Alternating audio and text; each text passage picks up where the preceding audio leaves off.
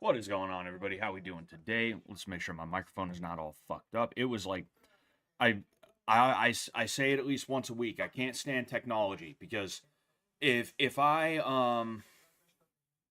pull a lever right on a machine and I take my hand off the lever and I never touch it again, that lever stays exactly where it was the last time I touched it, right? But when it comes to this bullshit, you'll have everything set the way you need it to be, everything set the way you want it to be, and then out of nowhere, the next time you go there, everything's out of fucking whack. It's insane. It's crazy, and I can't stand that shit, you know. But last time I started the stream and my microphone was peaking, like peaking like a motherfucker, you know. Sorry, 1 second. It's oh yeah, I think that yeah. I gotta turn the other light on, you know. But what is going on, everybody? Are we doing all right? I hope we're doing all right. Okay. Sorry for the sudden stream out of nowhere. I told everybody yesterday we were going to be streaming for PFL. They call it the Battle of the Giants, I think, or something like that. It's Francis Ngannou versus this dude named Ferreira. And it's interesting to me because, for one thing, I like Francis Ngannou. You know, I've talked about what I like about him, you know, in the past. He's an exciting fighter. And he seems like a nice guy, right? So because of that, when he fights, I want to watch him. I feel like it's worth it. There's a lot of fighters out there that I don't feel are really worth it, if I'm being honest with you, you know? I'll say one of my more controversial opinions on MMA. I like Mighty Mouse. I think he's an exciting fighter, but he's not exciting enough for me to want to watch him, if I'm being completely and totally honest with you. Crucify me for it. All right, crucify me for it. I'm siding with Dana on that one. All right, the 125-pound weight division, just not that compelling to me. Not that compelling to me. Henry Cejudo, fun guy. I don't feel absolutely positively compelled to watch him. Right. He ended up. I believe he beat Mighty Mouse on his way out of the UFC. I believe so. I think that's how he became double champ. You know, champ, if you will. But yeah. Francis Ngannou, exciting fighter. What seems to be an exciting fight. I have no idea about this Ferreira guy, right? But from what I've seen of him in the highlights that they've been showing thus far, he seems like an exciting fighter as well. He seems like a very, very athletic, giant dude. He moves in a way that a lot of heavyweights do not, even smaller heavyweights.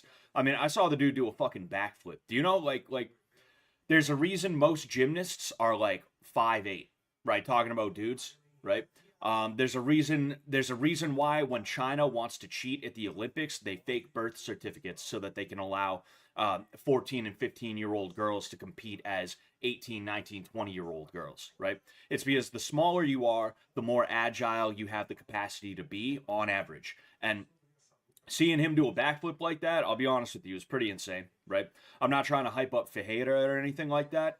You know, it just is what it is. Like, he might suck, and they just have some really cool looking highlights of him beating on like bums. You know, it's a potential.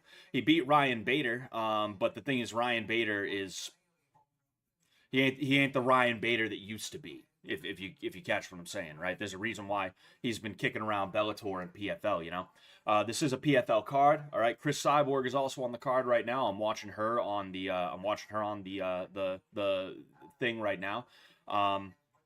Cris Cyborg, aka my second wife.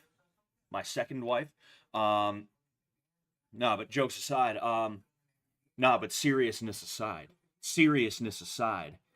Yeah, it is a PFL card.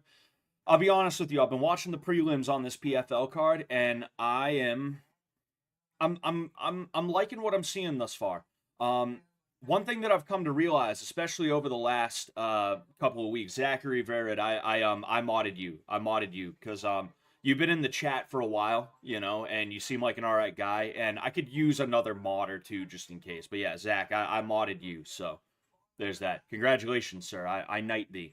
But I was watching this PFL card, and I got to be honest with you, I'm kind of hyped for it. I wasn't like dialed in to the prelims, but what I saw from the prelims is what I think MMA was supposed to be in the first place, right? And I kind of had a revelation over the last few months where I realized that the exciting fights, right? The exciting fights are typically not going to be at the top of the food chain. The exciting fights are going to be in the mid, right? I don't just mean mid card, although sometimes in the UFC that means the mid card has exciting fights. Other times it doesn't.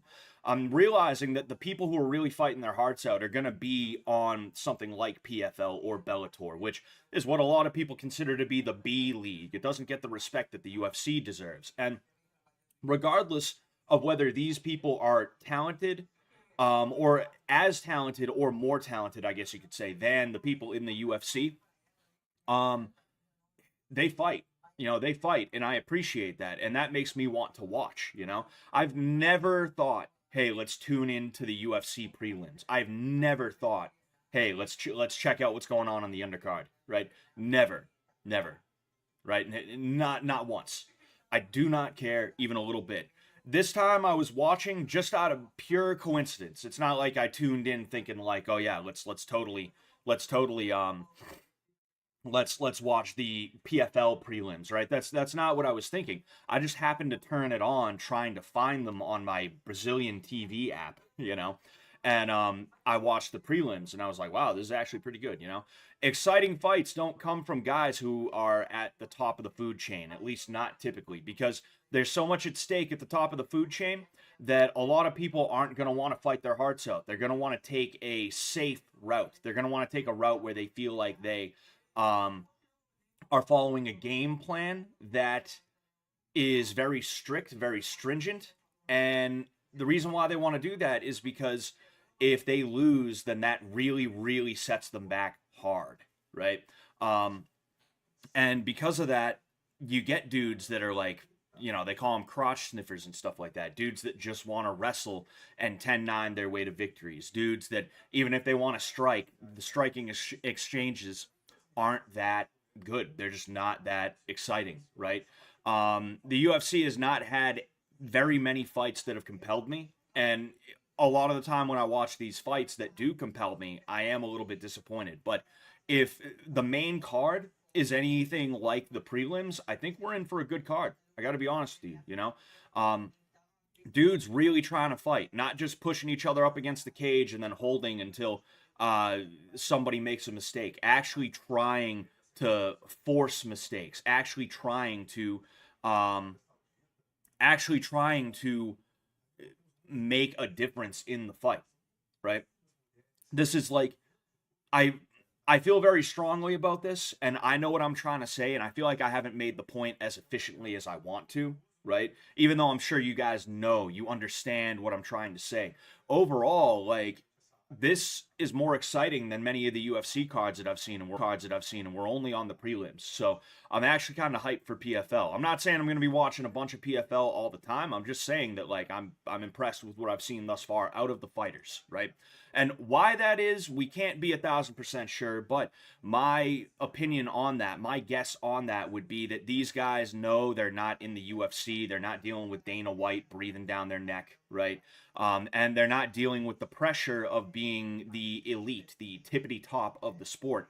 And because of that, they are not as unwilling. They are not as unwilling to take risks and to really, really fight their hearts out, because what happens a lot today in modern MMA is it's less that two guys are going out there to see who the better fighter is, and it's more that the coaches are playing the fighters like it's a live game of UFC 4 or something like that.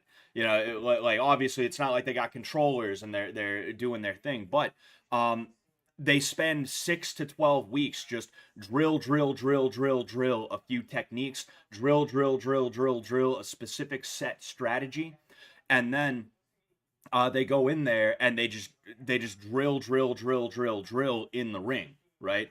And because of that, in the ring, in the cage, you know what I mean? And because of that, what you see a lot of the time is these boring fights, again, where somebody is wrestling for all 3 or God forbid, all 5 rounds, not really doing anything spectacular, just kind of holding position on people. You know, maybe scoring a shot or two every few seconds, but not going for submissions, not going for really big moments or anything like that, right? Either that, or like I said, it's not just the wrestlers, it's not just the Dagestanis or anything like that, right? It's also even striking exchanges are just not that fun because dudes are not willing to actually go for it. They're just mashing X. They're mashing X because they had it programmed into their controller, right? That when they mash X, they're gonna throw that hook cross combination that they came to the conclusion that they should drill ad nauseum because they saw that in his previous fights, his opponent tends to drop his left hand when a hook comes in. So, you know, oh, when you throw that hook, he's going to drop his left hand, and then you come over the top of that with the cross. And, dude, we're going home early. We don't get paid by the hour, dude. But even though they're trying to drill for that kind of, like, eventuality, it still is, like, really boring. It's a really boring way to get there in the first place, right? But it feels like with PFL thus far, these guys are actually, like, really fighting. They're fighting. I'm sure they have game plans. I'm sure they have drills and stuff like that. But you can see that they deviate from the game plan when need be, you know?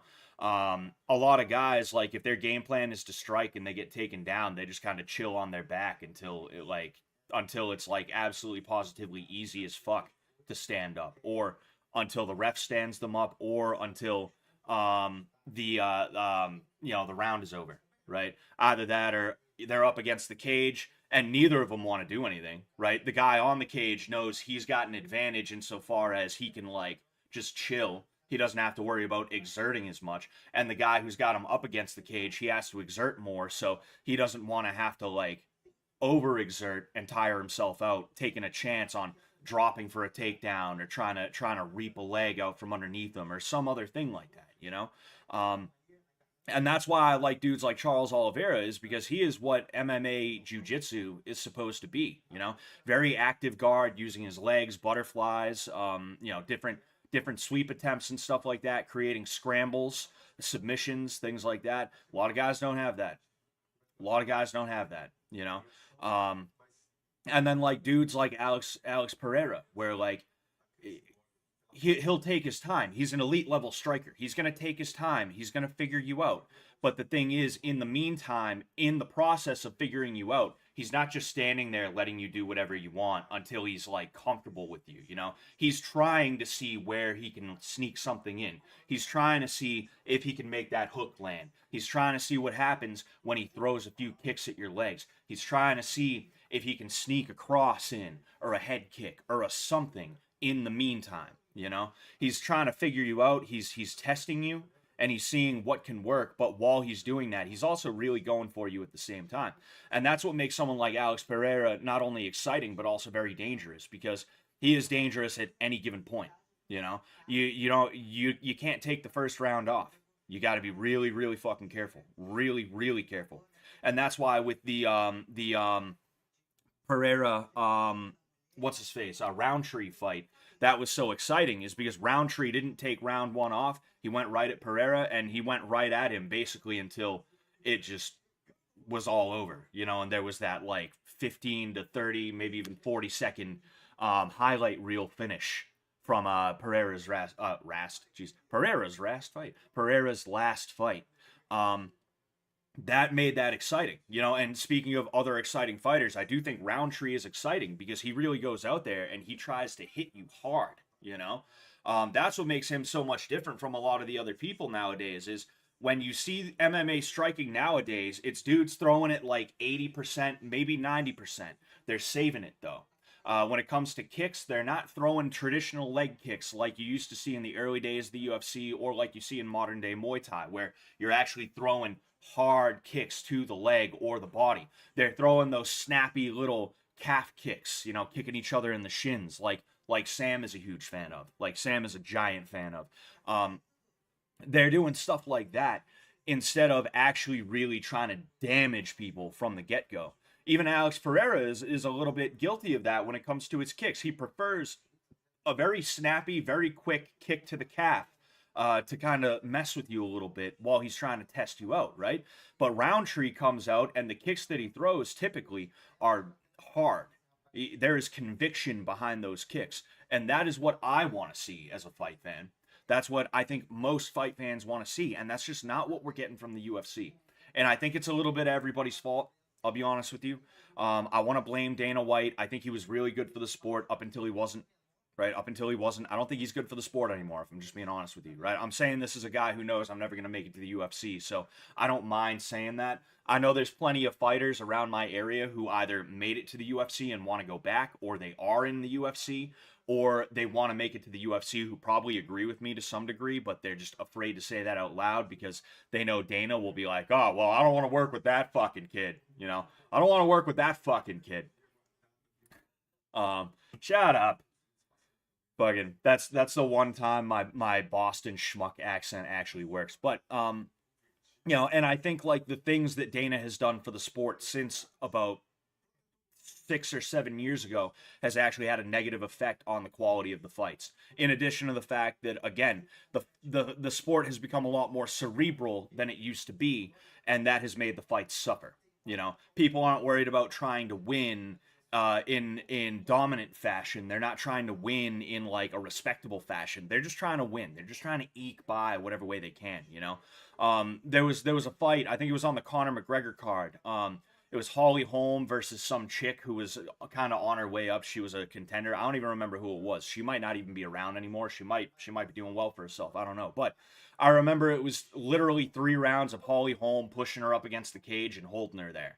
And that was one of the worst fights in the UFC I've ever seen. And it's because Holly Holm knew she couldn't beat the girl any other way. And she didn't want to go out there and go out on her shield or anything like that. And I don't blame her for not wanting to do that. I'm just saying that's the way that it is. That's the way that it is nowadays, right? Another example of a fighter who's like this, Kamaru Usman. I never was really sold on him. I talked about him a little while ago. For one thing, I think he's got a really bad attitude. It's grating. It's annoying as fuck. And it's just dumb. It's just dumb. I'll bet he's a real nice guy overall, but like his attitude on the mic is just like, I fucking hate that guy. But the other reason why I never really liked him is because he was the kind of guy who, if he was fighting a striker, he would grapple, he'd wrestle. If he was fighting a wrestler or a jiu-jitsu practitioner, that's when he would decide to strike. And of course, he almost got starched by fucking Gilbert Burns at one time too. That was a funny little piece. And that's not fun because he turns like he's not good enough at striking to make it exciting when he's striking with the grapplers.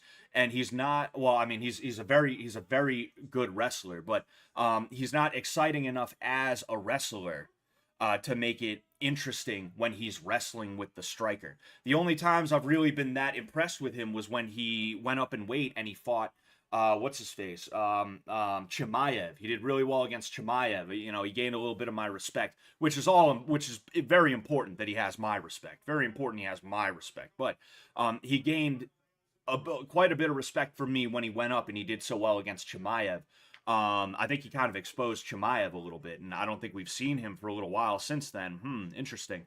And also when he knocked out Jorge Masvidal. But even then, it's like, Jorge was never going to be championship caliber. He was a guy who was a fan favorite. I didn't mind him necessarily. I didn't think he was bad, but, you know, bad to watch. I mean, bad to watch. But it's like knocking out Jorge Masvidal is like, well, that's good. Congratulations. You knocked out a striker. That good for you, man. Good. Great.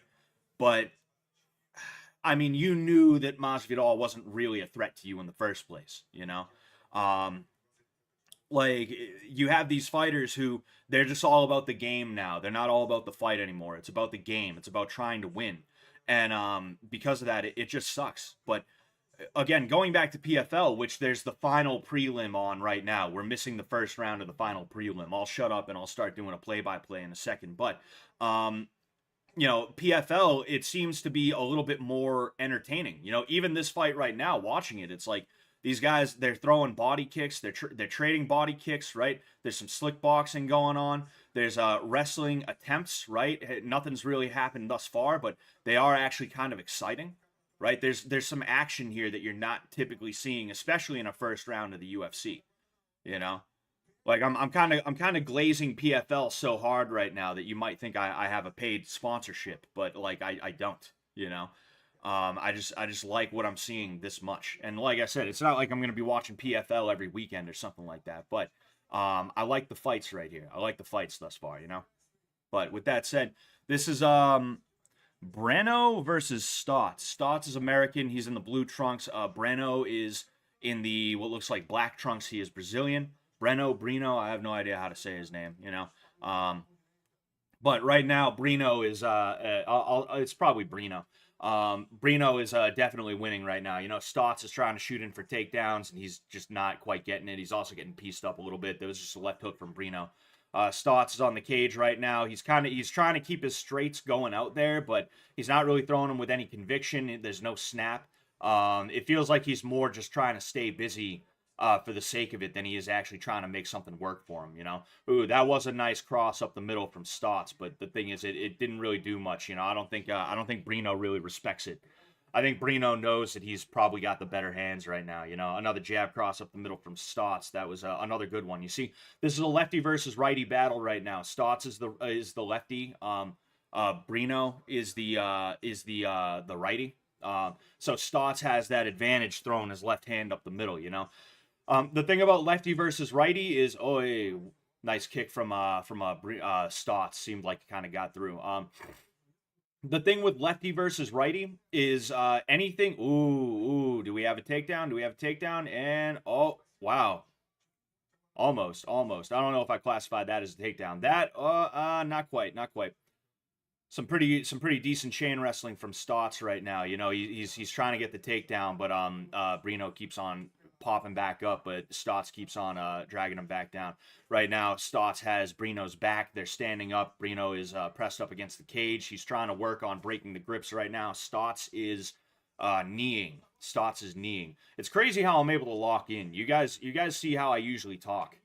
I'm like, that completely goes away when I have to actually sit here and tell you guys what's going on in one of these fights. It's pretty insane. But Stotts almost taking, and yes, Stotts takes Breno down. He's got the back, but he doesn't have any hooks, and Breno is trying to work his way out. He's trying to stand up, but it's not quite working. Stotts now has a side control on him, and Breno is up against the cage. I think he's going to try and use the cage to stand up, which would be a smart idea, but it's a little bit tough given where Stotts happens to be right now. So Breno is now parallel with the cage. He's up against the cage. This is the cage. This is his body, right? This is his body. So that's really not a good spot for him to be in. That's one of the worst spots you could be in when you're dealing with the cage. You know, I mean, Stotts on the feet. Breno on the feet definitely has it, but you know, when I don't think he is prepared for when Stotts gets his hands on him. I think it's just you know, I would assume Stotts has some kind of wrestling background. I don't know if he was like a college wrestler or something like that, but you know, the way he was shooting in for that single leg was pretty sick. You don't see a lot of single legs in MMA, especially not at lighter weights, because when it comes to single legs, they can be a little tough to hold on to. So when you see someone who shoots in for single legs, that's a pretty good tell that they probably have some wrestling experience. It wouldn't surprise me if this dude is a longtime wrestler. You know, either a college guy or you know, just like a long time, like, you know, wrestler, like somebody like Brandon Buckingham, where like he didn't wrestle for Division 1, but like Brandon is still like crazy good at wrestling. You know, I think in a grappling match Brandon has it versus me, you know, because I'm like pretty good at grappling. I'm better than I give myself credit for, honestly. But Brandon has just, his whole life was just wrestle, you know. And like I'm not saying he'd absolutely like handle me, but also I think he'd probably be able to pull it out. You know, I've never actually grappled with Brandon. That's something we're gonna have to do when he makes his way back up here. You know, the hands weren't there. He's got to be a wrestler. Oh yeah, no, I don't like. I like his jab cross. He's got a really nice jab cross. Talking about Stotts, it's a little bit lethargic, but I think that's probably because he might just be the worse of the two strikers, right? He might not be 100% confident right now. You see, like that cross up the middle, I liked that. If he can time that the right way, if he can step out to the outside, right, he's in good shape. I was talking about lefty versus righty. Oh, nice knee up the middle. Didn't really land, though. Right, so a righty is going to line up like this. A lefty is going to line up like that. And because of that, the two front hands are going to be on the same side. The two rear hands are going to be on the same side. And because of that, you can lean. I don't want to say lean, but, you know, you can step and you can put your weight, you can put your body to the outside, and you can throw that cross right up the middle. That's something that lefties are known for. And if you want to be good at fighting lefties, you have to be able to do that as a righty, right? So here's his left hand, here's his right hand, here's my left hand, here's my right hand. I'm standing as a righty right now. I have to be able to step to the outside and go right up the middle, or step to the outside and come around, either to the body, the head, right? It's just lefties have natural advantages because they're so used to going up against righties that when it comes to preparing for fights, they have a little bit of an easier time because it's easier to find righties. They're everywhere, right? But then in addition to that, they're used to fighting them in general. Versus a lefty, it's like, man, you got to track down a lefty. And then you have to get used to fighting him, and then you have to like develop out whatever strategy you're going to use for that guy specifically, you know, and that can make it a little bit tough. Like right there, that's what Stotts needs to do. He's got a nice jab cross. He's got a nice one too. Ooh, there we go. There we go. Takedown off the cage, potentially. Nothing quite there yet. You see, right now, Breno is trying to throw, and Stotts is not having it happen. What sometimes happens, right? You see a lot of judo guys do this. When they get shot in on for a takedown, they default to certain throws. And I don't know exactly what it's called, but what Breno was doing that caused him to turn his back, he was trying to default to that throw so that he could counter the shot, right? That's how judo guys feel slick, because when they get shot in on, they try to default to that throw. But the thing is, it's tough to do that off the cage because it requires the dude to be putting his weight into you, right? And in that case, he already had his weight into him, and the cage stopped that momentum. But then in addition to that, if you sit your weight down, it can be a little bit hard to hit that throw, right? Because judo throws rely on a lot of momentum. I'm not saying there's no strength involved, but it's a lot of momentum. So right now, Stotts has taken Breno down again. He's got the back, but there's no hooks. He really needs those hooks in, meaning he has to take his legs and put them around Breno. If he doesn't have the hooks in, he's in sort of bad shape. And as you can see now, Breno has gotten out of the back take position, but it almost looks like Stout is working a crucifix. I could be wrong about that, but just the side control position he has almost looks like a crucifix. And now Breno has actually been able to work into a half guard. It's sort of a low half guard, but he's got control of Stout's right leg with his legs. And he is actually in a relatively safe position for strikes being so close in. But if Stout has control of his arm, that's bad news for him because he could get Camarade, Americana'd, or straight armbarred. So that is not good. Now, Breno has worked up to a regular half guard. He's got a butterfly in, and he's working the butterfly into a guard. And now he transitioned from high half guard, just a regular half guard, to one hook in, one butterfly in. He put the other butterfly in, and then he transitioned into the position they're in now, which is closed guard. And he's working an armbar. He's trying to work an armbar right now. What he's going to do, the fucking rep is in the way. What he's going to try and do is he's going to try and take his he was going to try and take his right leg and swing it around the head while pulling on Stout's left arm in order to get an armbar from the bottom position. That would have been pretty sick to see. So right now, Breno is, you see, he just tried it again. The issue is he doesn't have the arm that he needs to have. So he's just kind of swinging his legs up for no reason. That's why it's not working. But Stout, I feel like I've been calling him Stout every now and again, or Stouts. I could be wrong about that. I almost just called him Stout. But Stotts he's been pressuring down heavy. He's been trying to land where he can. I would like to see, I was talking about how exciting PFL is, and I do like the stand-up action and even the takedowns and stuff like that. But that last little bit was mostly just Stotts kind of holding on for I won't say dear life. I don't think he was that desperate, but he was trying to hold on to make sure he didn't lose the position, because I think he knows that when it comes to the feet, he's losing the battle. He was landing every now and again, but nothing too crazy. If I had to give that round to somebody, I'm not sure who I'd give it to, but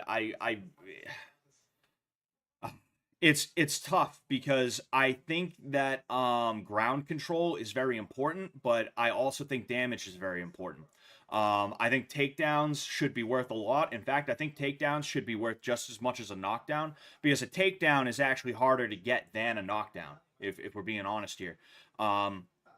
It takes a higher degree of skill to take somebody down than to knock somebody down.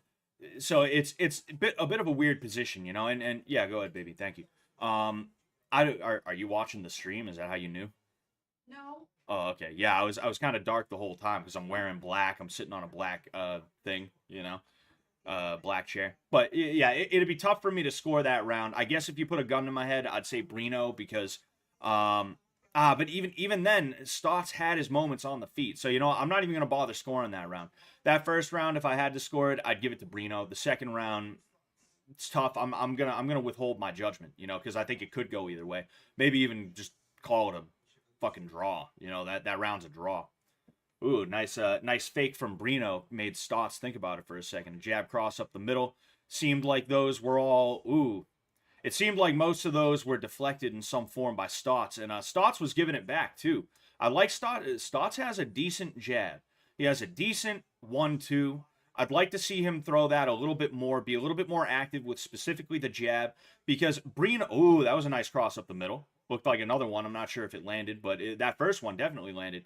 He's getting more comfortable on the feet. It's just, I think Breno is probably the better striker overall, but what Stotts is doing very well is waiting for Breno to overextend and making him pay for it. And that's how, even if you're not as good of a striker as the guy in front of you, if you have the ability to remain calm like Stotts is, takedown from Breno, nice. He ducked under that jab. Nice little blast double there. But Stotts has there's an arm in. He has a guillotine position, but he doesn't have a guard of any kind, and there's an arm in, so it's not really going anywhere. Breno just stays relaxed and he's all good. Which, speaking of relaxed, I was saying, even if you're not the better striker, Breno is now out. Even if you're not the better striker, if you have the ability to remain composed when somebody is throwing shots at you, you can make yourself into the better striker by countering whatever it is they're throwing at you, right? Offensively, you could be the worst striker, but if defensively you're solid and you are able to remain calm under pressure, calm under fire, you can make it work for you. And oh man, that was crazy. That's what Stotts did on the feet there. This is Stotts' round right now. He actually just reversed him. He's definitely a wrestler, because that was a wrestler move, right?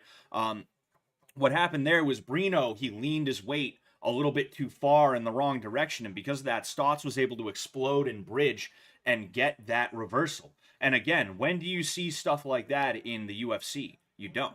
You never see stuff like that in the UFC. And now even Breno is trying to work from the bottom. He's not just sitting there like, oh, duh, It's crazy. It's crazy to see this kind of stuff, because you don't see it anymore. You just don't see that kind of stuff anymore, bottom line. But what's going on, Bob? Thank you so much for the $5 Californian. Thank you for the $5 Californian dollars. Canadian dollars. No. Out of all fish tank contestants so far, who would you say is the toughest, and who would you train for an internet boxing match? I assume Brian, since he's huge.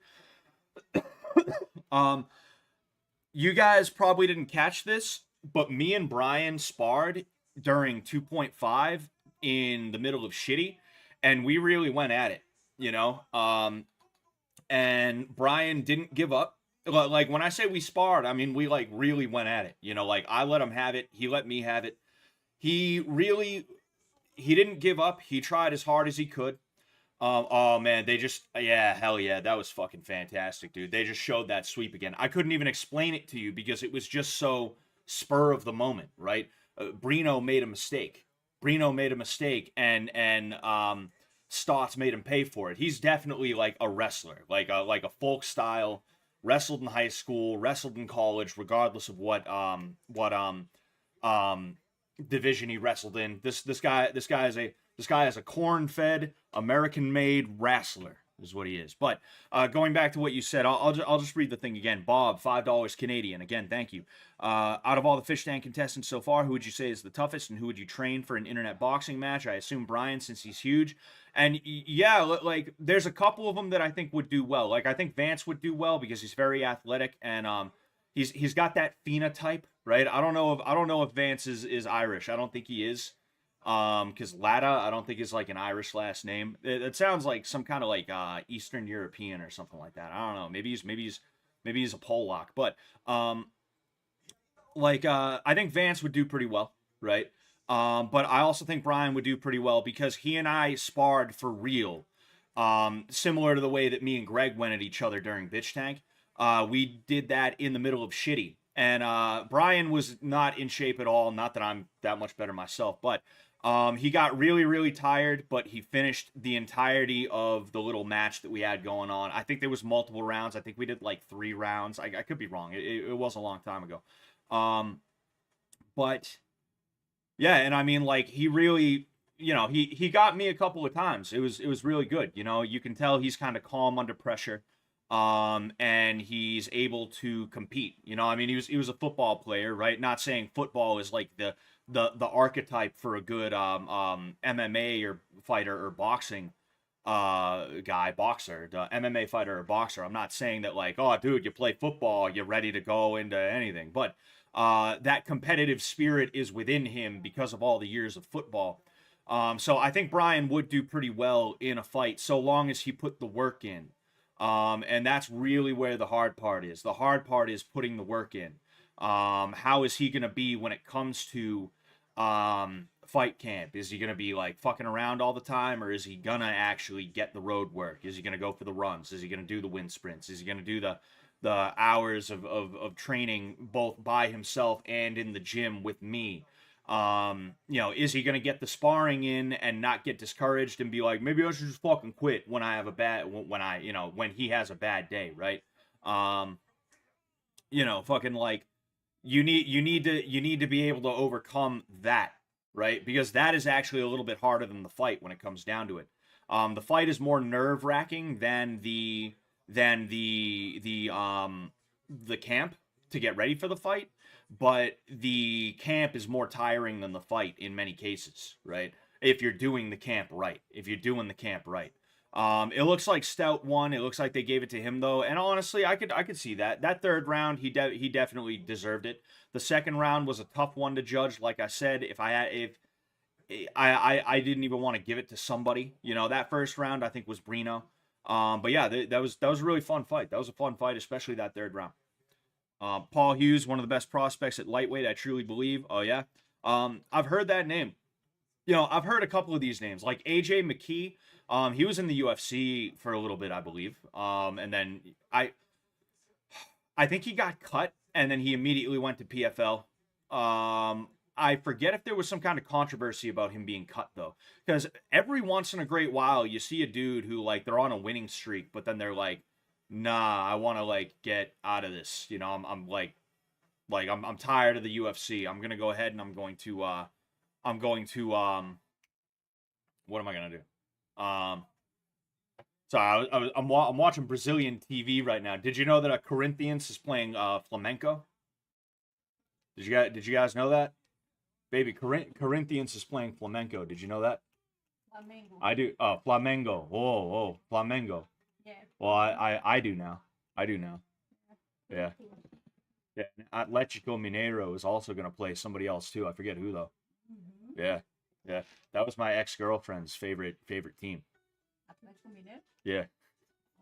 I hate it. No, go ahead, baby. Go ahead. Because the thing that I like is opposite. How do you say? The rivals. Yeah, right. Well, like Cruzeiro. Oh, that's funny. Yeah. I've dated one other Brazilian girl in my life, and she was from Minas Gerais, right? And that's Atletico Mineiro. That's like their Boston Red Sox, if you will. My wife comes from the capital, Brasilia, you know, and I don't like I do. Does Brasilia have a team, or are they like served by Cruzeiro?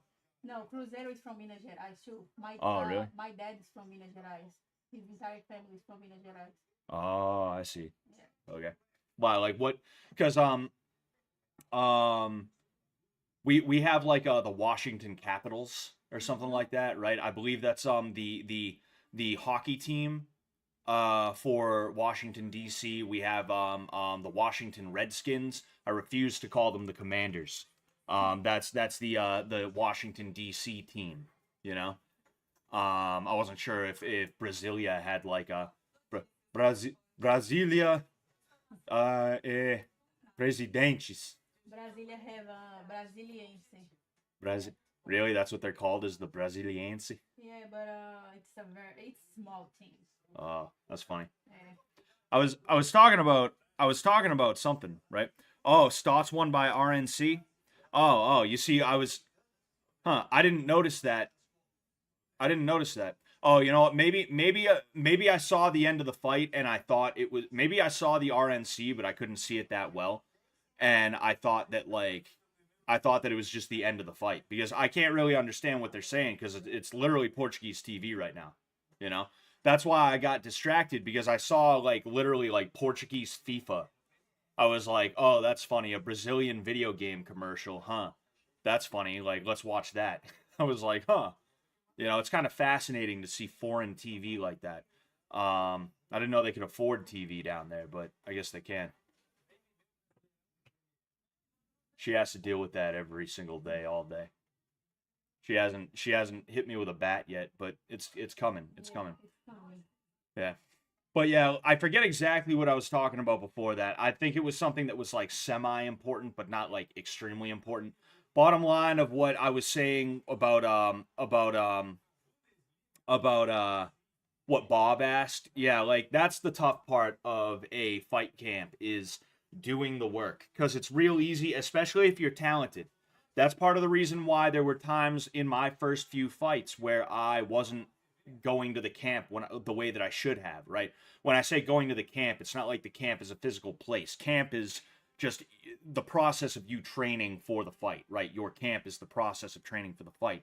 I was skipping training because I was talented at martial arts pretty much right away. I was always athletic as a kid.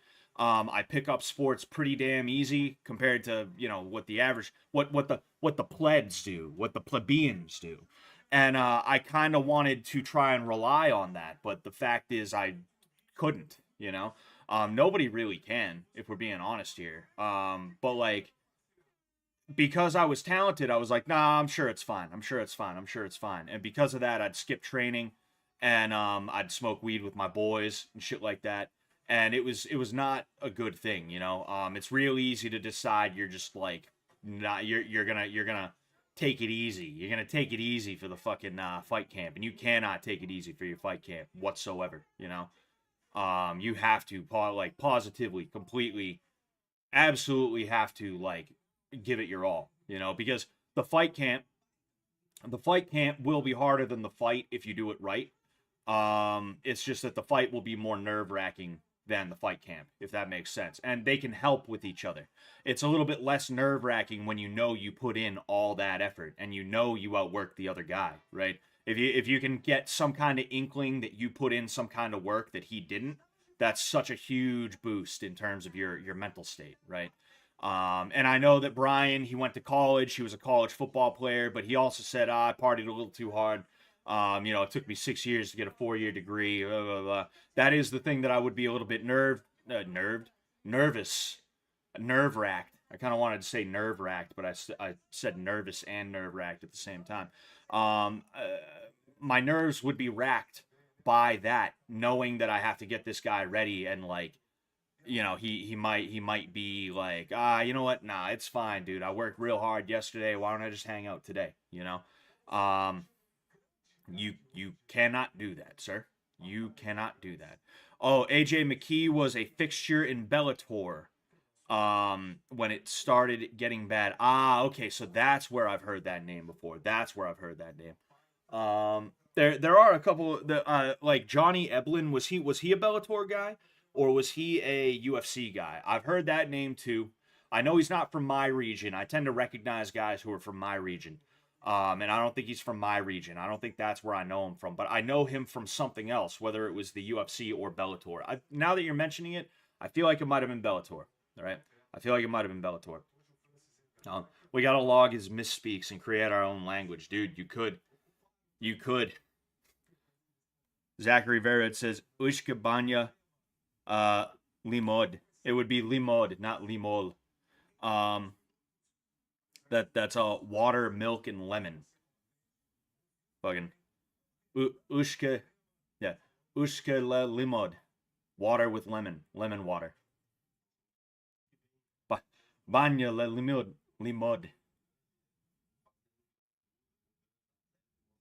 Man, so Eblin beat Gegard Mousasi. Oh, that's pretty sick. That's pretty good. Mousasi is somebody who was in the UFC, and then he decided to fuck off to Bellator. I'm pretty sure he was straight up like, yo, I could stay in the UFC, but I don't feel like it. I don't feel like it. So I'm going to go over to Scott Coker. But yeah, so we're getting ready for the main card right now. They're trying to hype up Ferreira and Ngannou. I mean, it's like I said about Ferreira. He is like really athletic for his size, and he's actually, if you see, he's actually a teeny bit bigger than Ngannou. That's pretty crazy. Somebody just sexted me. I also just realized, what's it called? Yeah, it's a fucking survey from my doctor's office. The same doctor's office that pissed me off so bad I went on a rant. I dedicated my stream yesterday to the doctor at the doctor's office, who was a dweeb and was like, I have to be fair and impartial. It's you versus a $1 billion corporation that would kill you if it meant they saw a 0.2% increase in their profit margins every year, and I have to be impartial. I can't pick a side here. A human being versus a bunch of pussies. I can't pick a side.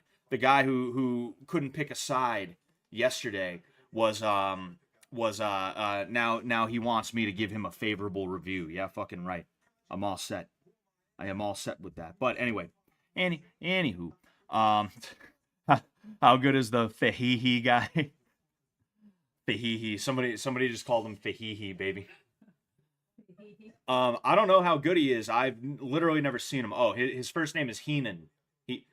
Heenan Ferreira. Hey nah, Ferreira. Hey nah. Fucking no, but I have no clue about him at all. Like literally. The first time I have ever seen him fight at all was the not previews, the highlights that they've been showing of him. But what I do like about him is his athleticism. He moves in a way that Francis doesn't, right? So I find that to be interesting. This guy seems to be a slightly bigger, slightly taller, but more athletic Francis Ngannou, you know, and that's what's going to make this so interesting. Like if I had to pick somebody to win, not that I want either of them to lose. Like I said, I like Francis Ngannou, so I would have to pick him.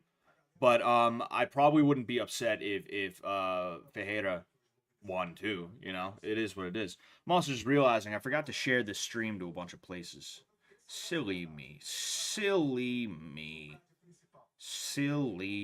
I gotta do that now. Although I have a fair amount of people watching between Twitter, which I'm sure is where most people are coming from. Between Twitter and YouTube and Twitch, there's 267 people watching right now. So thank you all very much for being here, regardless of where you're at. If you're on Twitter, my main spot is YouTube. I would appreciate it if you would go check me out on YouTube. It is Scott Sullivan MMA on YouTube. I am 4 or 5 subs away from having 5,000 subscribers. So when I get to my 5,000 subscribers, I'm going to do a 5,000 subs stream. All right, to celebrate that. I don't know exactly what it's going to be. I'm taking suggestions right now. I'm also trying to put a little thought into that too. Obviously, I want it to be something very special. And, I'm excited for that though. So if you guys could go ahead and check me out on YouTube, I would really appreciate that, because that's the main place that I kind of do this is YouTube.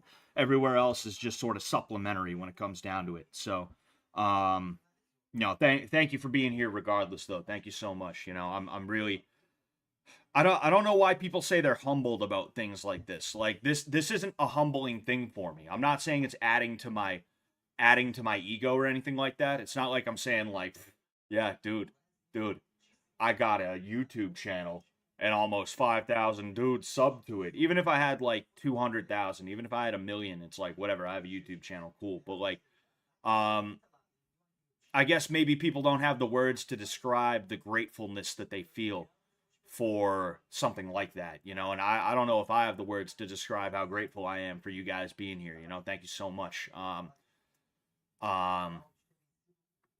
just, that was an interesting, that was an interesting submission there on that highlight reel. I don't know who that guy is, but that was a very interesting submission. That was like almost like a reverse omoplata. Oh, that's AJ McKee right there. Oh, yeah, it's almost like a reverse omoplata. That was really weird. Anyway, what was I gonna say? Oh yeah, like, thank you so much for being here though. I'm just some dude from Massachusetts. I happen to get lucky enough to make contact with Sam Hyde. He was very, very, he was kind enough to take me along into a few different endeavors that he was going into after I helped him out with his boxing match, and he also again was nice enough to keep me around for more boxing stuff. So, like the fact that I'm here right now and there's people watching me, regardless of if it's only 20 on YouTube and a couple hundred on Twitter or whatever, right? Regardless of that, just thank you all for being here. Thank you so much. All right. I'm live on Twitter, but I'm still posting the YouTube video to Twitter.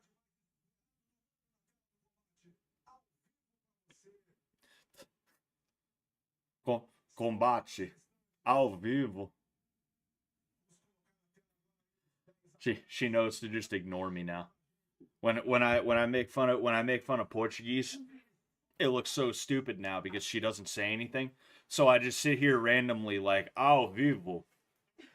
And it's just like I break the silence with just a random word, and it just goes back to silence, and I'm just like, oh. I know better. Yeah. I just wanted some attention.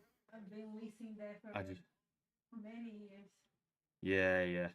And you're not sick of it, baby. You're not sick of it yet? No.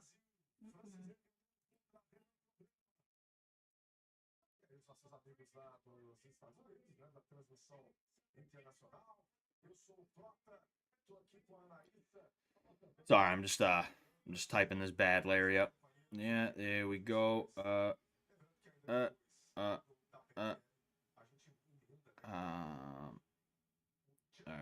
Actually, you know what I should do? Of course. Dude, that shit's ridiculous. Like again, I love complaining about Twitter lately because I like that it's a more free speech oriented platform. Not completely free speech oriented, but it's a little bit better than it used to be. But like some of these features that Elon has added, like the way he's doing the block feature, I have so few people blocked, right? But when I block them, it's because I don't want them to be able to see or interact with my shit. Sure, they can't interact with my shit, but they can still see my shit now with that new block feature stuff. And I don't want them to see what I'm up to. It's fucking annoying, It's performative free speech stuff where it's like, oh, well, you should be capable, you should be ready and willing to deal with that sort of thing, And it's like, dude, shut up. Hey, so this is AJ McKee versus, I believe, a Brazilian dude. Yeah, go ahead. I didn't realize the fight was starting right this second. Oh, wait, no. No. You see, it looked like there was a fight going on right this second. No, you're good, baby. You can go. Anyway, I thought there was a fight on right this second. I saw what looked like a fight starting up, and it didn't. I forget what I was even. Oh yeah. But like, you know, it's Elon trying to pretend like he's actually totally 100% for free speech, but he's really not, right? He's for freer speech, but he's not really for free speech in that way, right? And that is like really annoying, right? All right, so Paul Hughes is walking out right now. He's got his Irish flag, right? Aaron Gobra. But yeah, it's little like mucking with everything in a way that it's like, oh, but I support free speech. This is a free speech move, is what this is. When really it's like a move nobody asked for or wanted, you know. And meanwhile, he's got like situations where like if somebody says something that he doesn't like, or if somebody says something that certain people don't like, they end up getting banned and they don't get brought back and things like that. It's just like annoying, you know? It's annoying as hell. But like another piece is that weird bug that he made into a feature where you have to wait extra long for your shit to post. It doesn't even work the way it's supposed to. If you hit send and then you exit out of the app, it doesn't send for real until you go back into the app. So you'll hit send, click out of the app, and then 3 hours later you'll go in and it'll finally send. Either that or you hit send and you're like, oh no, wait a second. Actually, this is now a useful tool for me because I realized I forgot to put something in the original tweet, and I can stop it from sending and go ahead and add that piece in, and then it's all good. It's all good. You know, I can do my thing. But now you try and do that and it disappears before you have the opportunity to stop that, you know? It's so fucking annoying, dude. You know, it's so annoying. So now I'm going to delete this post that I just made so that I can add a hashtag. Because I know if I add the hashtag via edit, it's probably not actually going to show up, you know?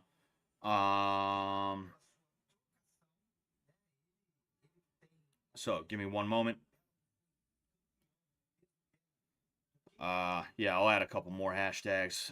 Fuck it, dude.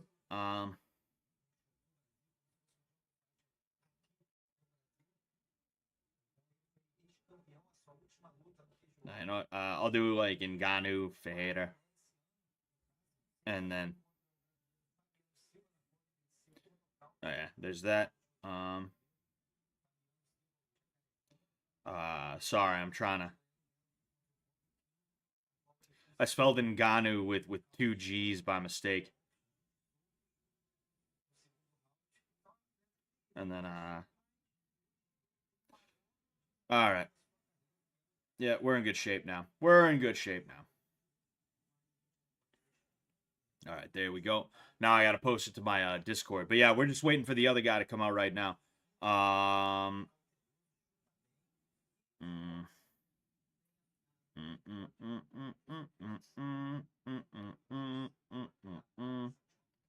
you know what? I'll post it in a couple more too now that I think of it.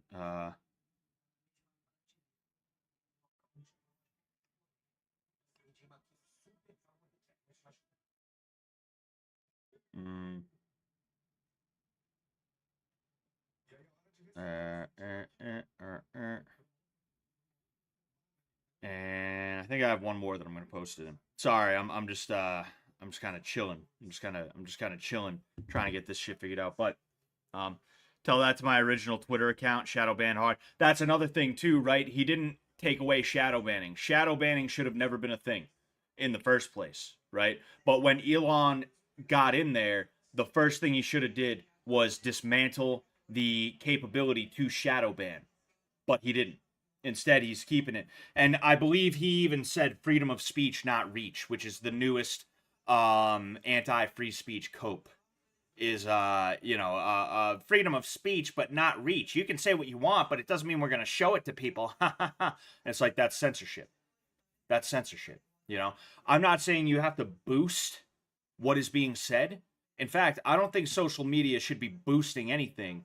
Maybe paid ads, that's one thing, but they shouldn't be boosting shit just for the sake of it, right? So we have AJ McKee versus Paul Hughes. AJ McKee is 29, 5'10, 155 pounds. Paul Hughes is 27, also 5'10, also 155 pounds. 3-inch reach advantage for AJ McKee and a 1-inch reach advantage for leg reach advantage for Paul Hughes. Paul Hughes. So there's going to be an interesting fight because these are two dudes who, you know, apparently in terms of, you know, PFL and Bellator, they are kind of on their way up, or they're established and they're doing well, you know. So yeah, we'll go ahead and we'll see how this goes. You know, we'll see how this goes. But yeah, overall, what I was saying about you know, that shit is like they shouldn't be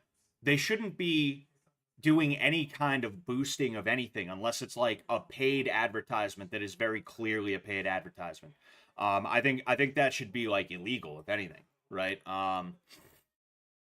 But like they especially shouldn't be demoting shit just because it has things to say that people don't like, right? Regardless of what cope people utilize to try and make a claim to whatever, like, oh, but it's hateful. It's hateful though. Oh, but it's spreading misinformation.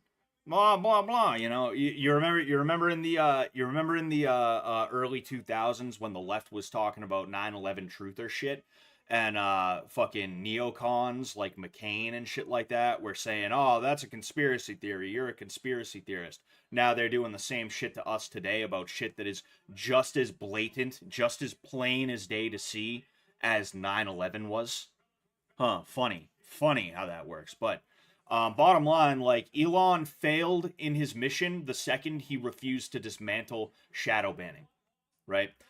Because shadow banning was one of the first examples of like ridiculous institutional censorship in social media. It started on Twitter, and it spread from Twitter when they realized how effective it is, and they started doing it to more and more people as time went on, and now Elon won't take it away. So it's still happening to us on this quote-unquote free speech platform. But this fight is about to start. AJ McKee in the red, and Paul Hughes in the black, blue, whatever it is. Looks like a dark blue. Ooh, kick from AJ McKee. Couple of shots from Paul Hughes after he catches the kick. Pretty quick hands from Paul Hughes. That was pretty cool to see. You can tell they both have a little bit of energy. Ooh, that was a nice jab cross from McKee, but Paul Hughes ended up slipping it. You want to be careful with head movement when it comes to MMA. You know, you might move your head into a kick or a knee or something like that, but the way Paul Hughes used head movement there was good. Head movement in MMA is a lot more one-off. Instead of it being like boxing where you have some guys who just naturally sort of, you know, they dip, duck, dodge, or whatever the hell it was from dodgeball. Dodge, duck, dip, dive, and dodge, right? They do that all day. It's a little bit more one-off, right? AJ McKee has Paul Hughes against the cage. He throws an elbow followed by what looked like ooh, wow, that's pretty nice. That was a pretty quick exchange. There were some punches by McKee. Paul ducked under one of them in a similar fashion to what I was talking about. He ended up getting off of the cage, and he put McKee on the cage. He threw a knee, and I believe McKee fell over, right? I don't think he shot in. I think he just kind of like slipped and fell over. And, you know, now they're back against the cage. Paul Hughes has his back to the cage, and AJ McKee is holding him up there. McKee has wrist control, which is good. He's also got an underhook. He has Paul Hughes pretty much where he wants him to be. He can explode at any point. There was a knee up the middle, almost looked like it hit him in the Hugheses.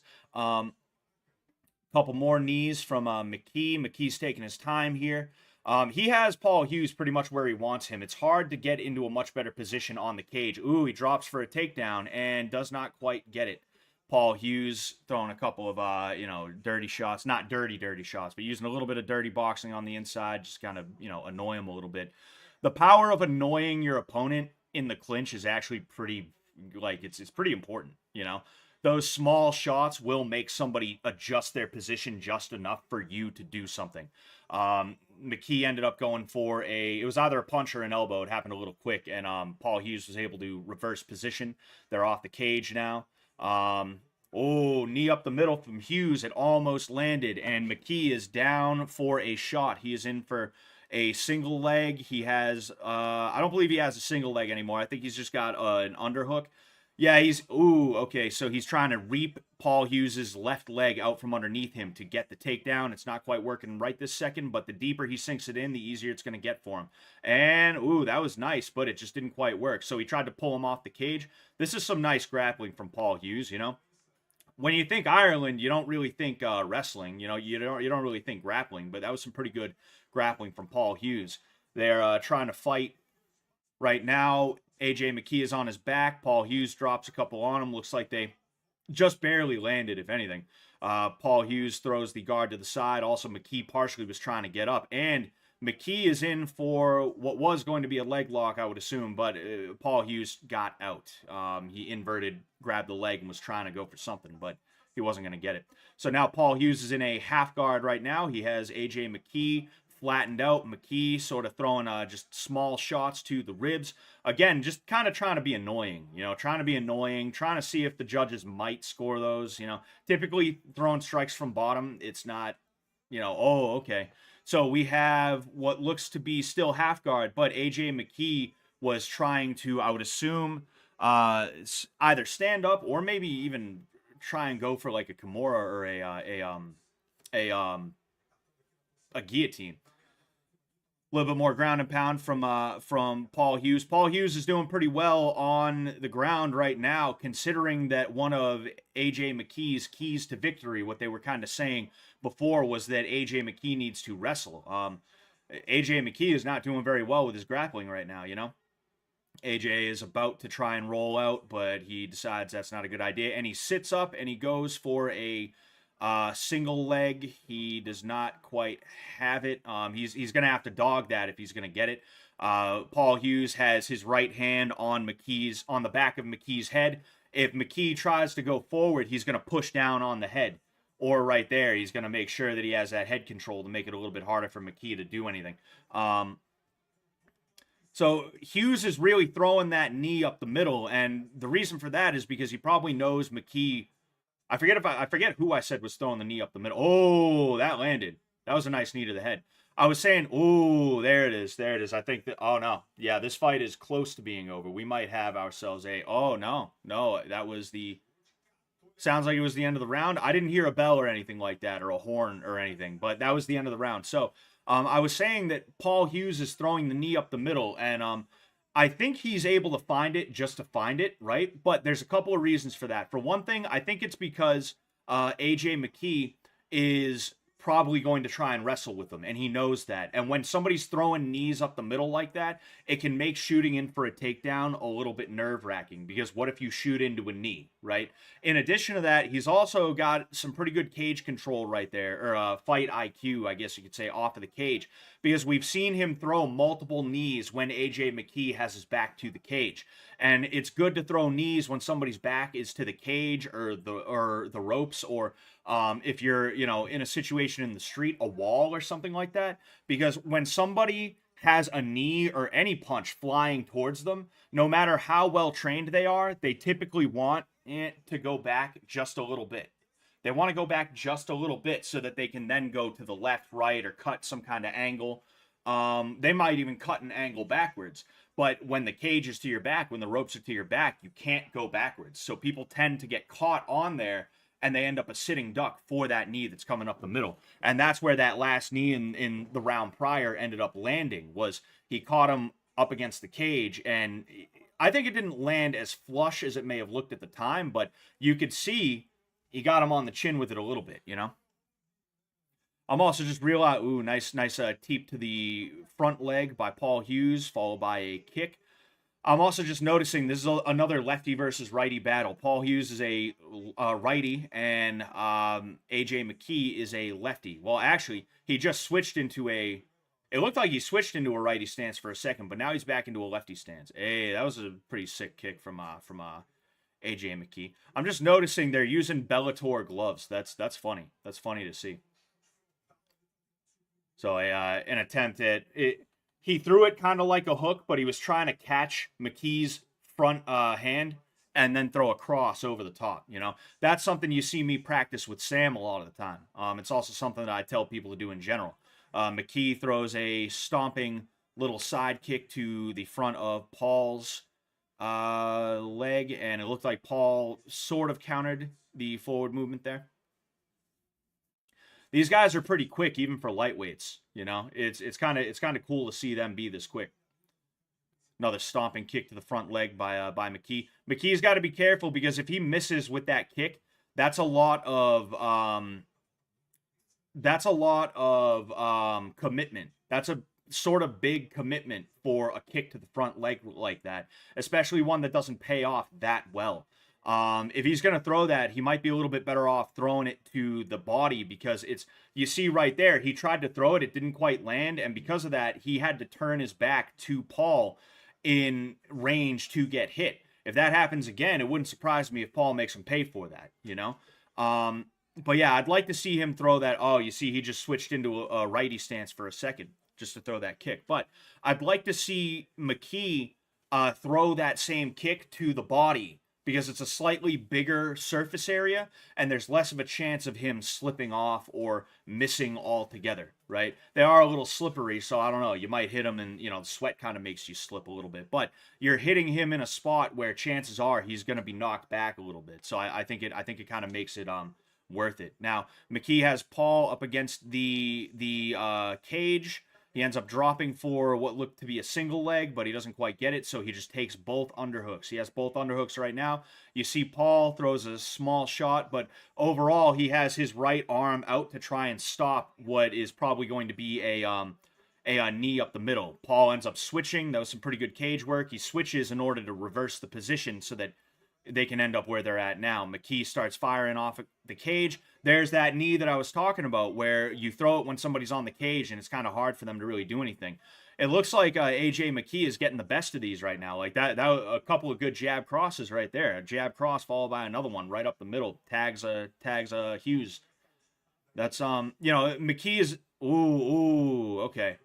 That was nice. That was nice from Hughes, you know.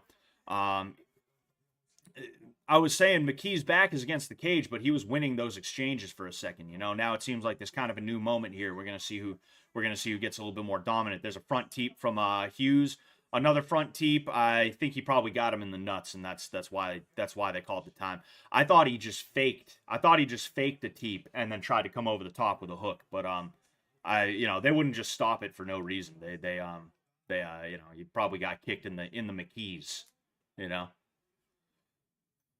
And oh no, actually it was Paul Hughes. It's Paul Hughes. You see what I'm talking about though, right? Like that time he missed and he hit him in the dick. Next time he misses, he might not hit him anywhere. He actually got very lucky that he hit Hughes in the balls, right? He got very lucky he hit him there, because if he didn't and he just missed completely, Hughes was in there to make him really pay for that. Speaking of which, he catches the kick to the liver and he throws a hook, making him pay for that one too. There is a leg kick from McKee before he switches back into his his lefty stance. Oh wow, nice combination from Hughes, but he ends up falling down and now he is on bottom. This is not good for him at all, you know. So McKee is on him. He's making him carry his weight on his shoulders. Oh, and he has a cowboy in, right? That's I believe we used to call that the cowboy in wrestling. You don't see that a lot in MMA, where you see his right leg is on Hughes's left leg. It's wrapped up in there, and that's stopping Hughes from really being able to use that leg. And you see how that worked out right there. Hughes got his upper body free, but because his lower body was trapped in that cowboy, it just didn't work out, right? I forget what we used to call that. I'm pretty sure it was called the cowboy. We called it the cowboy. So Hughes giving up his back right now. I don't know why they stopped. Okay, that was the end of the round. For some reason, I'm not hearing the end of the round bell or the end of the round horn or anything like that. I'm not hearing anything, you know. But yeah, I mean that was pretty good from Hughes. It seemed like he slipped, because they're showing the replay now, right? Oh, you see, he ended up going to the body, then to the head, then to the head again. And then he tried to pull him in for a knee, and I think he partially slipped and he partially got pushed over by McKee, you know? And that's what led to that. It's kind of tough to say who I think won that round. I think that was a much better round for McKee, for sure. I wouldn't hesitate to give it to him, but I also could see how somebody might still want to give it to Paul Hughes. No, it's it's tough for me to say, you know, that like these guys are really quick for lightweights, you know, like lightweight is a quick, it's a quick, but it's also a powerful, it's a powerful, not genre. I don't know why I'm thinking genre. Division. It's a powerful division, but like these guys are quick for the division, you know? So third and final round. I mean, this is a pretty good fight thus far. A nice kick by Paul Hughes. You see, Paul Hughes, the difference between the way Paul... Ooh, nice kick from McKee. It is partially defended, though. Actually, completely defended. McKee jumps in. Oh, and McKee set that up pretty well. He went high with the hands and then he dropped the level, but he isn't quite getting it right this second. He might though. I think he's got some pretty good leverage right now.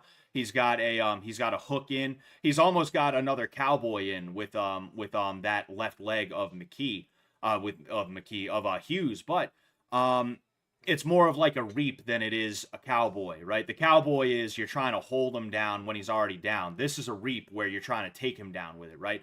Didn't quite work. He's got the back now. He's, you know, throws a knee in there. He's trying to hit the same, well, not this, a similar move. Hits him a few times. Oh, wow, okay.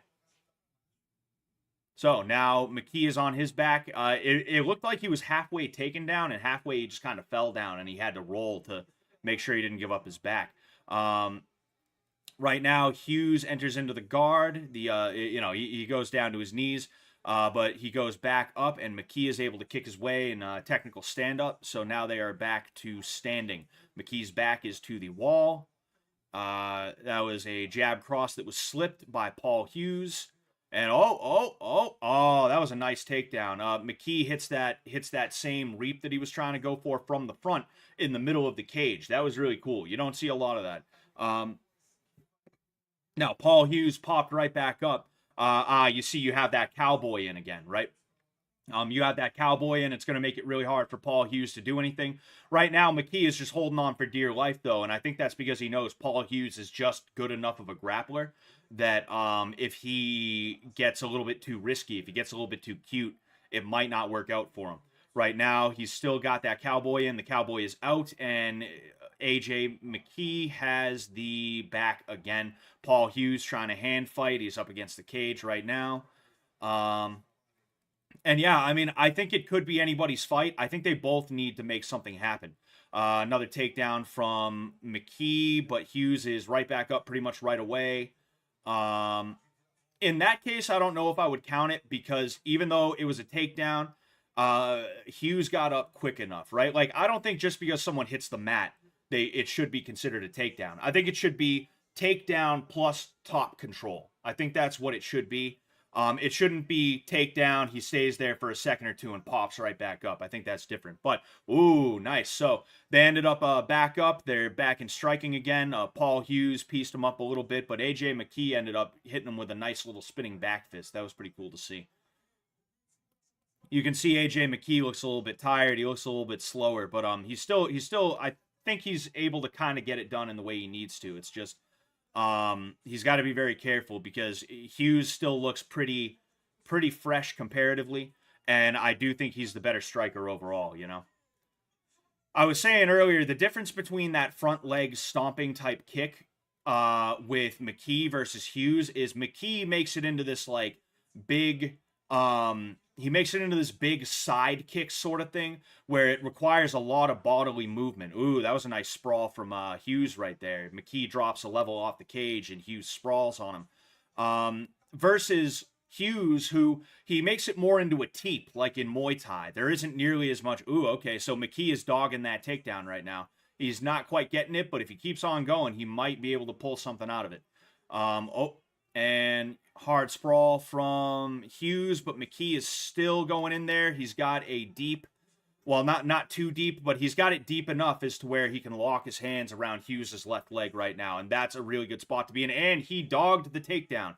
Just like I said, if he kept going, he would have been able to dog it. Unfortunately, Hughes was right back up. He gets another takedown, but Hughes is kind of sort of right back up. I think I might count that right there, right? I think I might count that right there, right? The first one, it was really cool to see, though. It was cool to see him dog that takedown that way, you know? Oh, nice from Hughes. And up. See, it'd be nice to see Hughes go for like a front headlock position or something like that. You know, that's kind of a lost art in terms of MMA, is like the front headlock position. And is that it? Is that it? Looks like that's it. That's it. Yep. That was the final seconds of the fight. This is kind of a tough one because I think Paul Hughes was the better striker, but I do think AJ McKee was doing good enough to make it a little bit tough. And then also, like, there were plenty of moments where AJ McKee used his grappling, but it wasn't nearly as effective as he needed it to be. And then there were also moments where Hughes was controlling the grappling. So it's really hard to judge this fight overall, you know? And this is part of the reason why we have the 10-point must system in the first place. But the thing is, it's been so muddied, it's been so polluted that it's like hard to take seriously anymore. So you almost want to just do what I do here, which is like, I don't care about points. I'm just looking at who I think won the exchanges, you know? And sometimes you end up like I am right now, where I'm like, I don't know, you know? I don't think I'd be upset if either of them took it. Of course, I want the Irishman, all right? I want the Irishman. I want Mo Kushla to win. All right, my blood to win, right? I actually only learned that phrase because I watched $1 Million Baby. And Clint Eastwood's character in that, he's learning Irish throughout the whole movie. And he gives Maggie, I think her name was, he gives her that nickname, Mo Kushla, you know? That's the only reason why I know that specific term, you know. It's my darling, or like my kind, my blood, you know. He's my darling, guys. He's my darling, you know. But yeah, you know, like if I had to pick one, I'd rather Paul Hughes win, you know. Because Ireland. But you know, I wouldn't be upset if either of them got that, you know. Baby, could you give me water, please? Mm-hmm. Thank you. You put the milk in the mini fridge? Yes. And I poured out the old one too. All right, let's see who this is. More fight features, Scott. Nice. Yeah, I mean, Ngannou versus Ferreira was you know, it was a fun fight, and I've been enjoying this so far more than a lot of the UFC cards that we see. You know, there's a lot of action. It's actually making it kind of difficult for me to even judge. Not judge, but to give you guys play-by-play and commentary and stuff like that, you know?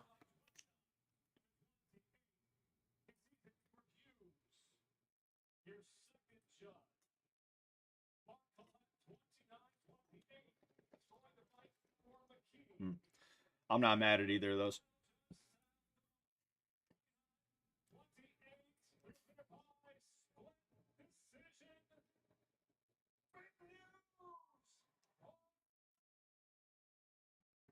Yeah, so Paul Hughes won that one. It was a really hard fought battle. Like I said, I wouldn't have been upset if they gave it to McKee. You know, that was a fun fight to watch. You know, these have all been pretty fun fights to watch. I was gonna drink a soda, but I realized I'm kind of dehydrated. I need to drink water. Agua. Oh man. Does PFL use the Trevor Whitman gloves? I know Bellator did. Yeah, I would assume so, because if you pay close attention, you'll see the gloves that they have on have the Bellator B on them. So that's interesting, you know. Someone in the fight chat said the next 3 fights are female. No, they're not female. And even if they were, one of the fights is Cris Cyborg. You know, Cris Cyborg is on this card, which is nice because it's cool to see what she's been up to since she left the UFC. To this day, I maintain that Dana White knew how lucky he was that Amanda Nunes beat Cyborg that one time. And that's why he treated her the way he did, where he straight up was like, nah, we're not going to renew your contract. If they had a rematch, Cyborg and Amanda Nunes, that would have been money, money, money, money, money. That would have been so much money. But the thing is, Cris Cyborg was difficult to work with for Dana White, right? She was, to even call her difficult to work with is unfair because she's not difficult to work with. She just expected fair treatment because she was a legend in the game before the UFC was really even that serious, you know? And because of that, he didn't want a chance having Cyborg beat Nunes in the second fight, and then they have to have a rubber match where Cyborg potentially wins in the third one. He didn't want to take that chance because if she ends up as the one with 2 belts, or she's just the one who beat Amanda Nunes or something like that, then she has the claim for greatest female fighter ever. And she doesn't feel loyal to the UFC. She doesn't feel like she absolutely positively needs the UFC. Amanda Nunes was a jobber. You know, she was a company woman, if you will. Cris Cyborg was not a company woman because, like I said, she remembers the game from before the UFC was the juggernaut that it was, right? And because of that, when Amanda Nunes knocked her out that first time, Dana White breathed a sigh of relief, was like, all right, let's run her contract out and then get her the fuck out of here. We do not want to deal with her ever fucking again. And because of that, he was able to get away with trying to be like, Amanda Nunes, the greatest ever. Yeah, she's the best. We're out of the Cyborg business. It wouldn't have been good for him business-wise. And Dana White, above all, is a businessman. He's a fight promoter second, you know, is the unfortunate reality. And it's just crazy to think about, you know, because like when you look at the UFC, think about the biggest stars over the last 10 years, right? Only recently did the UFC start getting big stars that were UFC exclusives. And what I mean by that is, well, actually, if we're being fair, Chuck Liddell, I don't remember him fighting anywhere else other than that time he went over to Pride, right? And that was a deal between Pride Fighting Championships and the UFC, right? But like Chuck Liddell was pretty loyal to the UFC. There were guys that were loyal to the UFC. Okay, there were for sure 100%. But after a lot of those guys got old and retired and stuff like that, you started getting dudes who came over from Pride, right? You started getting dudes who when when Strikeforce got bought by the UFC, they got brought over. That was Robbie Lawler. That was Nick Diaz. Ronda Rousey. Ronda Rousey was a Strikeforce alumnus who was brought over after Strikeforce was bought up by the UFC. What's his face? Jose Aldo. He was WEC. Uriah Faber, Dominic Cruz. I believe even TJ Dillashaw was a WEC guy at one point. Cowboy Cerrone, WEC. All these guys who were champions and or fan favorites, they got brought over from different organizations. They were already established in those organizations. And I keep forgetting to actually like legitimately do advertising or promotion for this, right? But I think now's a good time. I got 331 viewers between Twitter, Twitch, which I probably have nobody on Twitch, literally, and YouTube, right? I interviewed Jason Mayhem Miller. You may know him from Bully Beatdown. If you're into MMA like that, you probably also know him from being pretty much an MMA legend, if we're being honest here. We talked a little bit about like his favorite place to fight. He called it Super Brawl. He said he liked Super Brawl because it was in Hawaii and it was kind of like a cross between the Japanese style of promoting and the American style, you know. But like he said that there were a lot of places you used to be able to fight at before Dana White kind of swallowed everything up, and he tried to avoid fighting for Dana White for as long as he could. He didn't want to fight in the UFC. He would have preferred to keep it Risen or Pride or wherever he could have fought at. You know, he didn't want to fight at the UFC. And a lot of these people, I don't think necessarily wanted to fight at the UFC. I'm not saying that if it came down to it, they wouldn't. I think they were just like, hey, you know, this Strikeforce thing, I like it here. I get treated nice. You know, there's some top talent here. You know, let's do it, man. Let's do it. Jake Shields, right? Jake Shields, for those of you edgy boys, before Jake Shields became a based groiper, 88. Jake Shields, he was an MMA legend. He was an MMA guy, right? He is an MMA legend. I would love to interview him too, right? I'm trying to blow his shit up until he's like, all right, fine, dude, fucking fine. Actually, funny story. Look up the Strikeforce brawl between Mayhem and Jake Shields. They got into a fight after Jake Shields won a title. I think he either won the title or he was defending the title. Either way, though. But yeah, like a lot of dudes didn't want to fight in the UFC. Either that or they just didn't want to fight in the UFC that bad because there were other promotions out there that were doing really, really well at the time. And unfortunately, the CEOs, the owners of those organizations, they weren't as business savvy as someone like Dana White is. You know, and Dana White came in like a shark and he bought these things up and he took their fighters, brought them over to the UFC, and then he stamped UFC on their foreheads while they were still wearing fucking shorts that had like WEC or Strikeforce or Pride or Risen or whatever on them. And he's trying to tell you the UFC has the best fighters in the world, kid. They're the best fighters in the world. They're our fighters. They're the best in the world. They didn't become the best in the world until they started fighting for us, dude. You know? It's just crazy the way that is. It's crazy the way that is, you know?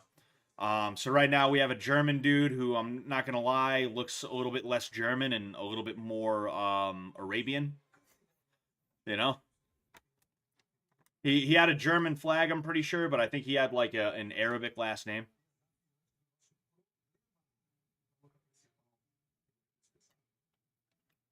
Tell him you're a Jew, he might just show up at your door.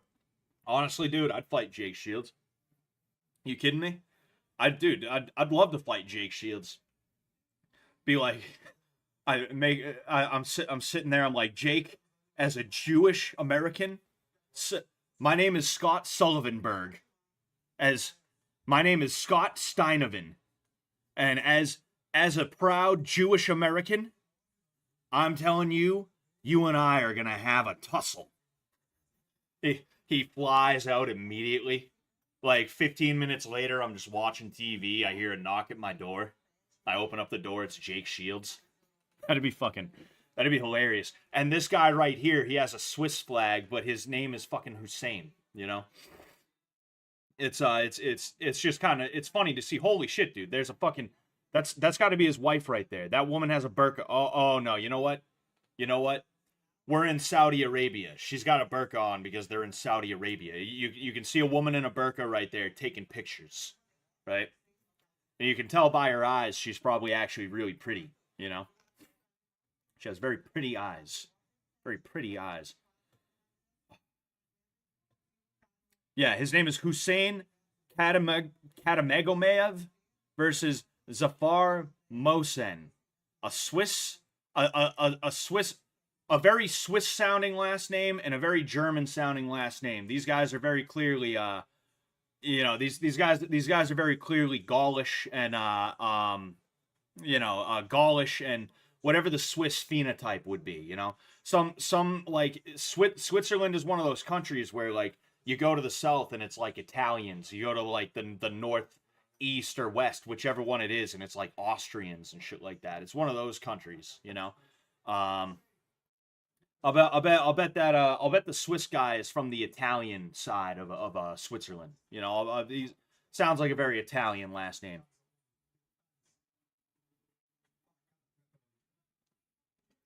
Ireland actually does have a small but pretty old Jewish community. Case in point, James Joyce's most famous book, Ulysses, was about an Irish Jew. Well, I mean, yeah, I'm not surprised. Oh, man. You know, it is a diaspora. Just like Ireland.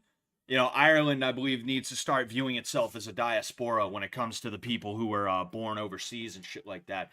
Obviously, I'm not Irish. That's not my thing, right? I don't make a claim to be legitimately Irish. I just talk about my heritage and my ancestry, and I'm proud of that, and I want to get into it because I'm interested in it. But overall, like when it comes to my nationality, I'm an American, you know, but like I am very proud to be Irish, and I think the Irish in Ireland would do well um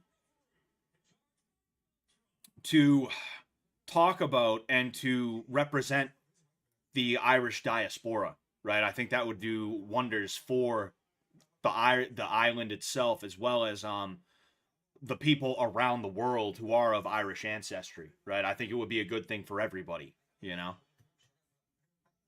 Oh, you know what it is? The sound is different from what I'm seeing. The sound is actually behind what I'm looking at right now. Like I just heard the bell. I just heard the starting bell, and it was like almost 20 seconds into the fight. So these guys right here, I'm not really too invested in either of them. Obviously, I have no clue who these guys are at all. They're just sort of feeling each other out right now. There was a kick from we're gonna call them the Swiss and the German, because I am not gonna try and pronounce those names. There was a kick from the Swiss, blocked by the German. He tried to throw a left hand in return. And here's another lefty versus righty matchup. It's funny.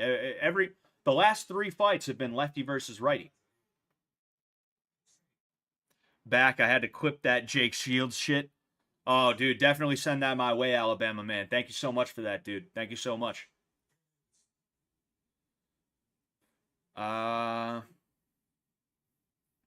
Yeah, so this is typically what you would see out of a bunch of like UFC fights, you know? These guys are playing it a little bit safer, and granted, it's only a minute and a half into the first round, but you know, it is what it is.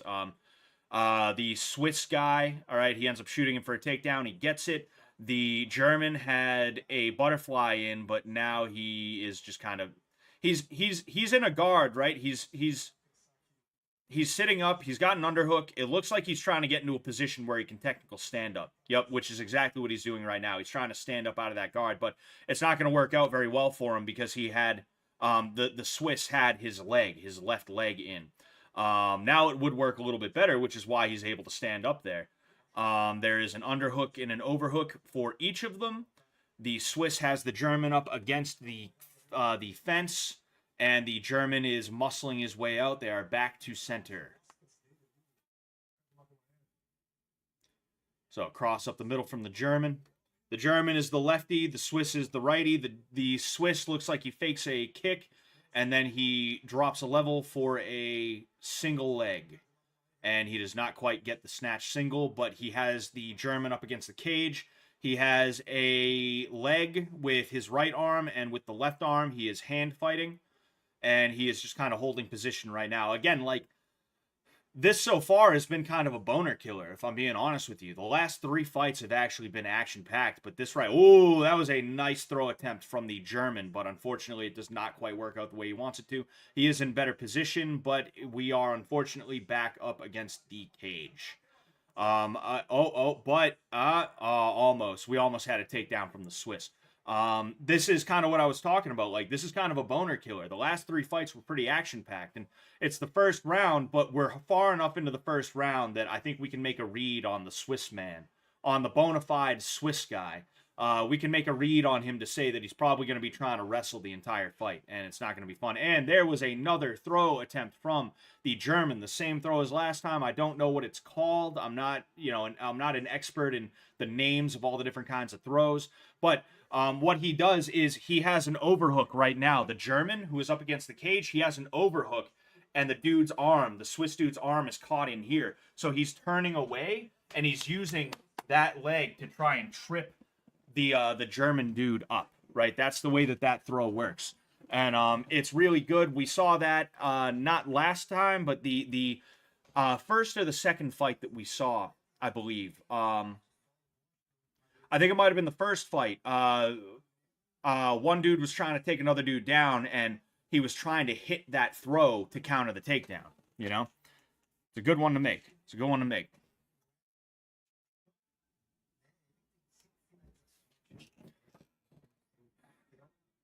Again, not really much of anything from these guys. Like I kept saying, but I was interrupted by the very little action that we've seen thus far. Nice little kick up the middle from the Swiss an inner leg kick. Ooh, an attempt at a high kick followed by chaining kicks together is pretty cool, you know? I liked seeing that from the German. He's opening up a little bit more. We might actually see a little bit more action out of him, you know? I think he's not as afraid of the takedown as he may have been a second ago because he started opening up a little bit. He threw he threw a kick to the inner leg, then he threw a high kick just like he did a second ago, and then as soon as the high kick was put back down, he threw a teep right up the middle. What was I gonna say? Oh, thank you very much, Tony Rowles, for the dollar menu early access. Thank you, man. I'm gonna try and get more videos up for you guys soon. I have a ton of videos that I need to put up. In fact, I have so many videos, it's messing with me. I don't even know what to do. Ray Sefo, he's the CEO of PFL or the president of PFL or something like that. Ray Sefo is on the left side, right? He's a kickboxing legend, and he works at Extreme Couture as well. But yeah, anyway, this is a boner killer compared to the action that we saw in the last ones, you know?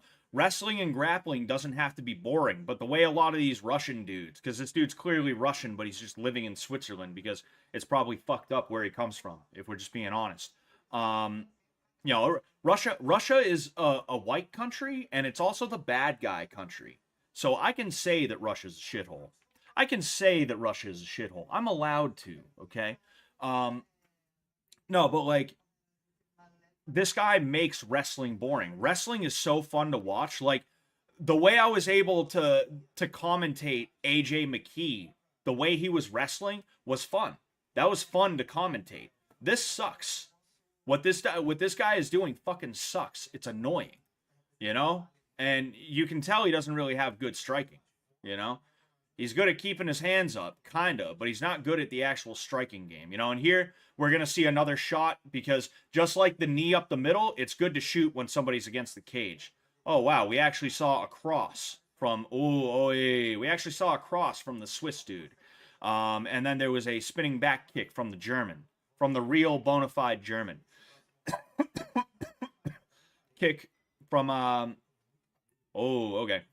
So actually, I'll give the Swiss dude credit. He is actually trying to strike here, so that's nice. That's good to see. You know, at least he isn't sticking to a game plan that isn't working. At least he's not sticking to a game plan that hard. You know. All right, yeah. Thank you very much, Tony Rawls, for the $5. All right, Rawls like balls.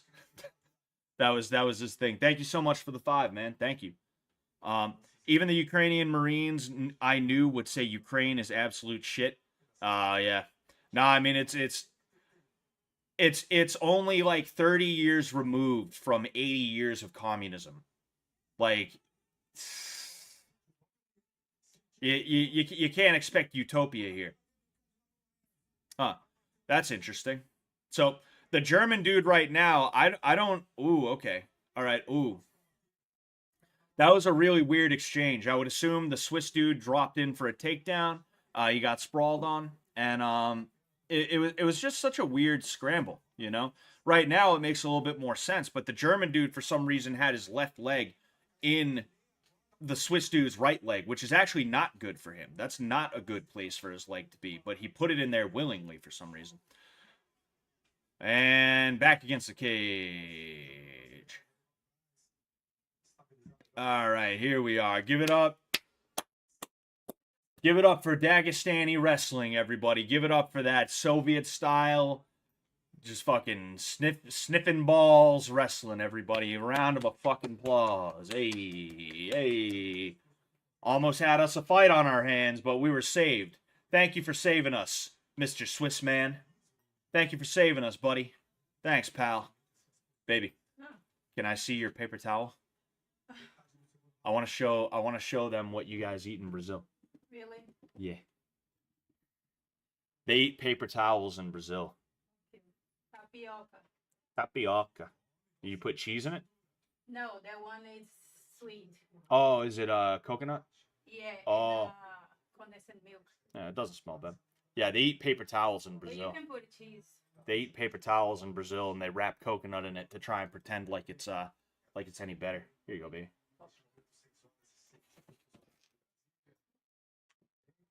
Oi, Habib is crying right now, dude. I'm crying. All right. So there was a takedown somewhere in there. I don't know. Should I just boot up AOE? I think we might have enough time for one fight.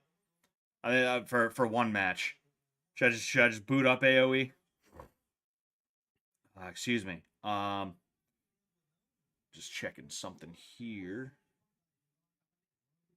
Um,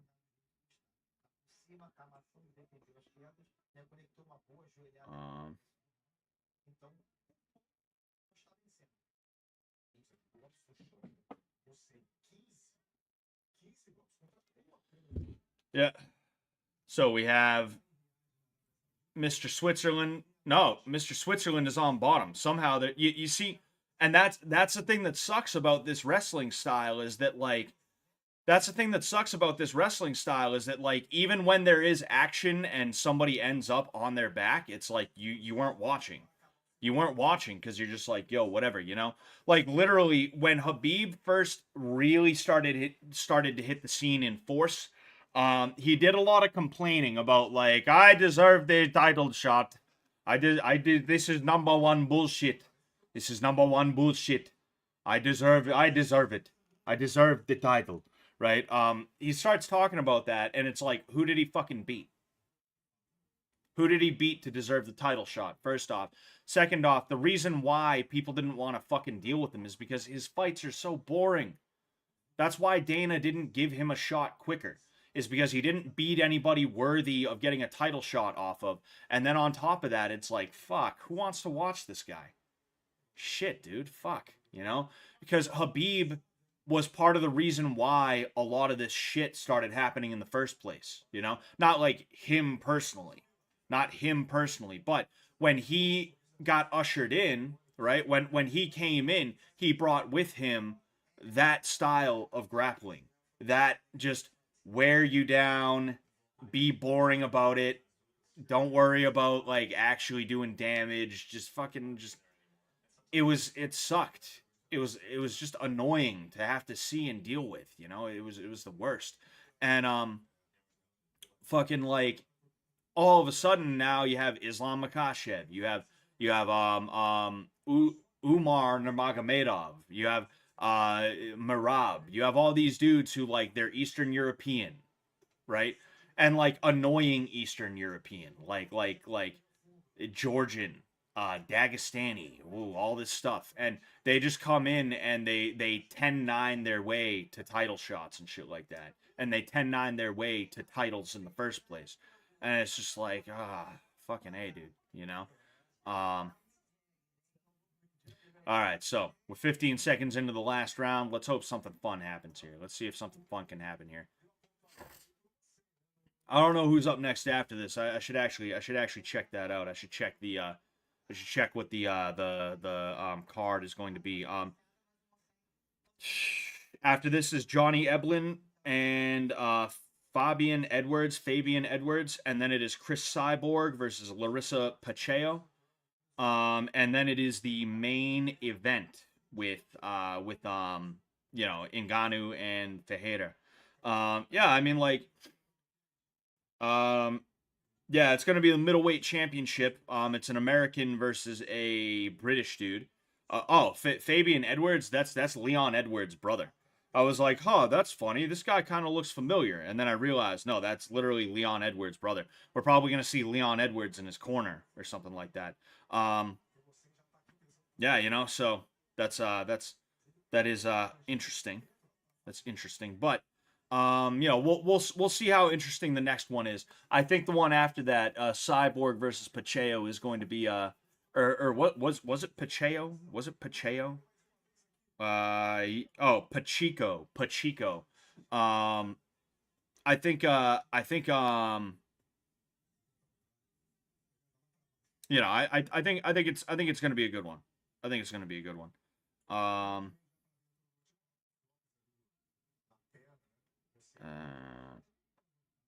Again, just up against the cage. Literally nothing has changed. Nothing has changed, even a little bit. I'm literally sending messages to people and shit like that, you know? Um, hmm.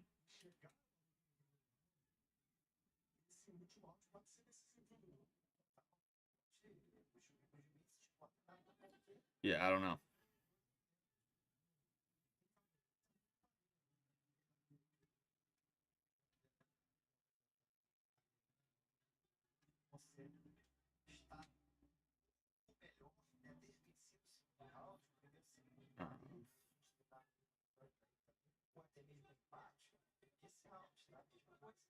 All right, whatever. Figure that out later. Yeah, and nothing has changed. Literally nothing has changed. I took a minute to check some messages from people on my phone. I look up, nothing has changed. They're still against the cage. That is wild. That is bonkers. That is fucking wild, kid. That is that dude, that's fucking crazy, dude. That's fucking insane, man. That's crazy, dude.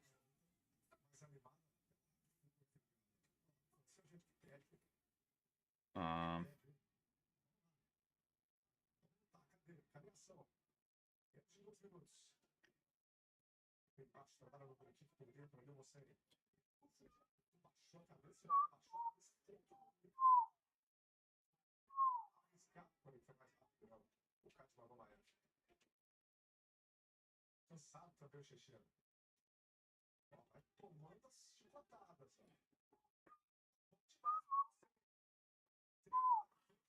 oh, there is actually some action.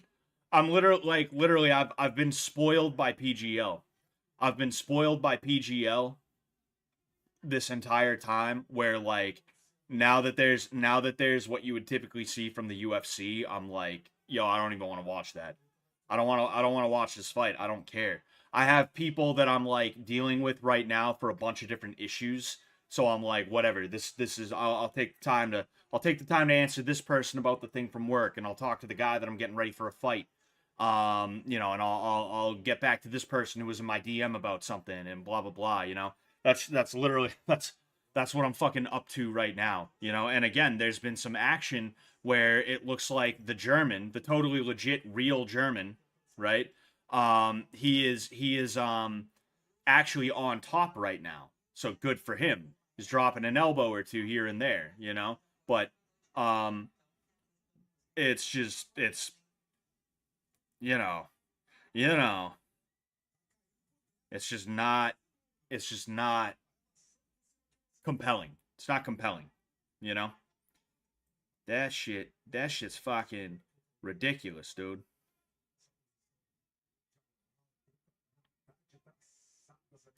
Oh man. Boom, boom, boom, boom, boom. All right, there we go. That's the end of the fight. Boom, boom, boom, boom, boom, boom. The kombucha, mushroom people sitting around all day.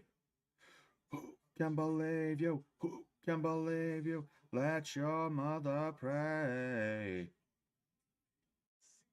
Sugar.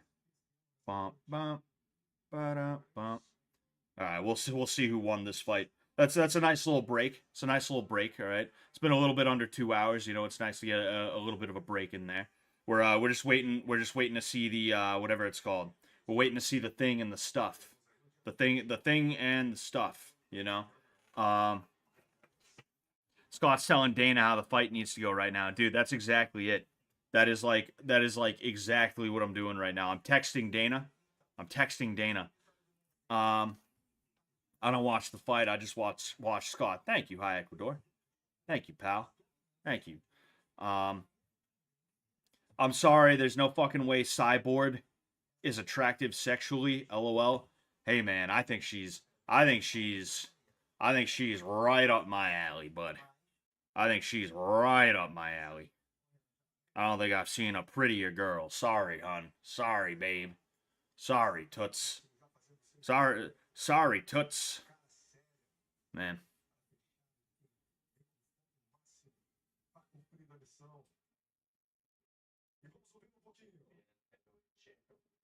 Um,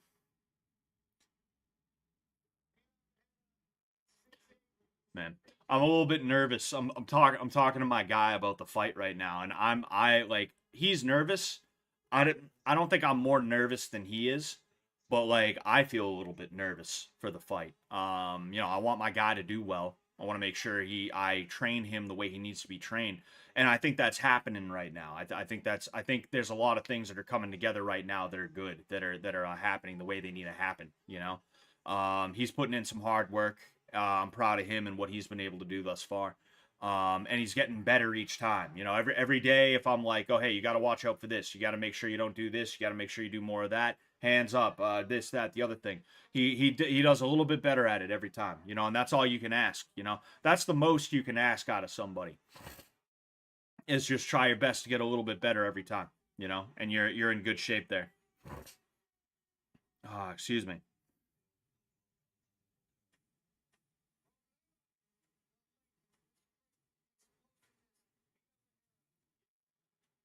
Oh, man, oh, man. Boom, boom, boom, boom, boom, boom, boom.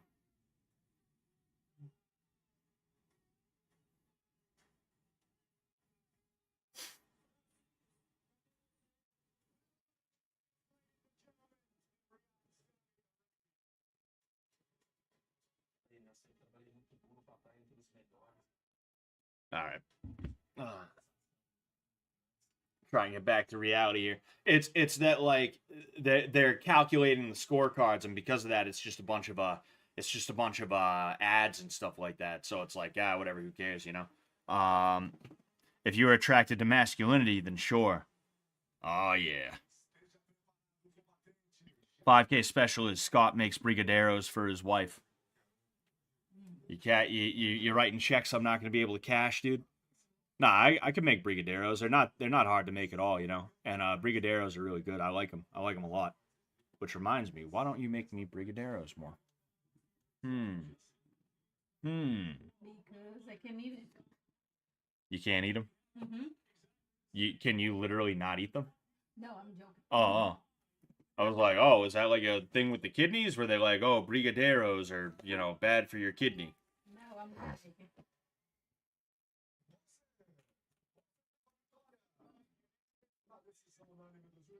All right.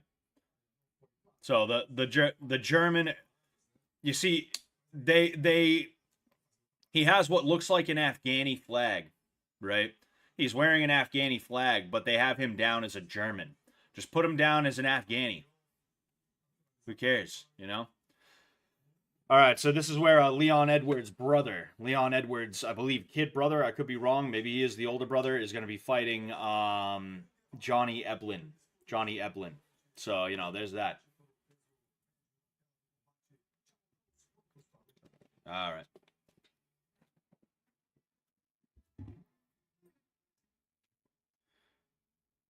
Here we go. It's got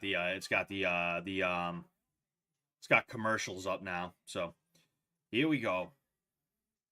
Here we go.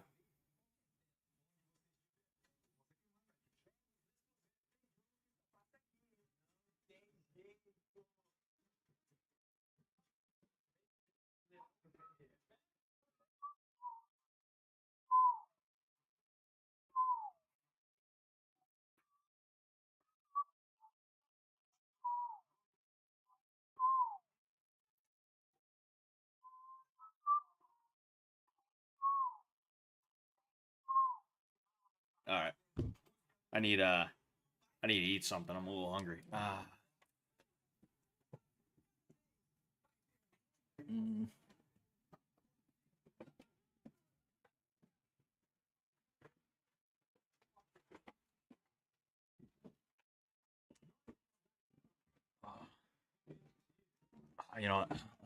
Stand up too. Yeah, stand up, stretch the legs a little bit. There isn't a whole lot going on, and I don't have a whole lot to say right this second. So I'm just kind of waiting for the next fight to start. If you guys want to talk about something, let me know in the chat because I'll definitely I'll talk about whatever. When it comes down to it, it's just right this second I don't have anything huge to talk about. Just shaking out my legs.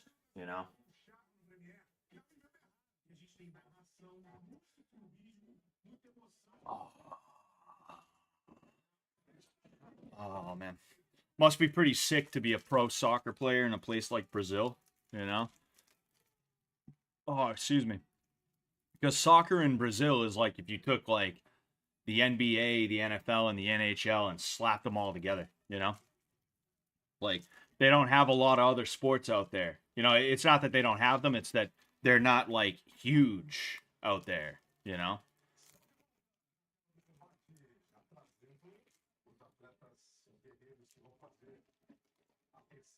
All right.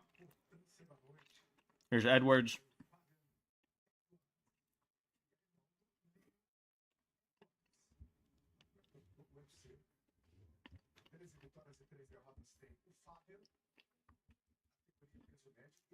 Which means Johnny Eblin should be coming out in a second.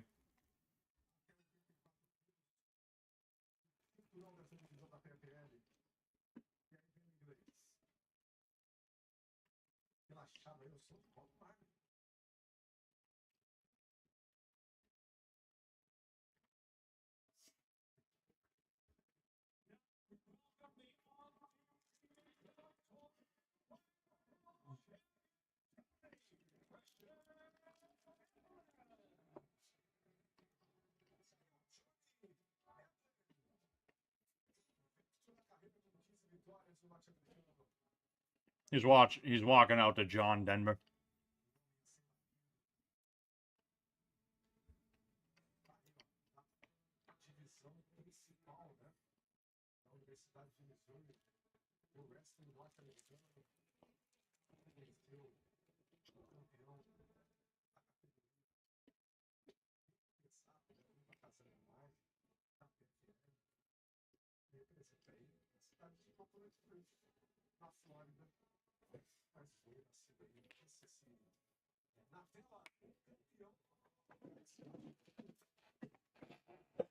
Just waiting on the start right now.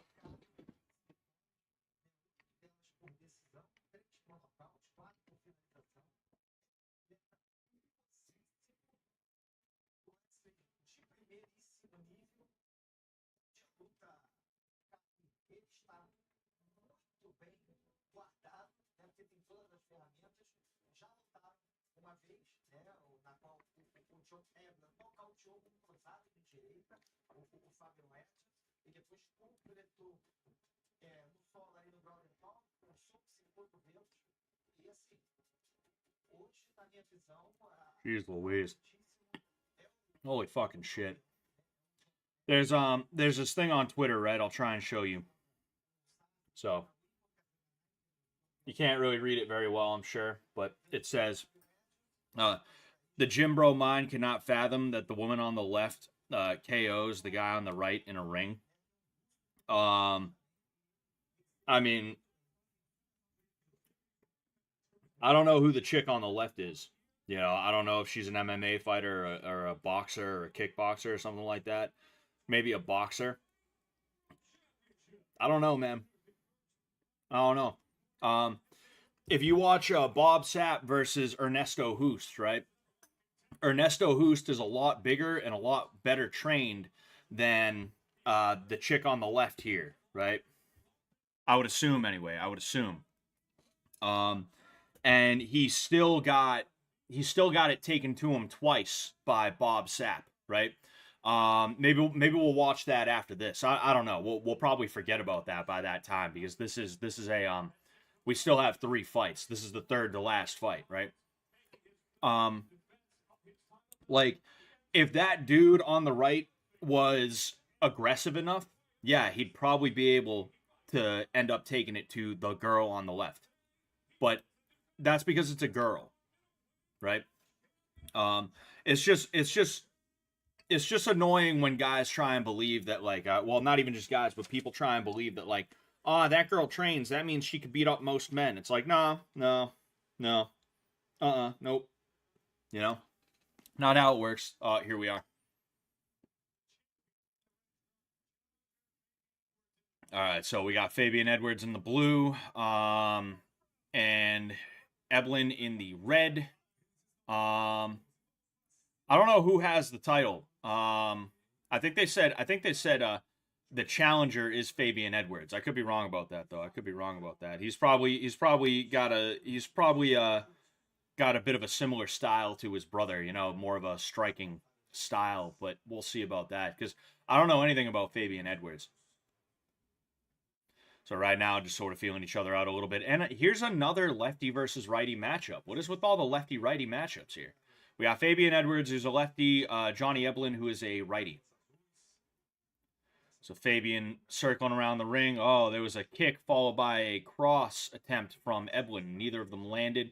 He throws sort of an overhand right hook, you know, kind of cross between those two. Couldn't quite see what happened there. The camera cut. That is one thing that I've heard about PFL is that their production quality is a little you know. So a right hook closing a little bit by Eblin.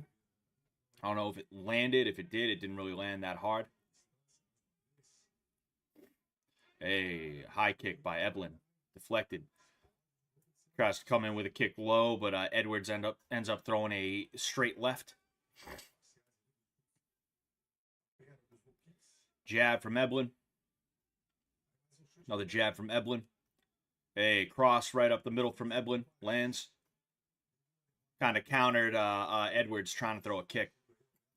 Teep from Edwards comes up the middle. I think it landed. Kind of just keeping him honest. Hey, oh.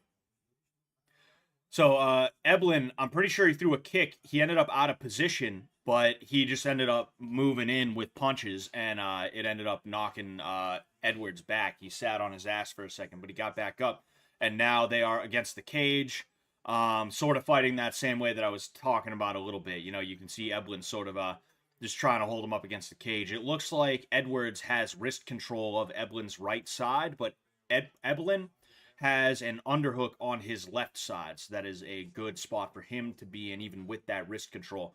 And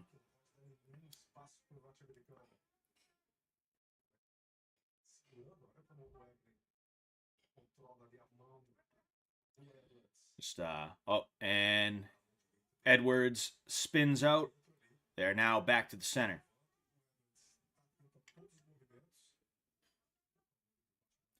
Oh, nice counter from Edwards. Eblin kind of overextended coming in with that cross. Edwards slipped it, and he ended up countering. See, that's one thing you can also get good at with lefties is a lot of people think you should never circle towards the power side on a lefty, which their power side is going to be this side. So people say you should not circle to that side, but you definitely should circle to that side if you know how to do it, right? And the way you do it is you make sure you maintain a distance. Oh, Eblin shoots in for the takedown, doesn't quite get it. But there it is now. He gets a takedown, but Edwards is right up right away. All right, now they're just hanging out. They're just having a good time hanging out. The last fight was a bit of a boner killer. I really hope this one is also not a boner killer, especially because these are two guys. Oh, nice takedown from Eblin. This time Edwards is staying down, but he's popping back up.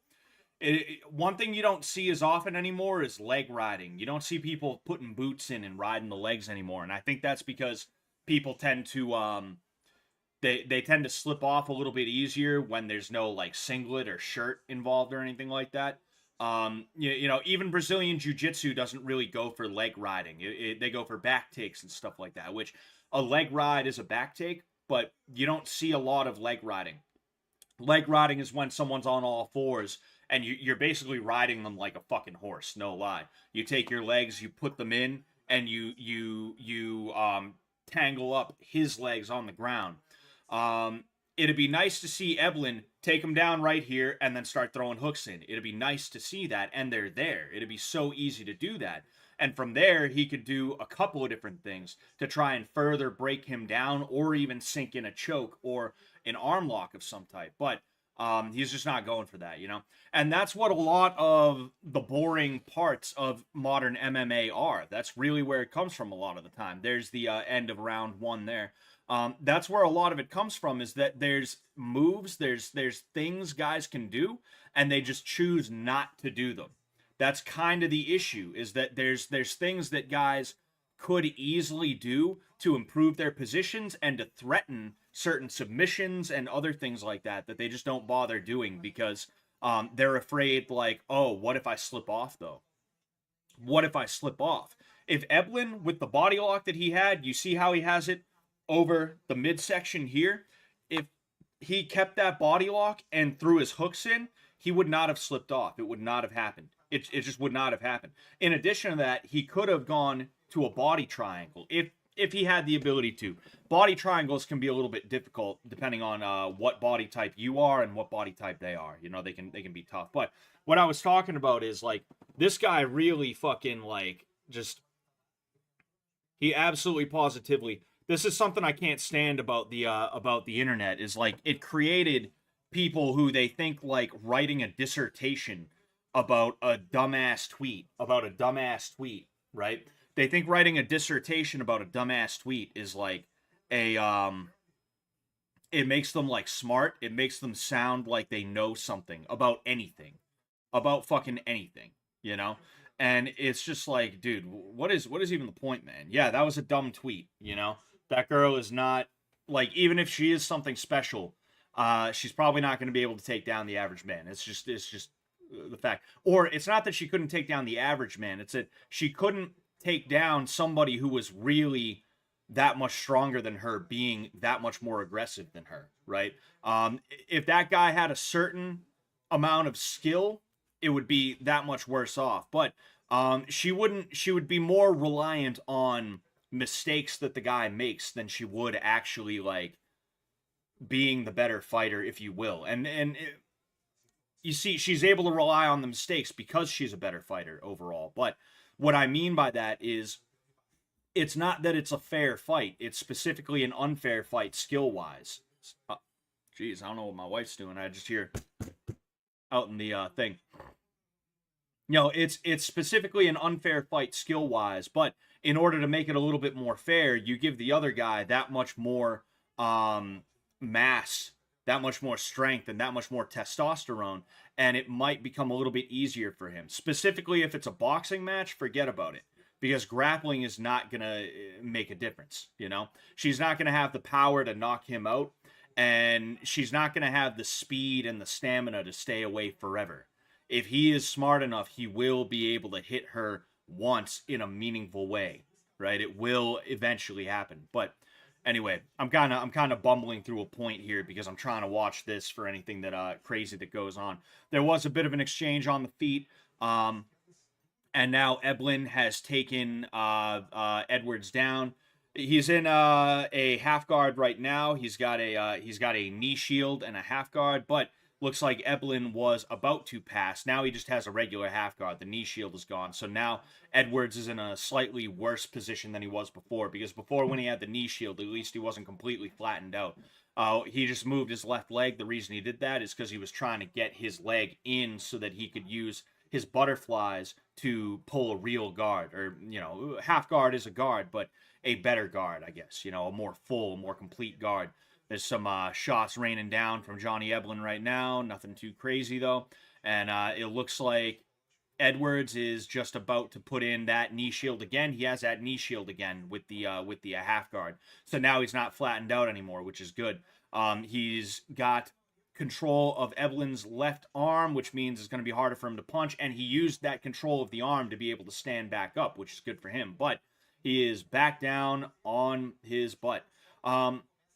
You know, I like the work that Eblin is trying to put in. I just wish he would work a little bit more. You see, there's that cowboy again. You see, he's got the cowboy, right? What's it called? I'd just like to see him work a little bit more in terms of, like, how he's using his wrestling, you know?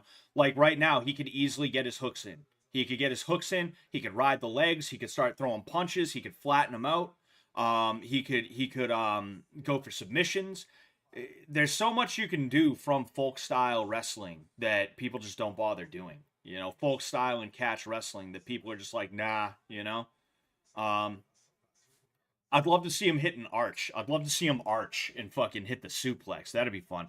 He's shown that he can lift Edwards multiple times now. I'd like to see him just hit one fucking Just lift him up, arch the back, and just fucking suplex. Just absolutely slam him, you know? What's going on, Neon? How you doing?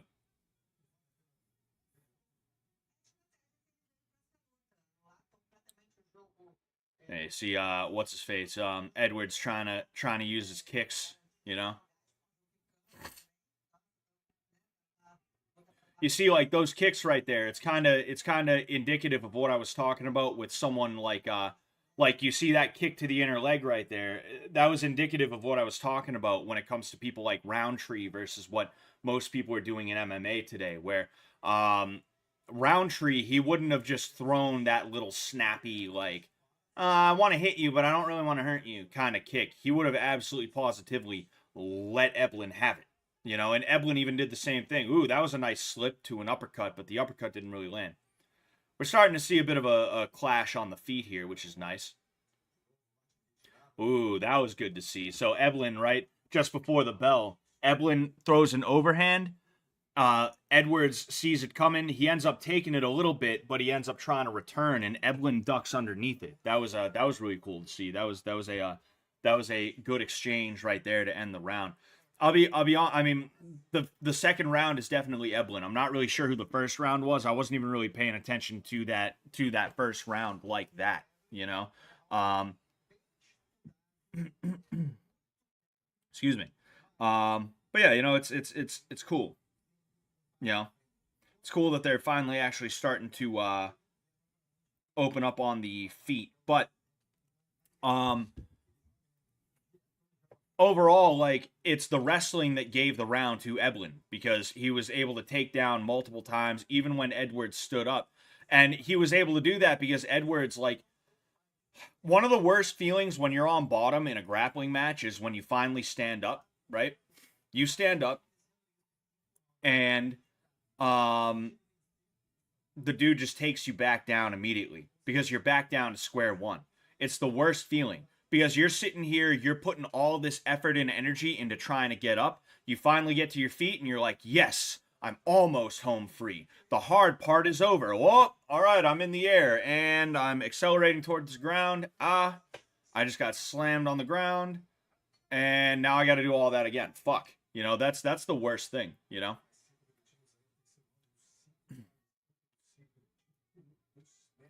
Again, like, pussyfooting around the kicks, no pun intended, you know? Even that kick from Eblin was like not, you know, there wasn't conviction in that kick the way that you would hope. Can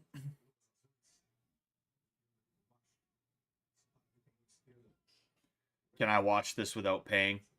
Oh boy. No. I have to say no, you need to pay to watch it. Meaning the PFL thing. Yeah, just sort of trading Israel Adesanya tier kicks right now, and then every now and again they're throwing a punch or two. But even some of the punches feel like they're not, you know, there's non-committal in the punches. You know, there's non-committal in the punches. They're not throwing combinations. You know, if they are, it's just 2-punch combinations. This fight has been a bit of a letdown too, if I'm being honest with you. This fight has been a little bit of a letdown. It is a little bit annoying, you know.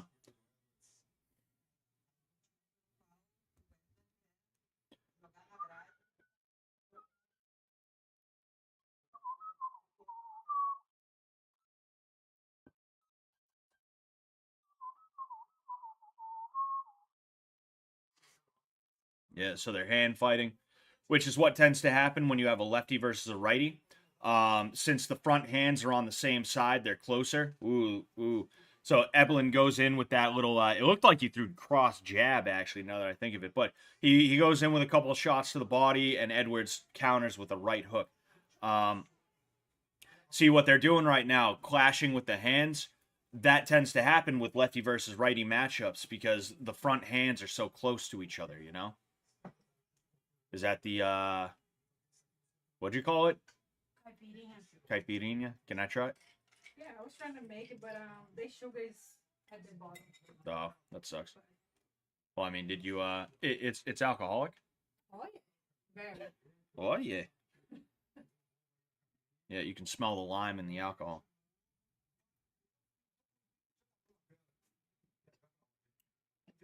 Yeah, that's not bad. What's that, tequila in there? Cachaça. Oh, that's literally what it's called? Cachaça. Oh, okay. Tastes kind of like tequila. It's good. All right, so there was a takedown in there somewhere. Like I said, this fight has been a letdown too, so I'm kind of like, well, let's be honest here. We're all here to see the main event, Ngannou versus Ferreira. I was a little bit stoked to see Cris Cyborg on there. Everything else was just a pleasant surprise or an unpleasant surprise, and I'm filing this in the unpleasant surprise. I'm filing this in the unpleasant surprise folder, you know? The unpleasant surprise drawer, you know? It's, yeah. You know? It's ridiculous. It's ridiculous, you know? It's rum, basically, says Zachary Vered. Cachaça is like rum. Yeah, they call Brazilian rum, but it's called cachaça. Oh.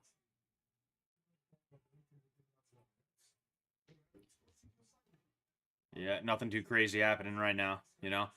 This is a title fight, too. You would think that somebody would be like, oh, I want this. I want this so bad, dude. I want this so bad, dude. And then they'd just go for it. But no, apparently that's not, nah, you know? Oh, fuck. And that means there's 2 extra rounds of this. I hope somebody gets knocked out, dude. I hope somebody gets knocked out on the quick side, you know? I really do kind of hope somebody gets knocked out, you know? Man. That is crazy.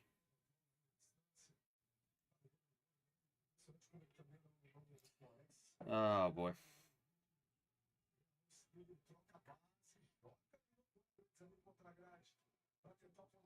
I'm gonna check in on the Fish Tank Live site. I haven't been on there in a couple of days.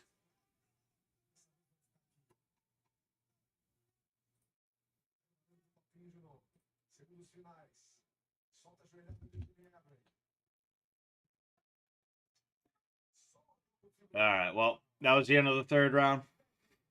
Disappointing. Is what it is, though. Is what it is.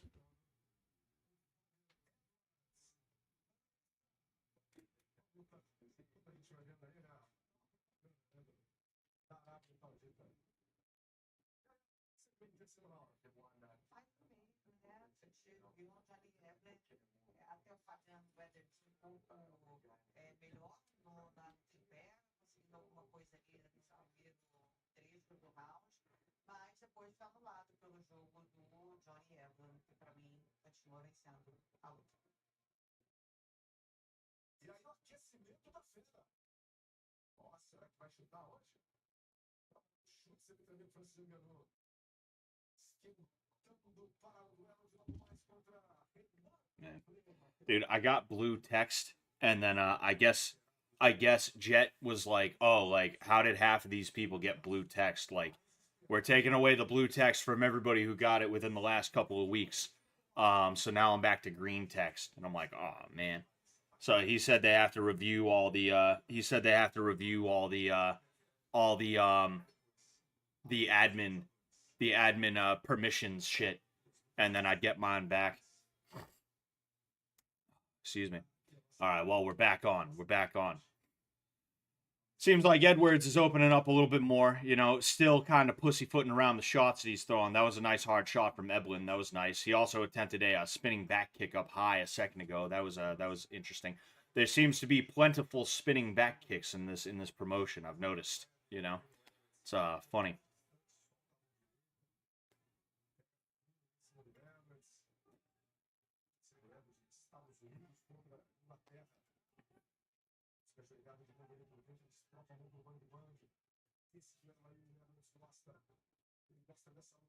Nothing really happening. Literally, like, nothing really happening. Like, they're throwing those pussyfooting kicks. Oh, there was something. There was a cross from Eblin that I don't think quite landed, and then it got countered by Edwards, and I do think that landed.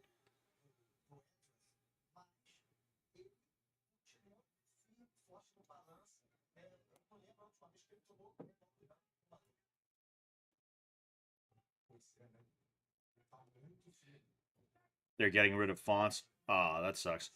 I mean, blue text was devs and production. Like Trish has blue text, Vance has blue text. You know, and me, like I never made a big deal about like the text color. But when I met Wes, I was like, oh, you know what? This is the guy who gives out the blue and well, I didn't know there was blue text at the time. I only realized there was green, or the only thing I thought at the time was to ask for green text. And green text is for the fish. And I'm not a fish. I was never a fish, right? But I was like, oh, well, I still want to be able to be, I still want to stand out in the chat. So I asked Wes, yo, could I have green text? And he was like, oh, yeah, sure. And then he gave me green text. But then I asked him, another takedown from Eblin. But then I was like, oh, yo, Wes, I didn't realize there was green. I didn't realize there was blue text. Can I have that when you have the opportunity? And he got it to me. And I think I had it for like a couple weeks. And then like literally the other day, it got like, it went back to green.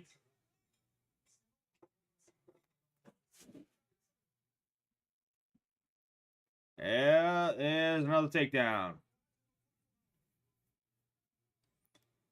See, the American style of wrestling is more exciting than the Dagestani style of wrestling, but that doesn't say much.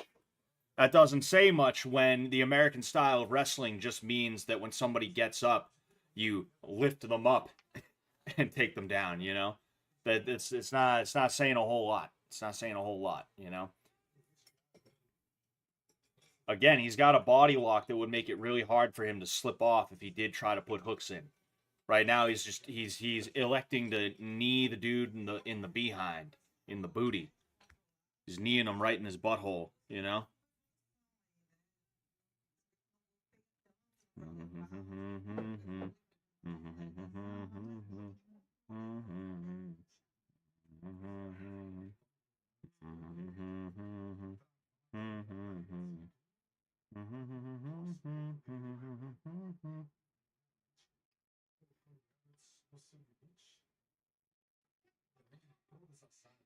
Oh man.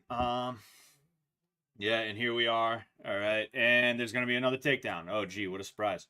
Literally just the same shit. He's just like, oh, you're up? Not anymore. What? Oh, you're up? Not anymore. What? And it sucks because like you don't want to give somebody a round when they do that sort of thing, but also it's hard not to, because if that's the only action, it's like, well, fuck. What else are we gonna do? How else can we do this? Yeah, you know? Sucks ass, dude. It really sucks.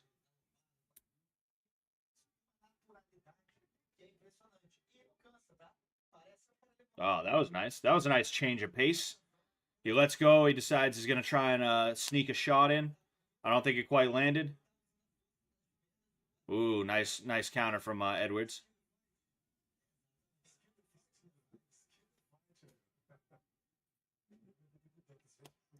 Five rounds with no rank stake. I don't know what rank stake is. Are you gonna watch one championship in future streams? If there's a reason to. If there's a reason to. You know, like Superlek versus Rod Tang is something I would have watched. Because I don't follow them heavy, but I do like both of them. And I think that would have been that was a really good stylistic matchup. And somebody who was a little bit more of a technician won over somebody who's a little bit more blood and guts. You know, and the techniques that were there were really fun to watch. I would have done that, but I didn't know that it was going on. So, you know, it just didn't work out. But yeah, I mean, I'd watch one championship if I had a real reason to, you know, and Mikey Musumeci is not a reason. You know, Mikey Musumeci is a reason to not watch one. That way you don't have to deal with a dude who has nerd rage, who thinks that leg locking guys his size means he would have beat up his bullies, you know? Fuck him. So, oh, I got bullied when I was a kid, and that wasn't okay. Could it be because you were a fucking nerd that nobody likes? Could it be that you were the asshole, Mikey? Because, you know, the common denominator in that situation was you, right? I'm sure you had multiple bullies throughout your entire life. The common denominator was you. You were the only guy who was the constant in there. If the bullies were changing and shit like that, maybe you were just annoying. Maybe you were annoying and it's kids and the kids don't know how to be like, yo, I don't like that guy. I don't want to be around him. So instead of being like, hey, dude, please leave me alone, man. I really don't want to be around you. They were like, you fucking four eyes freak. You know? Like, that's probably what it was because that's what it is with a lot of people. I'm not saying the bullying is okay. I'm not saying it's a good thing, right? That's that female alpha male shit, that feminine alpha male shit that I was talking about. There was an eye poke, by the way, of some kind. Oh yeah, the looked like there was an eye poke. Let me see. Oh yeah, yeah, it looked like there was an eye poke there. But that's that female like that effeminate alpha male shit where it's like actually bullying's a good thing. Bullying teaches people to be strong and it helps to enforce social norms. So bullying is a good thing. No, it's not. Bullying fucking sucks. You should like learn to leave people alone if they're different than you. But also if you're different from people, don't be fucking annoying. And maybe they won't be like, "Yo, you're fucking annoying. Get the hell away from me, dude. I don't want to you asshole. I don't want to deal with you. Stop trying to sit with me at lunch. Stop it. Get out of here, you know?" Um Everybody needs to leave each other alone and a lot of nerds, they have this thing where they do and they say weird annoying shit. They're just weird and annoying people. And when someone's like, yo, you're weird and annoying, they internalize that and they're like, oh my god, I'm bullied. I'm being bullied. Oh, I need to learn jujitsu. I need to sit on my ass and play with people's feet. I need to sit on my ass and play with people's feet. And I'll do that inside of a cage. And it won't be gay. And it'll actually be really badass. And my name's Mikey Musameshi. And don't bully people because if you do, they'll become jujitsu foot fetishists, and they'll compete on one championship. You know, that's the Mikey Musameshi story, if we're being honest here. You know, a dude who clearly does not have like social skills in the way that he needs, even to this day. And part of that is because he hinged his ego on being the bullied guy who learned Brazilian jiu-jitsu. So now nobody can kick his ass, even though everybody could kick his ass. And that's why he sticks to jiu-jitsu, no gi jiu-jitsu matches. That's it, you know? Fucking Mikey Musa Moron. That's what I like to call him. Mikey Musa Moron.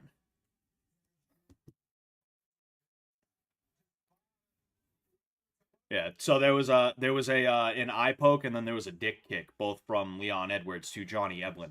Um, so yeah, I guess you could say the fight's picking up. This is round 5. There's a little bit under 3 minutes, you know, and yeah, so we're gonna go ahead. We're gonna do our thing here. We're gonna continue watching this barn burner, this action-packed barn burner.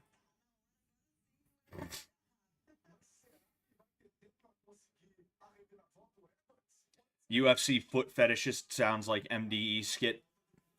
Yeah, that's where I got that from. I'm gonna be in season 2 actually. I have a skit in season 2. I have a sketch in season 2. Oh, Eblin getting pieced up a little bit actually. You know, Edwards letting his hands go.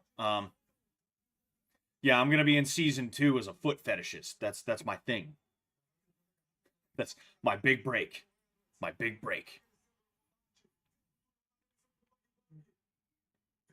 Are these ranked fighters? This is for a championship belt. I think it's middleweight championship. I could be wrong. Ooh, hitting each other with the bows. That's nice. It's good to see some dirty boxing, you know? Elbows are kind of underutilized in striking in MMA, you know? It's good to see them when they come out, you know? If like this last round is everything that the whole fight should have been, you know? This last round is everything the whole fight should have been. This is actually pretty exciting and kind of fun to watch, you know? As I say that, we're going back to fucking lethargic cage work.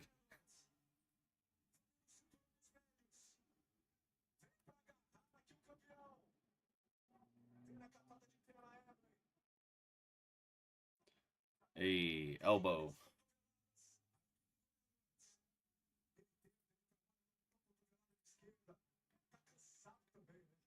Oh, man. Yeah, Eblin's getting walked back, you know. He's losing the stand-up game, and he's kind of having a hard time implementing his grappling. So, I mean, this is definitely Edwards' round right now, you know. But I don't know if Edwards did enough to I forget who the champ is. You know, I just don't think Edwards did enough over the course of the fight. I don't think Eblin did enough either, but I think, unfortunately, you have to give it to somebody. And all those rounds where it was just pick up, slam, pick up, slam, pick up, slam. I mean, you know, you got to give him something for that. Unfortunately, you got to give him something for that. You know, just is what it is. What it is. So we got 17 seconds left. They are in a Greco type clinch right now. That's interesting to see. Looks like, oh no, Eblin has an over under, which means Edwards also has an over under. See, when it comes to body locks, right? If you have an over under, an underhook is when you have underneath the arm, and overhook is when you have over the arm, right? If you have an over under, the other guy also has one too. If you have double unders, right, 2 underhooks, which means your arms go what here, and you can body lock in. Ooh, that was a nice knee from Edwards right there. When you have that, right, that guy also has 2 overhooks. When you have 2 overhooks, the other guy has 2 underhooks, right? Kind of makes Greco a little bit interesting in that way, or at least you know, those Greco style takedowns. You know, Olympic Greco, Olympic grappling can be a little bit weird and annoying at times. You know, it's yeah, I don't know. I don't know. Bug him. It's a little bit weird, you know. There's weird little rules and stuff like that about like ring outs and you know, certain other things that occur. You know, it's kind of tough to understand in a way, if I'm being honest with you. You know, that's the thing about that's the thing about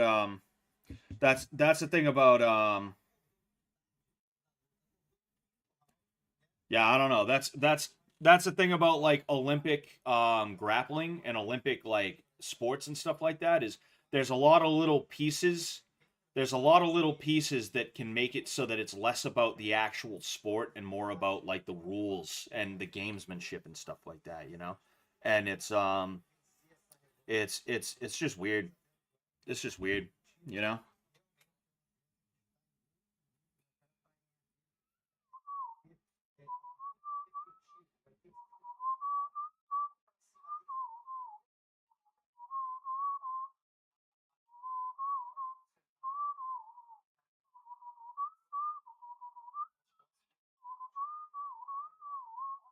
Aquecimento para a próxima luta. Pega a Larissa Pacheco nesse grande duelo de campeãs. Duelo de gigantes. A batalha dos gigantes brasileiros. Das gigantes brasileiras. Oh, man, oh man. Yeah, that was not the most fun fight to watch. Like I said, they got off to such a good start. Like the last prelim fight, a lot of the prelim fights, though, but like the last prelim fight that I watched with you guys, and then the first like 2 um fights on the undercard, I believe it was. I'm getting confused about what exactly was what, but the first few fights that we watched were actually like really good. They were really entertaining. You saw that I was like locked in, and I was like every 3 seconds there was something new for me to try and tell you guys about. And then with this, it was just like with the last one, I was literally like chilling on my phone, like, yeah, let's get back to my boy. Let's get back to my boy. Oh, let's see about this thing. Let's see about that thing, huh? Exactly the same at 48 to 47. I'll take for the win by. Yeah, Johnny Eblin wins, which not fun, not fun, not the greatest, but yeah, I mean, it is what it is. It is what it is. Oh well. Oh well. Mm-hmm. Mm-hmm. Mm-hmm. I have a song. I have a song stuck in my head. I wish I could show it to you guys. It's called Felina.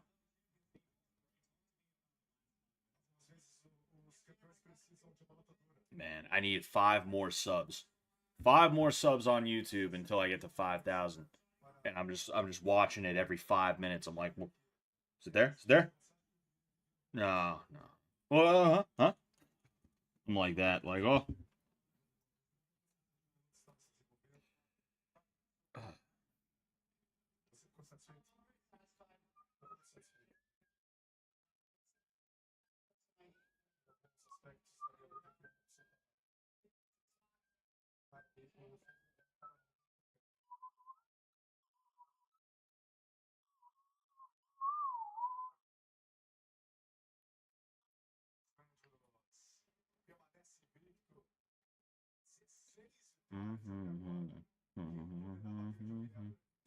Just waiting on the next one.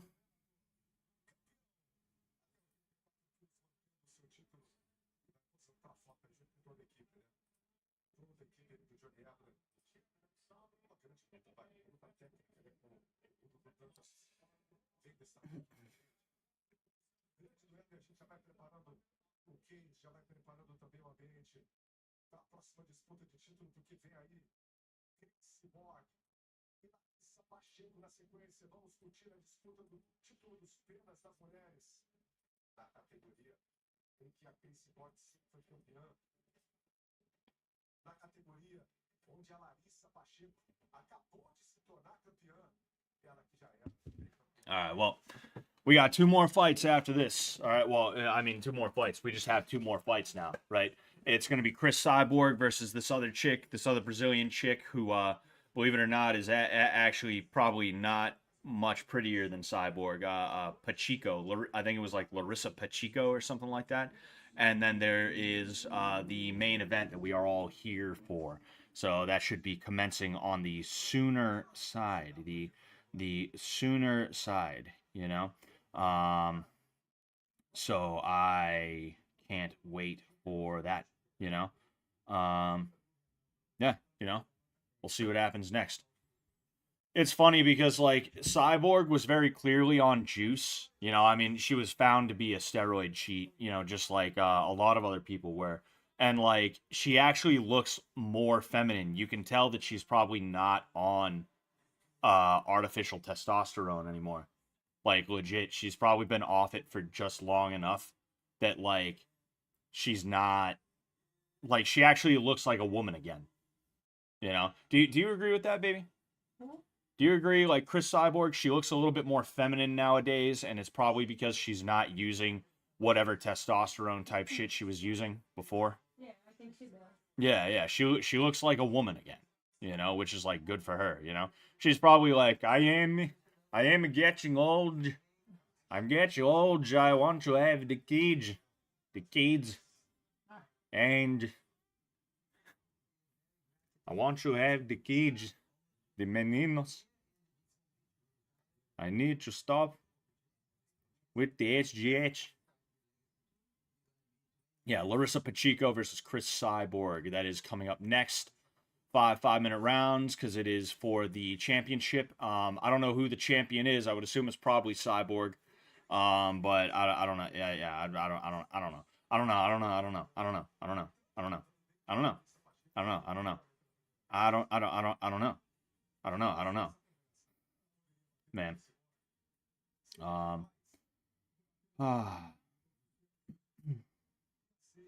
Isso foi amadurecendo, né? Na organização, da Professional Fighters League, até se concretizar esse grande evento montado para hoje, a Performance.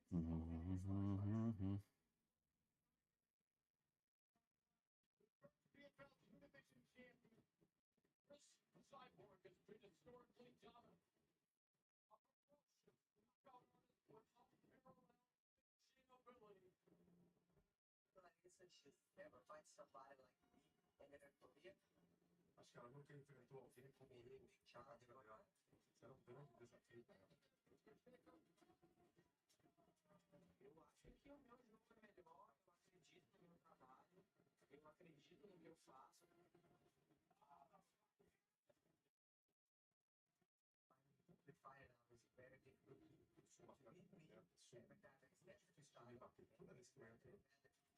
Sorry, I'm just responding to something about the fight with my boy. You know, we've been game planning the last couple of days. You know, plus I'm kind of losing steam. I streamed for 4 hours yesterday. It's been a little bit under 3 hours here. You know, I'm happy to be here, obviously, but I'm also just like, okay, let's get on to the fights. I don't need build up. I don't need tons of build up. You know, right now we have Pacheco coming out in what looks like a fucking it looks like she's wearing a singlet and shorts. How do you call her? It looks like she's got a singlet and board shorts. Have I seen her? No, how do you call her? Pacheco? What do you call her? Pacheco. Pacheco. Pacheco. Larissa Pacheco. Lariso Pacheco.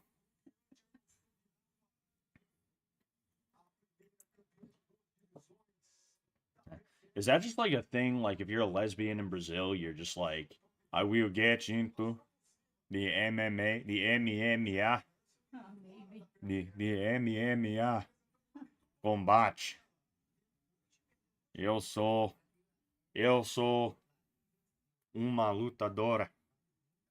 Oh, yeah. Yeah, is that the right way? Is that the right way to say it? Mhm. Yeah. I know things. I know things. Yeah, she's walking out first. That means she's the challenger. They're gonna have the champion walk out second. So, you know, they have what's her face, Cris Cyborg coming out for the championship. You know, and yeah, she's wearing what looks like a singlet with shorts on, which is funny.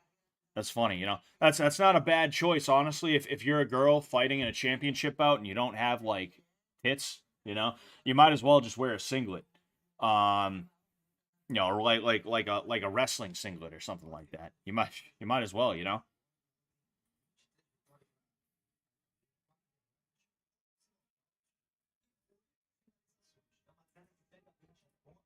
Tem mãos pesadíssimas, alto poder de nocaute. Então, é uma luta que todos nós estamos aguardando. Esse duelo com a Cris. Que já tá chegando aqui, ó. Que já tá pintando também na tenda do combate. Atenção, atenção, combatentes. Temos uma lenta na nossa tela. Chegando a você, Cristiano Justino. Cristian Justino. They called her Cris Cyborg. Cris Cyborg. Yeah, Cris Cyborg Justino. She used to be Cris Cyborg. Fuck, I forgot what her last name was when she was married to another guy. But she was married. She got her nickname from another MMA fighter named Cyborg. They were married and then they got divorced. You know. And here she is now. She kept the name. She kept the nickname, but I'm pretty sure she changed her name back from whatever her nickname was, from whatever her last name was with her husband, you know.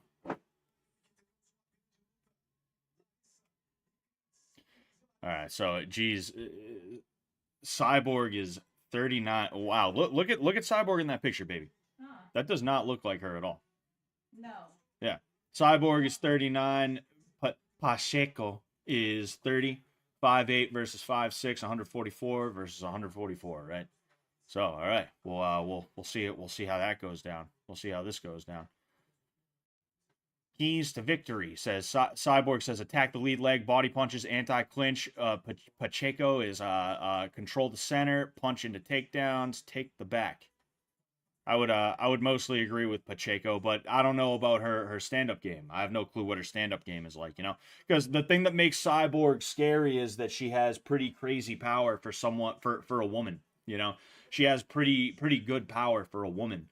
A lot of girl fights, the reason why they can get boring is because, like, even though they really will go at each other at times, they are just not powerful enough to really do like KO damage in a lot of cases. But Cyborg is one of those examples where it's like when she hits you, it's like, oh fuck, jeez. So like if Larissa Pacheco is, if she is if she's that good with her striking, she could probably stand and bang with Cyborg, you know? I'm sure Cyborg has improved with her technique over the years, of course, right? But yeah, you know, it is what it is. That, like, one of the things I know, one of the first examples I noticed of the UFC starting to get boring was Holly Holm versus this one chick who was just like, it was this one chick who all she did was hold her up against the cage. Literally, that was her entire game plan. Another Holly Holm game plan that was really stupid was she kept spamming body kicks against Cyborg, and it just was not working for her. And instead of changing things up, she just kept spamming fucking body kicks, right? You like, if you watched that fight over again, you'd notice, like, oh yeah, she won't stop doing the exact thing that is not working out for her. I don't know why she is doing that.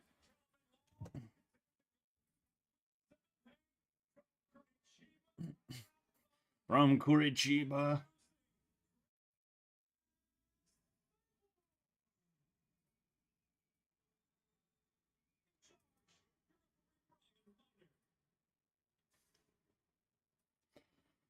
Oh.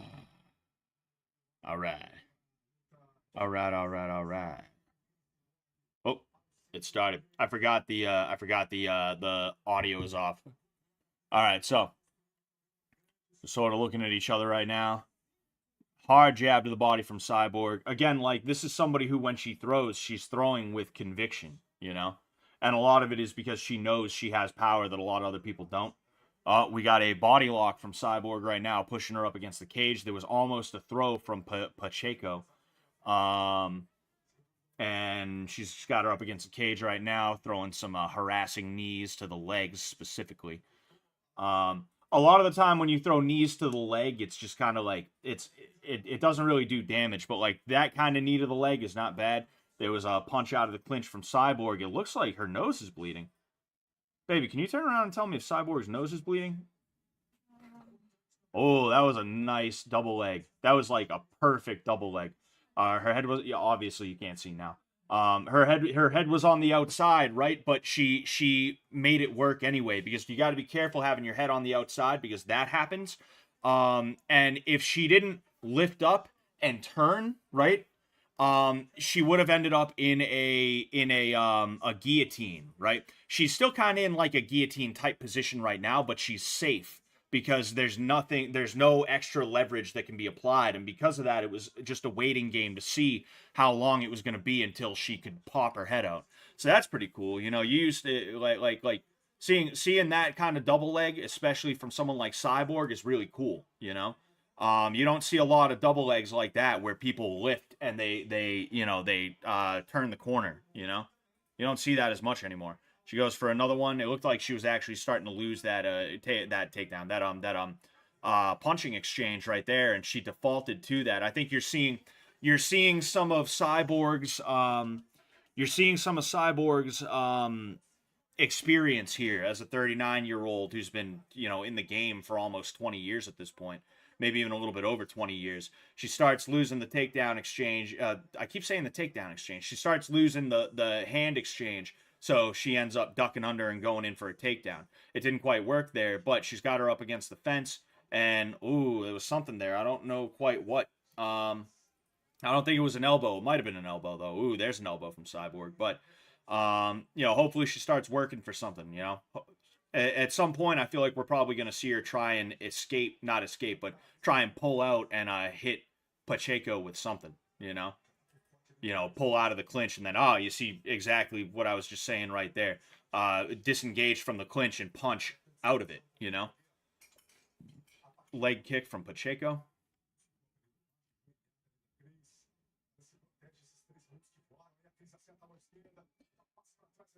Sort of taking it easy. And there she goes again with another takedown.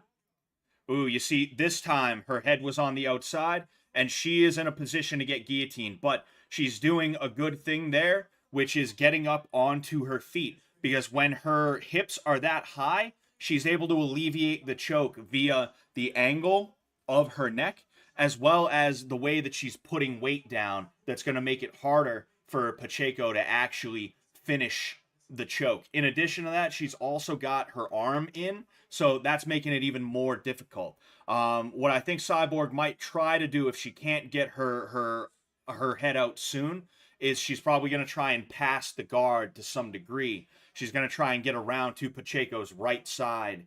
That way she can be in a similar position to what she was in a little bit earlier when she got that original takedown, you know. And the reason why that happened this time is because when she shot in, right, here's Pacheco's body, here's the left side, here's the right side. She shot in with her head on the left, on this side, right, on Pacheco's left side.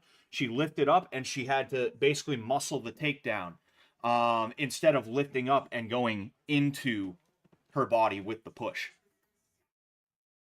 I don't know exactly how she got out, but Pacheco has a knee shield right now. Cyborg is trying to set up a little bit of ground and pound. She's posturing up. That was a nice little short left hand there. And Pacheco's got to be very careful. That was good. She used the knee shield to push off of Cyborg when she noticed Cyborg was getting ready to rain a punch down. That was good. That was good. Pacheco being led up by the referee.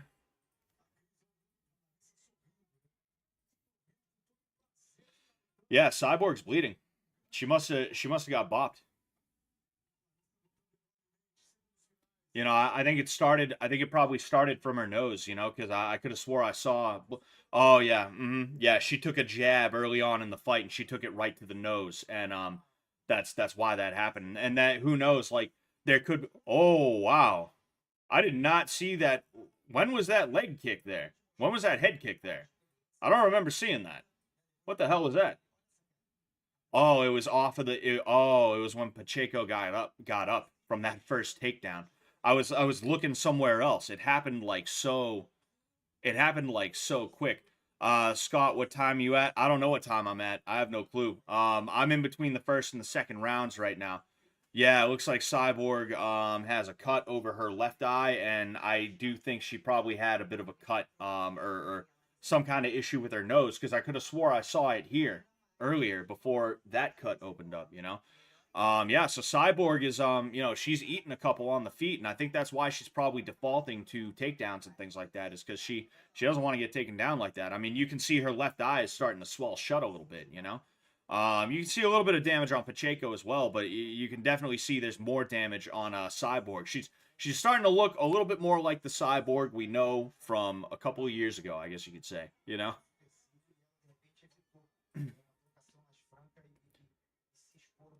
Couple of exchanges thus far, you know, about 20 seconds into the second round, geez, because we have 4 minutes and 40 seconds, so I saw the fours, and I was like, about 20 seconds into the fourth, about 30 seconds into the second round, right there, I got it. Ooh, head kick, almost landed. So, I mean, Pacheco's stand-up is pretty good. You know, she's giving it back to Cyborg. I think that's why Cyborg wanted those two takedowns. I don't know who I would give that first round to. I guess it would be tough to not give it to Cyborg because she was landing on the feet. It's just that she was taking some too. But then also those two takedowns were, I think they might have been enough. You know, I think it was the two takedowns that might have been enough. Jake Paul is here. Jake Paul's hanging out. Ooh, that was a couple of good shots from Pacheco.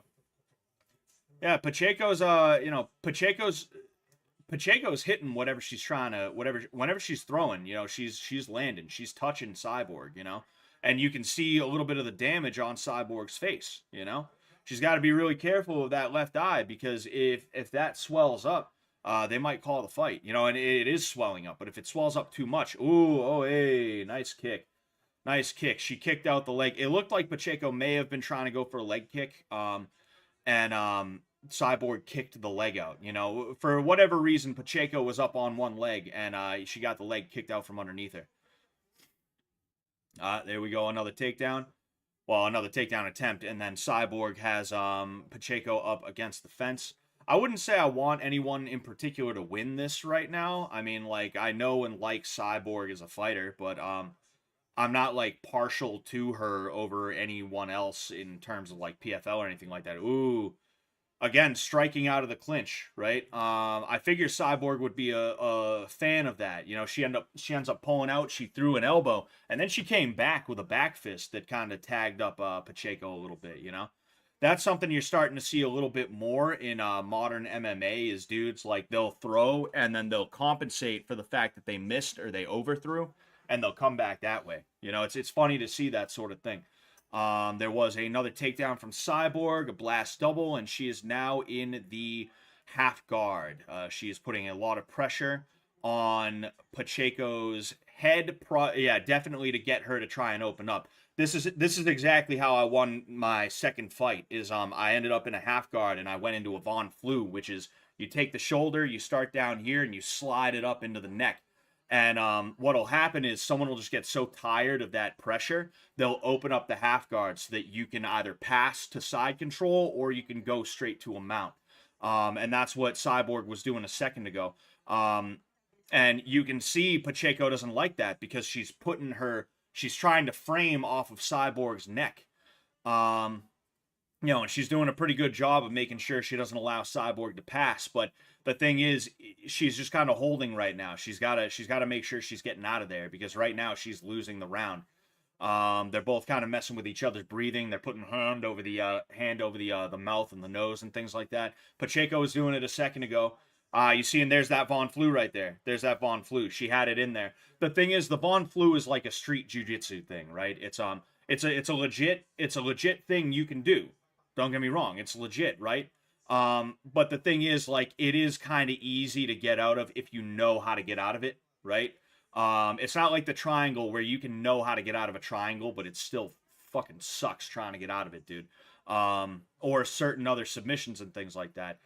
You saw what Pacheco did earlier, covering up the breathing and trying to frame off of Cyborg's head. Ooh, Cyborg posturing up, landing a few. And then she stands back up. There's a ref cam right here. I think that's interesting. Although I'm not a big fan of the fisheye lens look.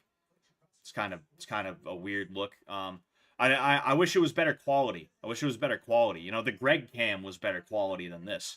You know, but yeah, yeah, like that was a good idea from Pacheco, but she had to have been doing more because right there, like even if she's keeping Cyborg, oh hey. Ooh, Cyborg goes for a kick. Pacheco makes her pay for it. Throws a cross right down the middle. I was saying, like, Pacheco was just sitting there. Even if she was stopping the Von Flue from doing what she wants it to do, she was not, you know, she was not making it worthwhile enough. And my fucking shit froze up for a second, and when it unfroze, that was the end of the round. Oh, actually, I don't. Pacheco wasn't. Yeah, Pacheco wasn't on one leg. It just looked like it because her body was hiding where her other leg actually was. She got her front leg kicked out. You see what I was talking about? The elbow, and then she comes back with a hammer fist. Bang, like that. That's a fun little thing that you're seeing from MMA that you tend to you don't see from anywhere else a lot of the time. You know, here comes a Wing Chun guy to be like, well, actually, we do that in Wing Chun. That's a really important part of Wing Chun and Tai Chi. And Peruvian foot grabbing. What was I gonna say? Wow, she's got one cut here. She's got another cut up there. You know, it ain't looking good for her in terms of the damage that is done to the face. But overall, I think she is winning. I think she's won both rounds thus far, even with the damage that has been done, just because of her ability to control the fight. Right, she's taken down, she's making it work, she's making it matter. She's getting hit, but also how much of that is just extra scar tissue? Because that's what happens with dudes like Vanderlei Silva. It used to happen with dudes like him, where he had so much scar tissue here that you'd bop him once and he'd start leaking like a motherfucker. You know, part of me wonders how much of that is kind of just what is going to happen with Cyborg because she's got so much scar tissue. He actually had to go to a plastic surgeon to have some of it removed, and then he had his nose widened so that he can have more air. He got his nose widened so that he could inhale more air. There was an exchange there. It looks like Cyborg got the better of it. Yeah, I mean, Cyborg definitely is wearing more damage on her face. That's for sure. But I do think she's still winning this even with that because what's going on? What's going on? What is going on here? So Pacheco wants her to stand in the middle. Cyborg's just kind of waiting. I don't know what the deal is, you know? They're going to have to meet somewhere. But I think Pacheco is landing some good shots. I don't think she's doing as much, though. I don't think she's doing as much as Cyborg is doing. Some of the shots she's landing are very good, but she's not winning enough of the exchanges in a real way. And again, Cyborg is showing her veteran status. She's showing her fight IQ that she has gotten over years and years, where she's putting her up against the cage, she's jockeying for position, and then she's pulling out and hitting her with some hard shots, you know. And then there's takedowns, and you know, there's another exchange that I would say Cyborg was the winner of. She pulled back and ended up hitting her on the way in.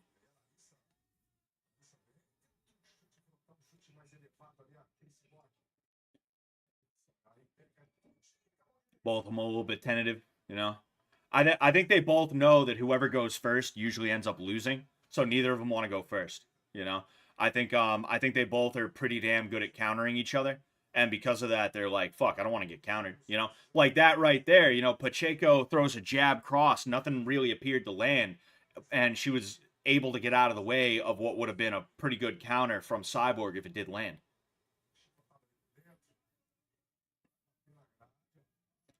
You know, me personally, I prefer to stay on the... Ooh, there we go. You see, there was a kick, and it was countered by a catch and then a cross, and now Cyborg is on the bottom. So we're gonna have to see if, you know, we're gonna have to see how she does on bottom. You know, Cyborg is a jiu-jitsu black belt. You know, and again, she comes from that era of MMA where it's like you had to kind of be active on the ground. You know, you had to hunt for submissions or try your best to stand up. So we're gonna see if that's something she's willing to do right now, you know.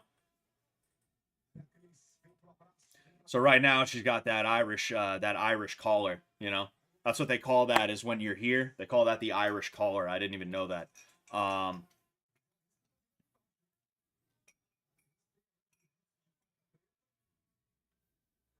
See, she's holding her down to make sure that she can't.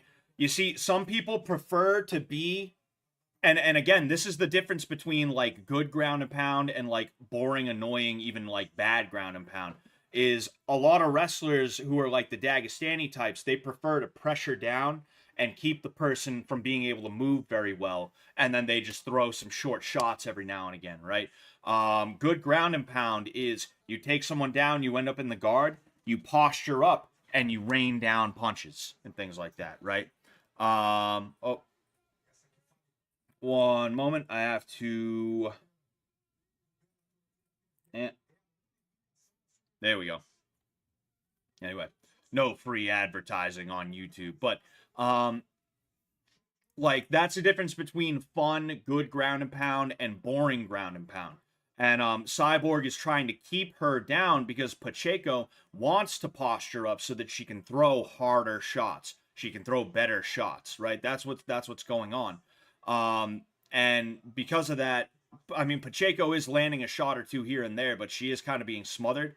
I would like to see Cyborg do a little bit more, but it is kind of tough in her position. She needs to get her head away from the cage, which is what Pacheco does not want to do, you know? The cage becomes a weapon, right? The cage becomes a weapon. That's all right, Zachary Verrid. You're all good. You're all good.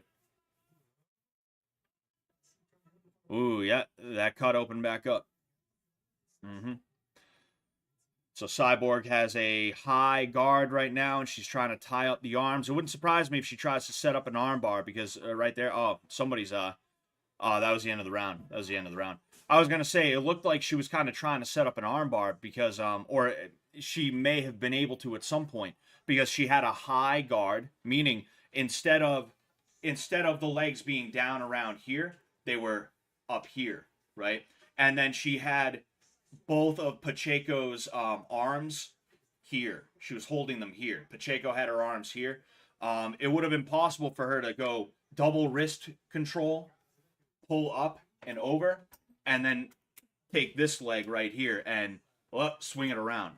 She could have gotten an armbar from the bottom. Those are tough to get though, even in like a jiu-jitsu match with a gi. Those are difficult to get. So you know, she may have or may not have been able to do it, but you know, it seemed like that was kind of brewing, if you will. It seemed like that was kind of brewing. Ah, man.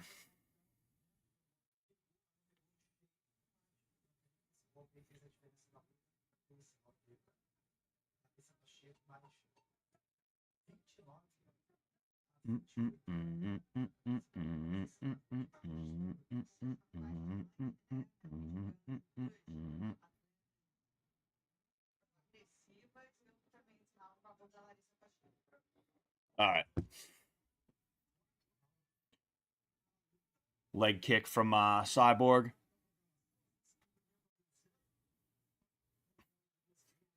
Jab from Cyborg. Yeah, you see, we're in the championship rounds right now. We're going to see if anybody slows down a little bit, you know?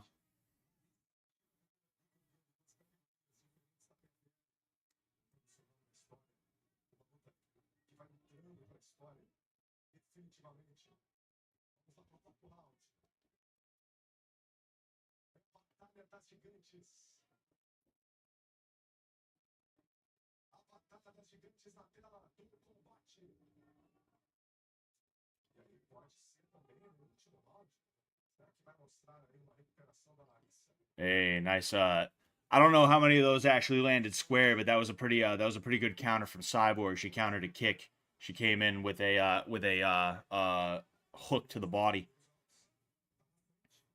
Yeah, it seems like Cyborg is trying to keep a certain pace now. Pacheco is, if she's a little bit slower, she's only just barely behind Cyborg, and my shit is freezing up for some reason. I have no clue why. So, hopefully that's gonna unfuck itself in a second. What is going on here? Oh, dude, it just went black. Did you shut the thing off? No, I think you have the remote. You're right, I do have the remote. So I'm pretty sure that's off. I'm pretty sure that just shut off. No, I just turned it on. Yeah, that just went completely and totally black. I have no idea what's going on. That's pretty weird. We're gonna fix that, obviously, you know. I mean, like I said, we're here for the main event. Cyborg versus Pacheco was a pretty good fight, but you know, we want to see if we can make that work, you know, obviously.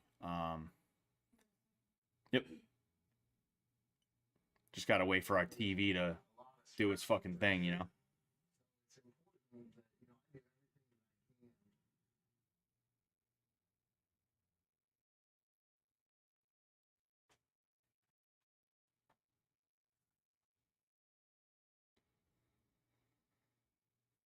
All right, we're getting it back. Don't worry, we're getting it back.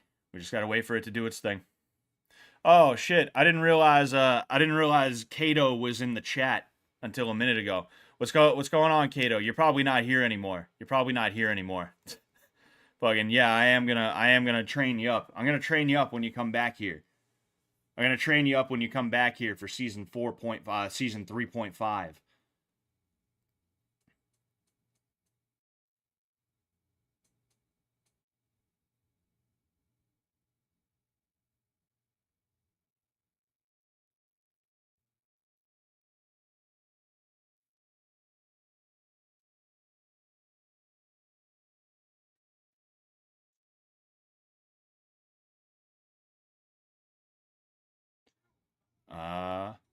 Oh shit. Okay, we're back.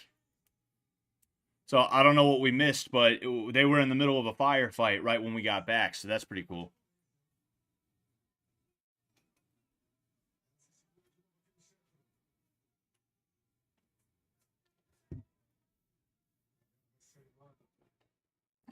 Kato versus Jacob. I'm gonna do what Freddie Roach does. I'm gonna train both guys. Freddie Roach is such a prolific trainer that he'll train both sides of a fight. You know.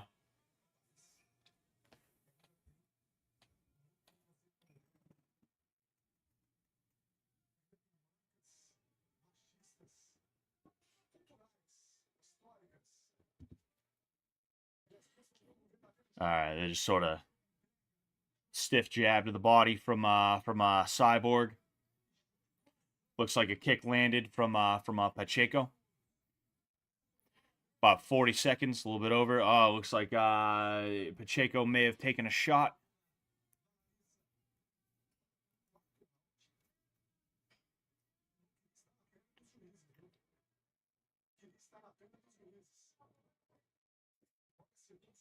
Yeah, waiting to see somebody do something here. Dude, there was 5 seconds of inactivity. This fight fucking sucks, dude. Oh, wow, that was a nice overhand from Cyborg. It must not have landed that clean because I think if it landed clean, that would have rocked Larissa, Pacheco. And a takedown attempt at the end of the round. Ooh, that was nice. Cyborg. Oh, hey, nice. That's a really good end of the round. That's a really good end of the round there. That was nice. That was really nice. Oh, and the audio's fixed now. The fucking audio's fixed. Yeah, that was a really good end of the round. Cyborg shot in. She didn't get the takedown. Oh, wow, it did land. It did land. It did land, but Pacheco was moving with the punch a little bit. She rolled with the punch. So it hurt, but I don't think it yeah, it didn't do as much damage as it would have if she didn't roll with it a little bit, right? But yeah, what was I gonna say? That was a really good end of the fourth round. She shot in for a takedown. She knew she wasn't gonna get it. Instead of just trying to end on her failing to get a takedown, she pulled back and she started throwing. Pacheco, though, she did really good, not letting that just be the end as well. And she ended up returning. She returned and she almost landed a head kick on Cyborg. That's really good, Again, you're seeing a lot of damage on Cyborg's face and actually really not that much damage on Pacheco's. And I think that's like I said, I think that's just because Cyborg probably already has had like a lot of cuts and a lot of abrasions and shit like that have healed, and the scar tissue is opening back up. I feel like that's probably what it is. Because like, don't get me wrong, she's gotten bopped more than a few times in this fight, but how quickly everything opened up is a little suspicious to me. You see dudes go through fights without a single cut. You see dudes get cuts, they usually only have one. She's got like 2 or 3 different cuts on her face, and they're all big. So it's like, I don't know, I feel like that was, a nice kick from Pacheco. She saw the level change from Cyborg, and she used her front leg to try and kick at that height that she level changed to. That was good. That was pretty sick. Cyborg.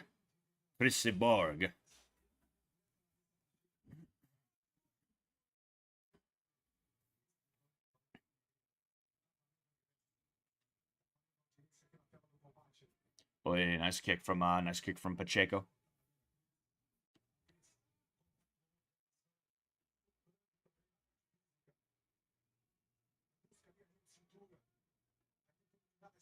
também que vai, sendo uma das marcas aqui da Larissa Pacheco. Vem pra cima aqui a Larissa. Aqui vai ter que buscar um pouco mais a luta. Oh, yeah, nice kick from Pacheco. Seemed to be slowing down in the 5th round. Obviously they're both definitely going to be tired. They were really fighting this whole fight. So of course they're going to slow down in the 5th, I like, you used to see dudes at the end of fights, they'd be like 5 minutes after the fight, they'd still be like, they'd still be all fucked up.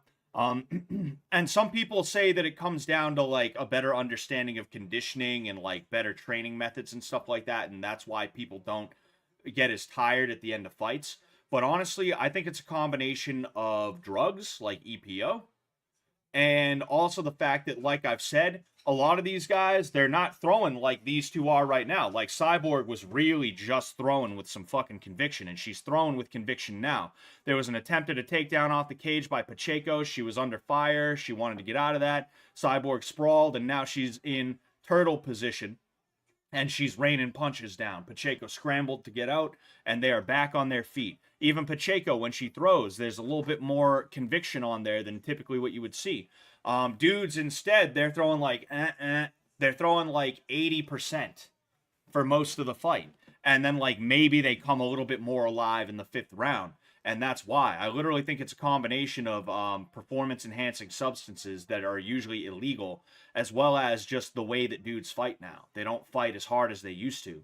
And because of that, dudes are not as tired after a fight anymore because they didn't empty the gas tank. They didn't leave it all out there, But these two, they're slowing down a little bit for sure because they've been going at it for 5 straight rounds, Like, I'm not even upset that they're just kind of dancing around right now. It's because I know when something does pop off, it's really going to pop off, What looked like an overhand from Pacheco and maybe an inner leg from Cyborg.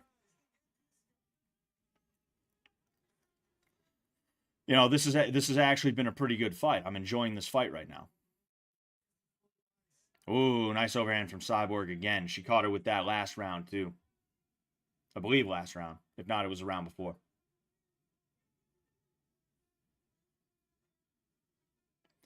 Leg kick from Pacheco. Cyborg hollows out. Ends up missing.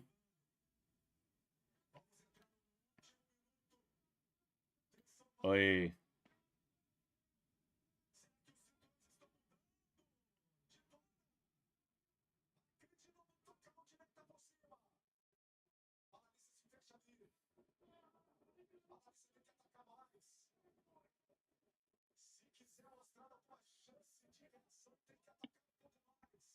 Couple of jabs right here. Oh, you see.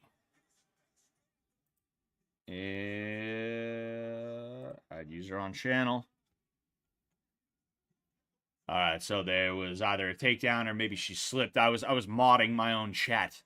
I was modding my own chat a second ago. That's why I missed whatever that was. Hey, nice. That was a nice exchange. Cyborg won that one, in my opinion. There was especially a good right hook that occurred.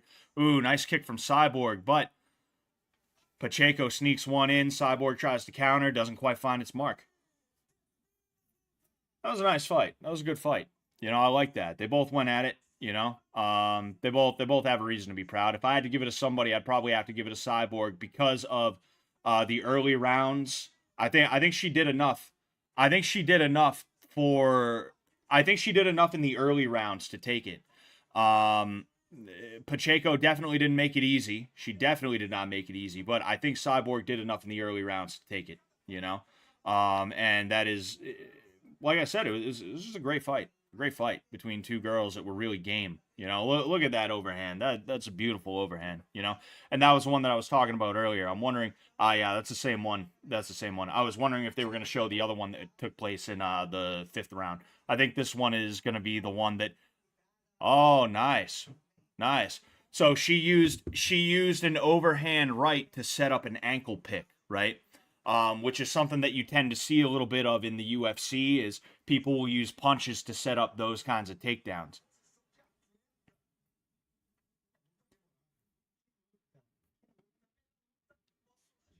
That was a good fight. I like that. I like that. You know, it redeemed. I think it redeemed the card from the last two. I think it saved us from the last two. You know, the energy was kind of low from the last two. I wasn't paying attention to them, but this one I was like, oh shit, I gotta lock into this one. You know.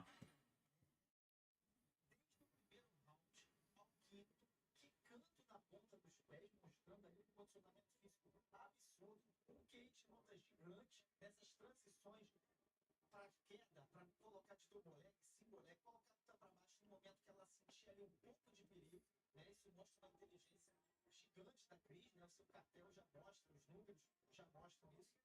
E também o tempo de luta, o timing, né? Aquele overhand dela, overhand petulante, no caso, atrevido. Ela joga aquele overhand para pegar, para arremessar com o corpo meio, pegou diversas vezes. Então, assim, minha pontuação, agora ela vai ter que ser de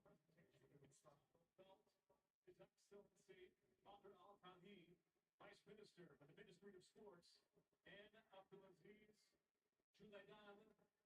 the chairman of Saudi MMA Federation, along with President of the PFL Fighter Operations, Stout. And now, ladies and gentlemen, instance, we'll go to your 3 judges. Your first Mark Collette scores at 49 and 46. Judge Hadi Ali, 49, 46. Judge Sal D'Amato, 49 to 46. All happened by unanimous decision. And now the PFL Supervised Women's Featherweight World Champion. Yep, Cyborg took it. Like I said, I kind of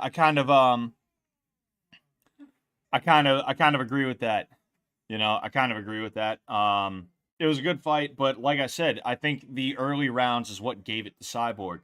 I think the early rounds is what really made the difference, you know? And then, like, even the fourth and fifth rounds were not horrible for her either, you know?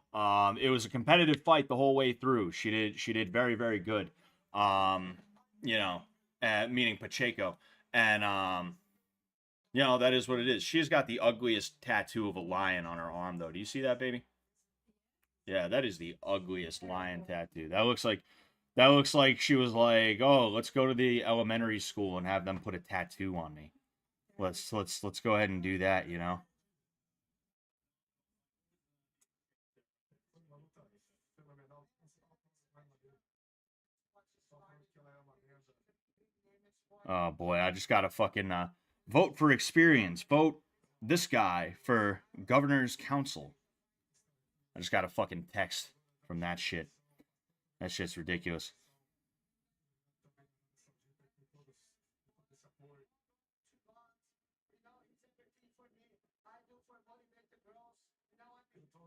Eu faço isso para motivar as garotas. Oh man. Durante 20 anos, First fight in the PFL as an underdog. você chegou com a sua primeira luta. All right. Well, up next is the main event, and I'm gonna take a piss real quick. I'll be right back. Okay.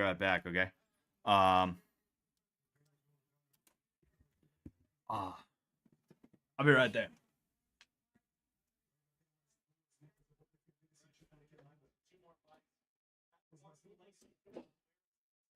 Mande a próxima palavra para você. Esse legado. Aí, ó, estarei em fevereiro em Dubai. Ah, meu Deus, Cris, Cyborg. Performance inteligente, né? Performance. Deu aula. A Cris Cyborg hoje deu aula de inteligência. Tá perdendo o pé, volta para baixo. Tá ganhando a luta, vai administrar, volta para baixo. E a mão dela é pesada, mas ela parou também, viu, Dudu? Exato, Prota. Ela consegue mudar o ritmo da luta. É, quando não está a favor, favorável para ela, ela consegue mudar. Ela vai no chão, ela movimenta, ela dá dois passinhos para trás, começa a movimentar. Ela não só fez uma excelente luta, como ela deu uma aula aqui pra gente de estratégia, de mix martial arts, se tornando aí, sem sombra de dúvidas, a maior mulher dentro do mix martial arts, depois desse título. Não tem como. Os números não mentem. Dominou. Agora a gente tem que tirar o chapéu também para Larissa Pacheco, que aguenta muita pancada. O poder de absorção da Larissa Pacheco é gigante. Ou seja, se fosse uma outra atleta, a Cris teria nocauteado essa luta daquele chute no primeiro round. E no terceiro, com aqueles overhands petulantes, Prota, passou ali, pegou, mas a Larissa aguenta muita pancada. Ele tem o poder de absorção e dá uma reviravolta, né? Volta como se nada tivesse acontecido. Aquela guarda baixa dela que deixa a gente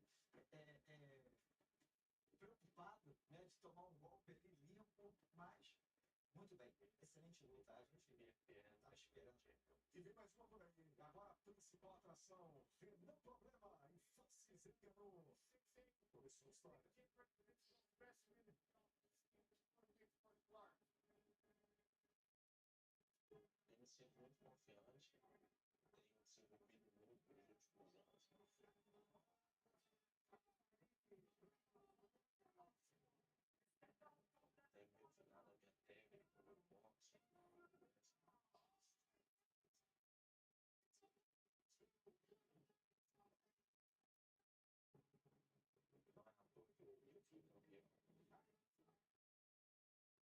Tem sido muito confiante, tem se envolvido muito nos últimos anos. Tem muito nada a ver técnico, no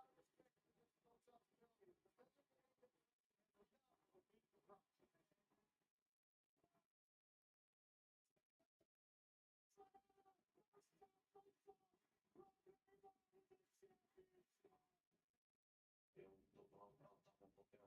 Eu dou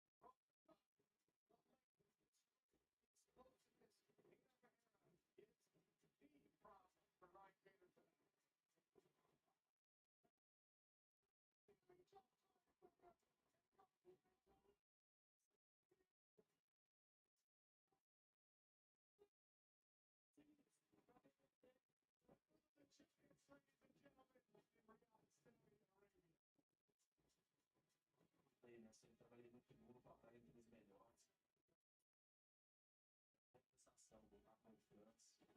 ele sendo bem preparado, você está bem treinado para esse segundo, com certeza quem colocar uma primeira luta vai dormir.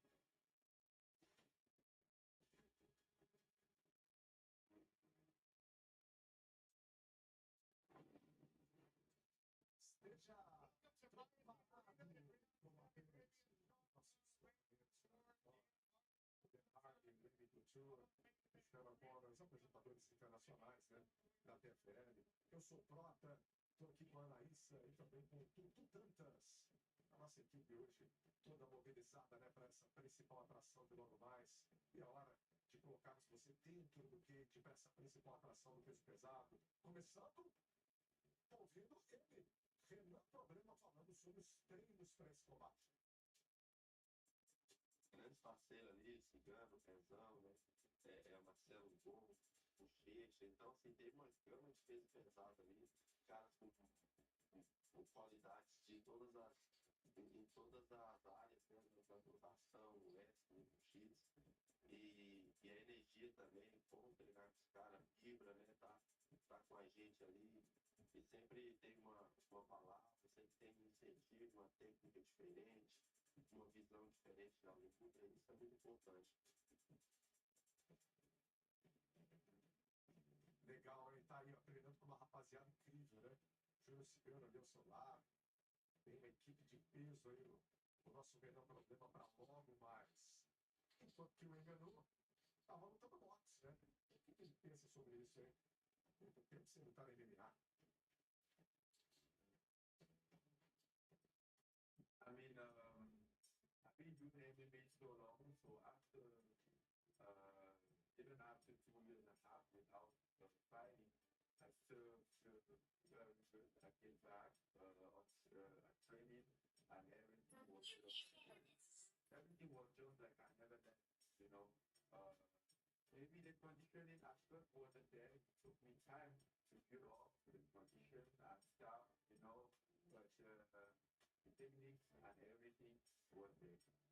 My dream right now in the fighting game is just that I can you know, I have been a champion, I have had a big fight, I have been through a lot of good stuff in the combat also. I think now just to reach my and how far I can get until the end of the day. E já voltamos com ele. Chegando você, Renan, problema na tela do combate. Precisa de problemão na vida do Ngannou. Olha só aí. Olha aí, ó. É música de responsa. Representante aí de Oh, man. Sorry that took me a second. I was taking a massive shit. Nah, I've been kind of texting through this a little bit here and there because I'm dealing with a fucking situation at my work where a new supervisor got in somebody's face. They like physically aggressed upon them. And you know, I'm the only one that a lot of these people feel comfortable going to, either because they have beef with some of the other people they could go to, or because they just view me as like the guy that they want to talk about, or not talk about, but talk to, you know? So like when I went to the bathroom, I checked my texts, and I got one from fucking one of the people who was talking to me about that, and I was like, oh, all right, okay, I better fucking, you know, oh, it's okay, I'll answer this quick, you know? This is peak content, sir. Yes, if you're watching on YouTube, please definitely like the stream. Okay, I would appreciate if you would like the stream. And yeah, you know, go ahead. So, Ferreira is in the cage right now. It's rare that I call someone huge, you know, like Sam is huge, right? But this guy right here is like huge on a level that is like man oh fucking man, that is bonkers, you know, that is bonkers, dude. It's you know, man, anyway.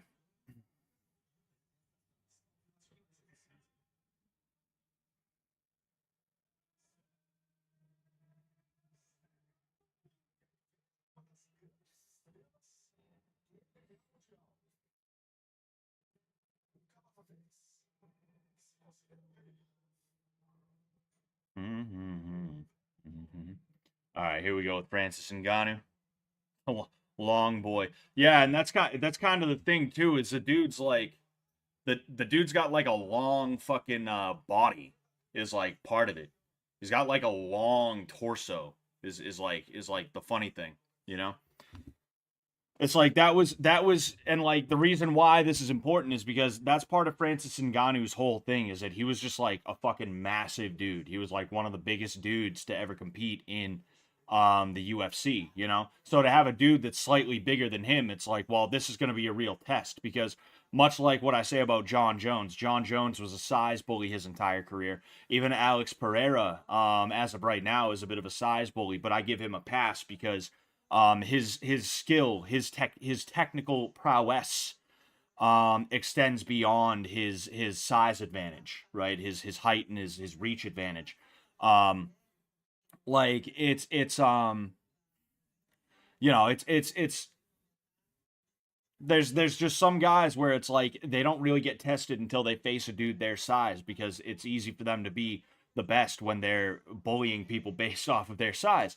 And Francis Ngannou, like I said, he's an exciting guy. I do like him, but it's cool to see that he's going to be fighting somebody who is actually you know, he's got to pick on somebody his own size. And then on top of that, this dude, right? This dude is also very you know, this dude is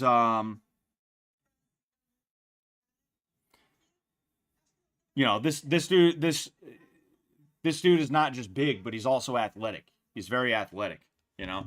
I'm trying to send these fucking like it's just a messy situation. It's like a new supervisor at my work who here's the tail of the tape. So Ngannou's 36, Ferreira's 34, 6'4" versus 6'8". Holy shit. 256 pounds versus 261 pounds, 82-inch reach versus 85-inch reach.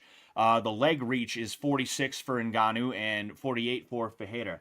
All of the first ones are, you know, Ngannou. All the last ones are Ferreira.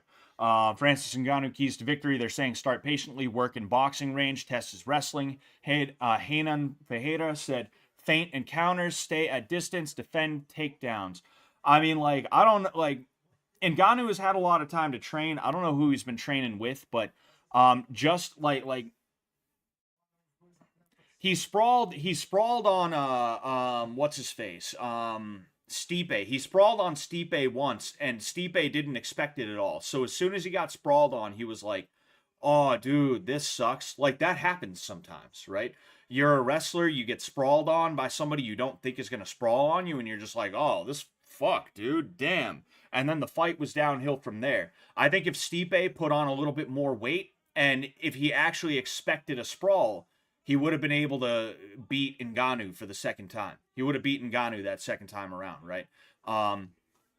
So, like, telling Ngannou to go for the takedown, it's like, well, I don't, you know, it's, I mean, yeah, it's probably not a bad idea.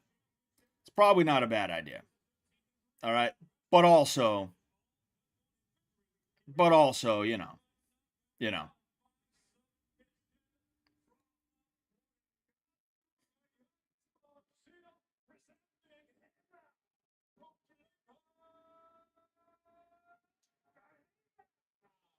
Ferreira.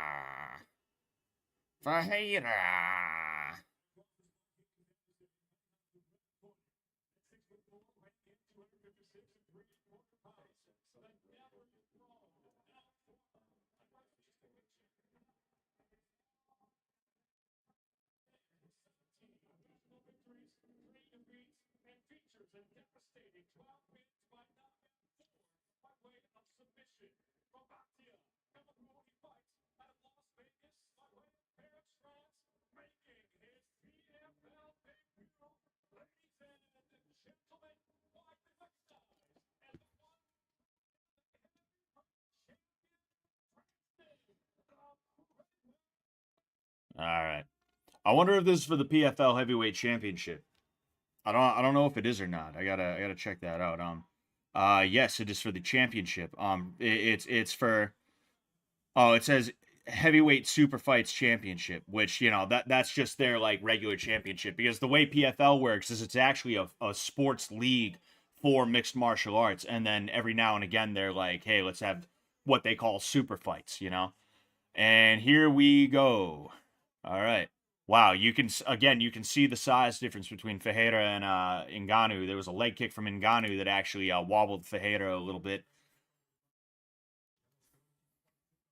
And a leg kick from Ferreira, and boy, like, both of those leg kicks look really fucking hard. Like, they're slow, they're lumbering, but when they land, you know they fucking hurt, dude.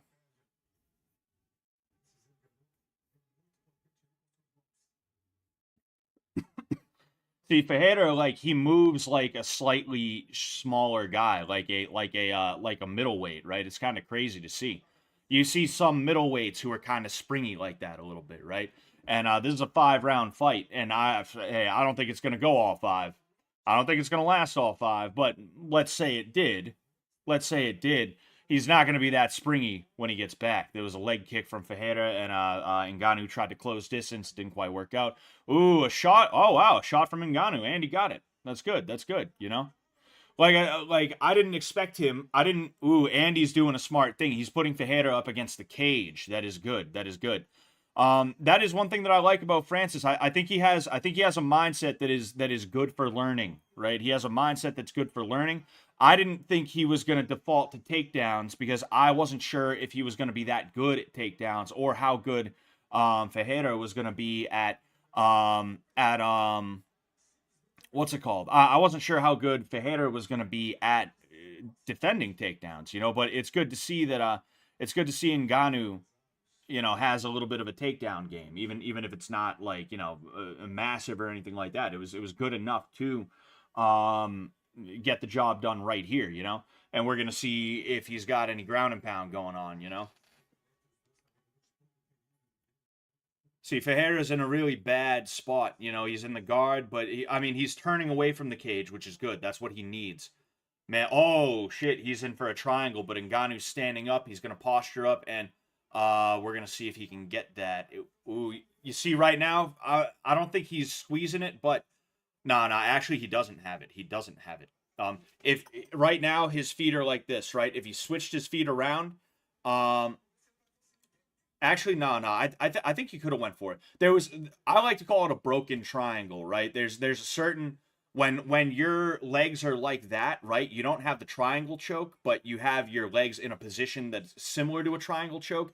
You can finish the fight with a submission from there if you squeeze your knees together. I call it the broken triangle, right? Because typically what will happen is someone will go for a triangle and they won't get it, so they'll default to that, you know?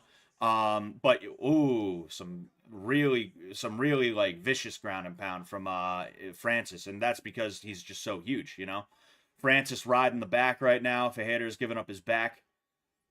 You see, Francis could put his I think he feels comfortable where he's at right now. You know, he's kind of pinning the legs down, which is, you know, it's getting the job done for him. But he could put at least one of his hooks in if he wanted to, and he could ride the back. And seeing as how he's so huge, oh man, ooh.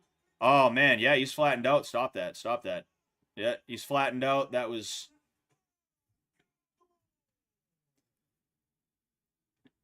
yeah, just that ground and pound was too crazy, you know. I think Francis should probably get his ass off the dude, because the doctors need to check him out, you know. Because there was you could kind of see the moment. You could kind of see the moment where Ferreira went out. You can see the moment where he went out, and he took like another 2 to 4 shots to the back of the fucking not the back of the head, but, you know, behind the ear. So yeah, they should probably check in on Ferreira. Francis should get the fuck out of there, you know. See, they're all crowding around him right now. It seems like he's oh no, he got up. He's good now. He's good now. I think he was definitely out cold at some point, but, you know, they got him up now, which is good, you know.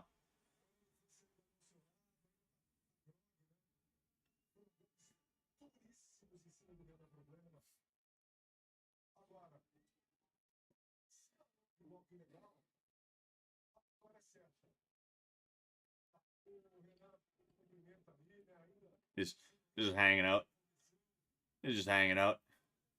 Nah, I'm sure it's emotional for him because, like, you know, like, overall, I do kind of like what Francis Ngannou represents, which is not devaluing yourself, not selling out to the man, right? He left and he boxed two living legends. He did very well against Tyson Fury. I think he got knocked out by Anthony Joshua, right? But that was money that he made, and it was a legacy that he helped cement for himself, right? And then he returns to MMA, where Dana White is sitting here. I don't think he didn't have like a "you'll never work in this town again" attitude towards him, but you know, Dana White has been, you know, trying to sell him short, talking all about, oh, John Jones is the best ever, blah blah blah blah blah. Nobody could beat Jones. Ngannou, what a fucking idiot.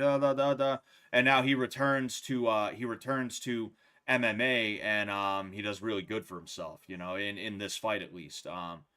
So, you know, like he's probably emotional specifically because of that. You know, he's probably like, man, like it worked out. It fucking worked out. Fine, like thank God it worked out finally, you know. So yeah, that was good for him, you know. Yeah, so sort of like yeah, he changed levels for a double. He turned the corner. It was a little bit weird because of the way he had his head, but, you know, he turned the corner and he ended up getting the takedown. Yeah, so watch this, right? 2, 3. That's basically the point right there where it's like, okay, he probably should have stopped it. 2. And then there's another one. Like, there was a point where it's just like, okay, I think that was the KO blow. One more reined in. All right, fine. Stop it after that one. But then an extra like 2. I think an extra like 2 or 3 punches got through, and that was not good. I wasn't a fan of that, you know. John McCarthy talks about knowing fighters and like knowing when to stop it based off of those little aspects of the fight, right? Like he wouldn't Robbie Lawler, he knows Robbie Lawler is like really tough, and because of that he knows Robbie Lawler can probably take a little bit more than the average person, right? And because of that, he might give someone like Robbie Lawler a little bit more leeway as long as there is fighting, like some kind of defense going on. He wouldn't let Robbie Lawler just get like eaten alive. That to happen. That wouldn't be the thing, right? Another piece of that is, all right, are these lightweights? Are they flyweights, or are they heavyweights? What's going on right now? Who's fighting here? Well, it's literally 2 of the heaviest heavyweights you've ever seen in your entire life. So maybe I should be a little bit careful to stop this sooner rather than later when I see one guy who is not even unintelligently defending himself, if you will. Just not defending himself at all, you know? Church Fires says that was kind of disappointing. Yeah. I wish there was a little bit more of a stand-up battle. Excuse me. Would have been nice if there was a little bit more of a stand-up battle for sure. But you know, it is what it is. The rest of the card was pretty good. You know, there was only a couple of fights that I was like any form of disappointed about. The rest of the card was good. And that is one thing that I like about this, and that's a problem boxing has, is that there's not enough stars in boxing to necessitate good cards. The stars in boxing, they fight on main event, they fight on pay-per-views. That's what they do. There is no like stacking a card with like the best in the game or anything like that. It's literally like, because if you're the best lightweight in the world and there's gonna be a heavyweight title fight, you're not gonna want to fight on the undercard because that's less money for you. You're gonna fight on, you know, you're gonna fight the main event is what you're gonna do, because you're the best lightweight in the world and people will want to see you if you're the best in the world, right? You know, that's the way it is. That's the way it goes, you know. But like with this, there were actually like some prospects that were like really good. And it made it entertaining. It made it fun. You know, it was fun to see Cris Cyborg back in action, and she had a really good fight. That McKee versus Hughes fight was a pretty good one. Um, you know, so even if the main event was a little bit disappointing, even if it was a tiny bit disappointing, it's you know, it was still a good card overall, and I had a good time, and I hope you guys had a good time with it too. You know, Alabama man says we won. Hell yeah, we won. Black power, black power. Hell yeah. Did I miss the main event? Yeah, Zach, you missed the main event. What's it called? Ngannou won by ground and pound knockout. It was a little bit disappointing. It was a little bit disappointing. I will say, but it was still a good card, and I didn't mind the fight. You know, like I said, it was cool to see. It was cool to see Ngannou hit that takedown. You know, it just would have been nice if there was a little bit more of an exchange on the feet. The thing is, though, they both have crazy ass power that I think would have ended up with a knockout probably just as quick if there were exchanges on the feet. I think that's how it would have ended up going. You know. So yeah, there's that. Zachary Verrett says, thank you for running commentary. Hey, dude, anytime, pal. Anytime, pal. I do enjoy this, you know, I enjoy it, but, you know, it is what it is.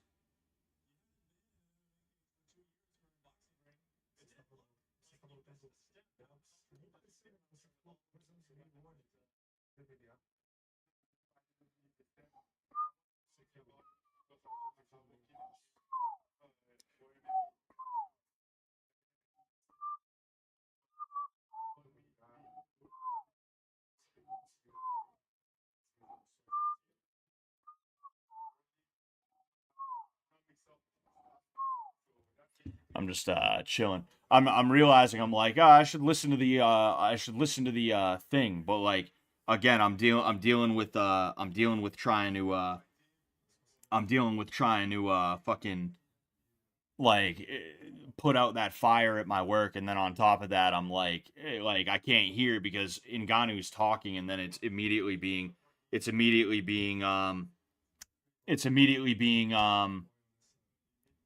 what's it called? What's it doing? It's immediately being translated to Portuguese. So it's like, oh, all right, well, there's that.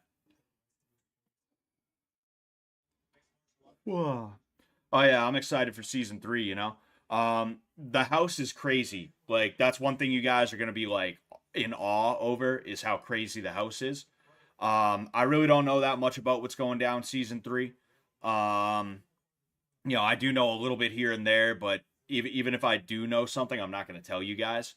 I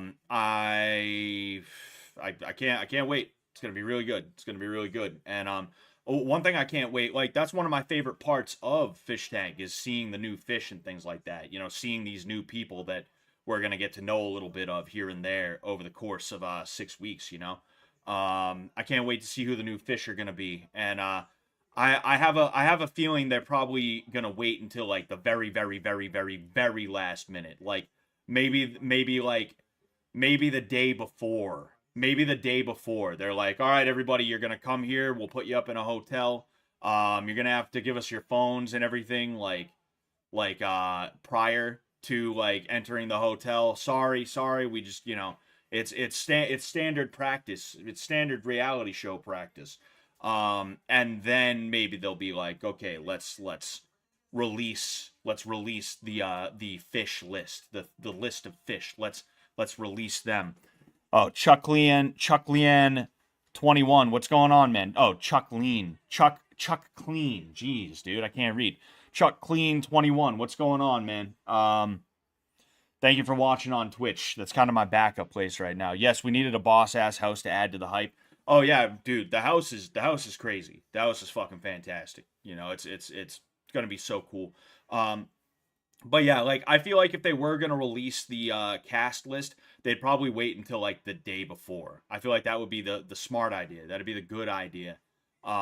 Is to do it that way. You know.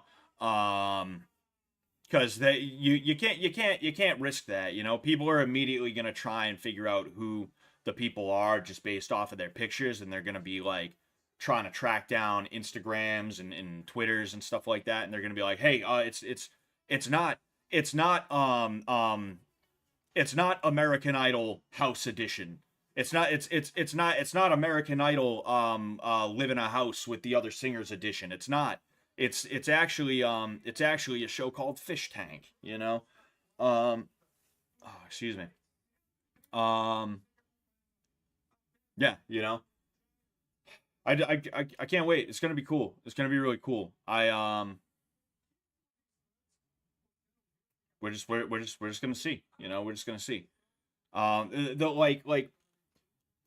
The thing to remember with something like Fish Tank is it's better to go in with zero expectations, because when you go in with zero expectations, you are open to whatever may end up happening, right? And there's a lot of things that could happen that you wouldn't even expect, right? So instead of going in there with expectations, and then because your expectations aren't met insofar as like, oh, I want there to be a hot girl. Oh, none of these girls are hot, right?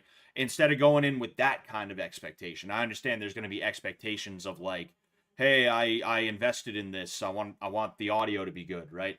Like there's a difference between that kind of expectation and an expectation where like you're like, oh, I want to you know, there's an expectation where like, oh, I want there to be another Asian guy. I want there to be 4 Asian guys, right? When you go in there without the expectations, that means the possibilities are limitless. They're endless, you know?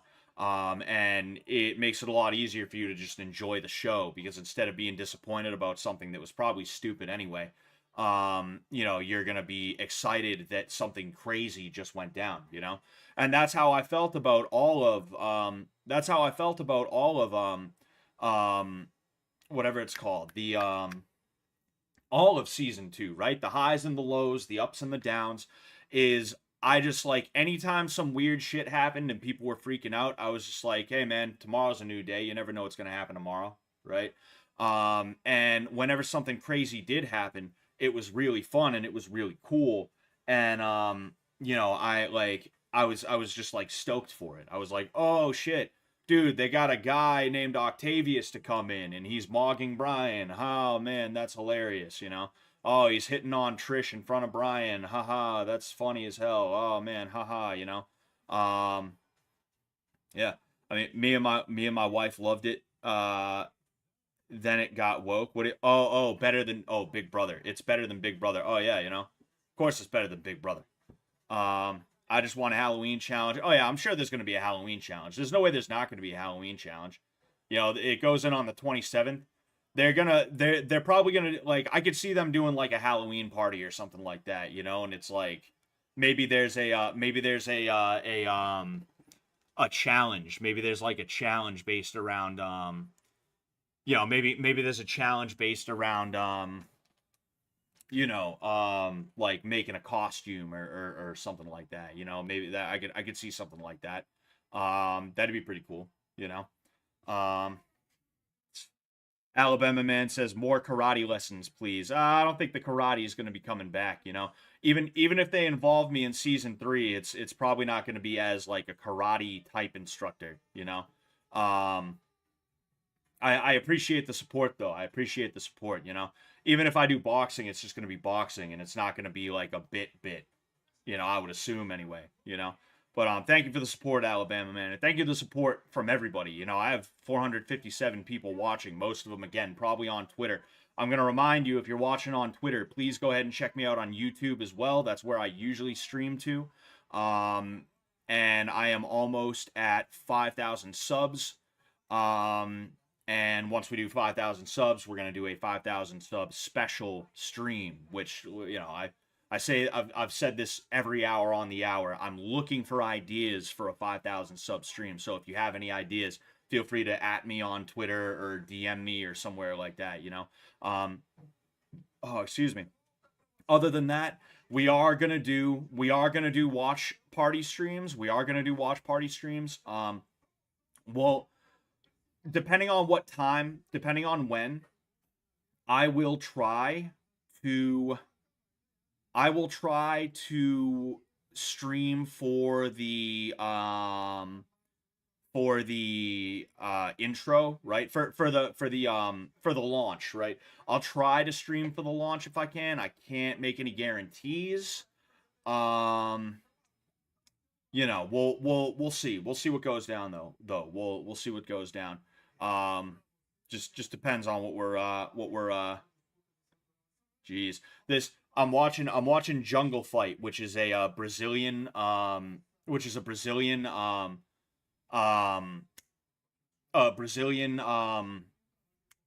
fucking what's it called? A Brazilian fight promotion. And like it's just a fucking Brazilian ass fight promotion. They have the flags of the states that these guys come from. Instead of the flag of the country, they have the flags of the states, which is like pretty fucking funny to me. But anyway, how many are watching you with pants on? Hopefully none. Hopefully nobody is watching me with pants on. Scott, practice your karate on the producers until they let you do karate practice again. I show up to the house uninvited. As I've been known to do, and I just start doing kata. Fuck. You see me, I just walk in. And I'm like fucking I'm just sitting here like that. And they're just like, what is he fucking doing, man? What is he doing? They're just like, dude, like, if you're gonna do it here, just do it on camera in like, you know, the fucking tank. Don't be doing it in fucking, don't be doing it in the basement, dude. Get it out of here. Get the fuck out of here, dude. I just annoy them. Christmas was crazy season 2. Halloween gonna be wild too. I think Halloween will probably be crazier than Christmas, you know? A challenge: who can take the most poops in 24 hours, unlimited food and laxatives provided. Oh man, that would have to be awful. You ever get your job back? I never lost my job in the first place. I was suspended for 2 weeks because there was quite literally a conspiracy against me. There was a conspiracy to try and get me fired. That is not a joke. That is not me being like a weirdo myself. Like, genuinely, because I was part of the union and I was one of the guys who was like, I took a leadership role in the union, and new management came into where I work. And because I wasn't just like bending over and letting them fuck me in the ass, they didn't like that. And because of that, they were looking for any reason to fire me at all. And they thought they found it, but they didn't. They didn't, you know. I came back, and they gave me a final written warning, which is a breach of the contract that we have. You're supposed to get 3 warnings. The third is a final written warning, I believe, and then you get fired after that, right? That's the way it's supposed to work. Either that, or it was 3 warnings and then a final written warning. I could be wrong about that. You know, I haven't read up on the contract in a minute, but and then in the middle of my suspension, we had a meeting about like what was going down, like what they had issues with, right?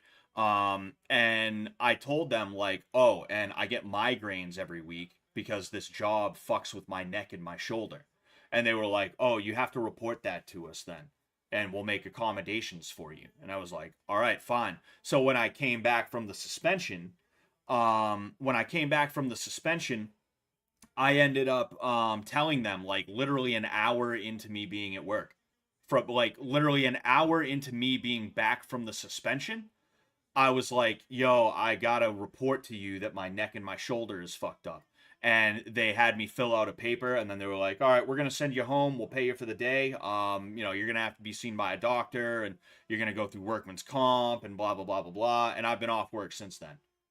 You know, I've been scrambling to find a doctor and other shit like that, you know. So that's why I have all this time in the world right now, is because I've just been in this weird situation where, like, work was slow during the summer. I had the option to take it off. Since Blood Games was a thing, I was like, yeah, fuck it, I'll take it off. I'll take off work when Blood Games starts. And then Bitch Tank ended up being a thing. I go back to work. That bullshit happens, like a month or so of me being back in work. I get suspended for 2 weeks. I come back, and now I'm on fucking workman's comp. So I haven't been doing a lot of working. I have a job. I haven't been doing a lot of working. That's why I have the time and the energy to do like a lot of these as well. That's why I did so many 24-hour streams as of late, as of the last month or two, is because I had the time, I had the energy. I might as well, you know. But yeah. Like Milton from Office Space. Oh, dude, I watched Office Space recently, but I'm bad with movie names. I'm bad with the names of movie characters. By the way, baby, we got to think about dinner. If you want to like text back and forth about that, I am gonna get off in a minute. It's just, you know, I have stuff that I'm talking about with the boys, with all 471 of my best friends, baby, my best friends, all 471 of them. Yeah, but you're a girl, so it's not the same. Oh man. Um, Trying to think if there's anything else to say. Oh, she changed it to the UFC card. Oh boy, who's fighting tonight? I don't know. I just want to watch the main fight. It is Michelle Pereira.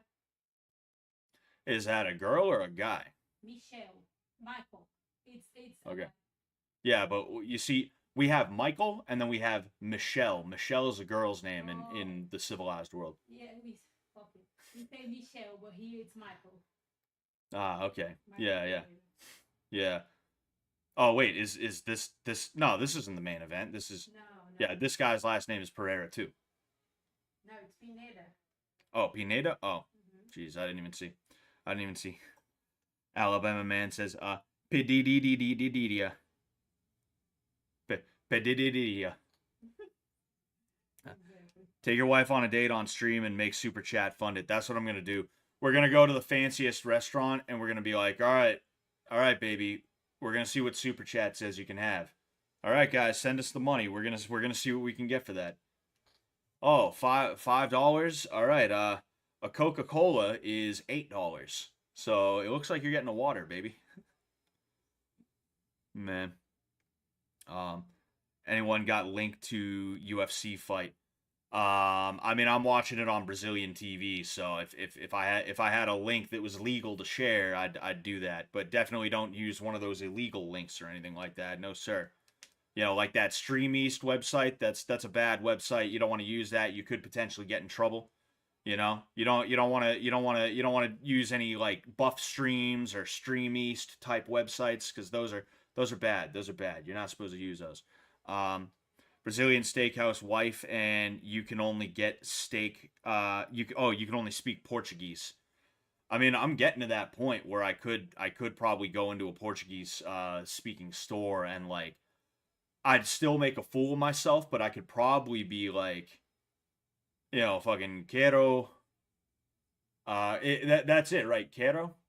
I want. Yeah. Quero picanha, por favor. Agora mesmo. Just go in there, be extra rude. So it's like they're like, oh shit, this gringo knows like Portuguese, but he's kind of a fucking asshole. Scott and his wife in Mickey D's splitting $8 before he gets kicked out for reading Leviticus in John's voice. Yeah, I meant to take that off. I meant to take the Bible verse in John's voice off because like I mentioned it a couple streams ago. I feel like that's in bad taste, reading the Bible in John's voice. Obviously, like I'm not trying to make fun of John like that. Like it's just a joke. John knows how he sounds, you know. He's not afraid to be the butt of the joke a little bit every now and again, as long as you're not being a straight up asshole to him, right? And John knows that I don't mean it to be an asshole. But like the other piece of it is that it feels disrespectful to the word of the Lord, and I really don't feel like that's a good thing for me to be doing. So I'm gonna have to take that off, you know. Man. Anyway, Kimbo Slight's backyard fights with Fish the first day. I'd love to be able. I would love to be able to. I'd love to be able to have Friday night fights on the Fish Tank site. I'd love to have something like that in between season 3 and 3.5 or 4. You know, I don't know if they're going to do a 3.5 because that's in the middle of the winter, and I don't think people are going to want to sleep outside in the middle of the winter. You know, either that or if they do a 3.5, it would probably have to be like a like literally they use the inside of the house. They use the inside of the house, and they make it into a thing where it's like zombies attack inside, not zombies, vampires attack inside or something like that. That might not be a bad idea because they could come out at like random points. The only thing is you got to be careful because there's like random stairs and shit like that. There should be a rule that like there's not really supposed to be fighting that takes place near ledges, or like stairs and things like that. If there's going to be fighting, it should be all it should be a certain type of fighting near ledges and stairs and stuff like that. But I think that might be a cool idea for wintertime Blood Games if they did do a Blood Games themed 3.5, But I would love to have something like that set up, kind of like how Pow Tank was, except Pow Tank was a continuous thing. We could have like every Friday, like, some kind of like fighting type shit, I think that'd be pretty cool. I think that'd be an attraction for in between seasons, I would have to okay that with Jet. I would have to see about signing contracts and stuff like that. Meaning like people who want to fight have to sign a contract because you're not just gonna come and we meet in a field and I have my phone streaming to the Fish Tank site and it's like, hey, two guys I don't know at all, go ahead and have at each other. That wouldn't be good. But it would be cool to see boxing, kickboxing, maybe even a little bit of jiu-jitsu or wrestling or something like that, whether it's like dudes that are like honestly just treat it like street beefs, fish beefs, call it fish beefs, like that would be pretty cool. That would be pretty cool. And I would like doing something like that. I think that's something where like we could monetize that in some way, shape, or form as well. Either put it behind like a $5 paywall, right? Something like extra cheap. Or like, have just certain things where you monetize it in some way, shape, or form, you see it'd be tough. It'd be tough.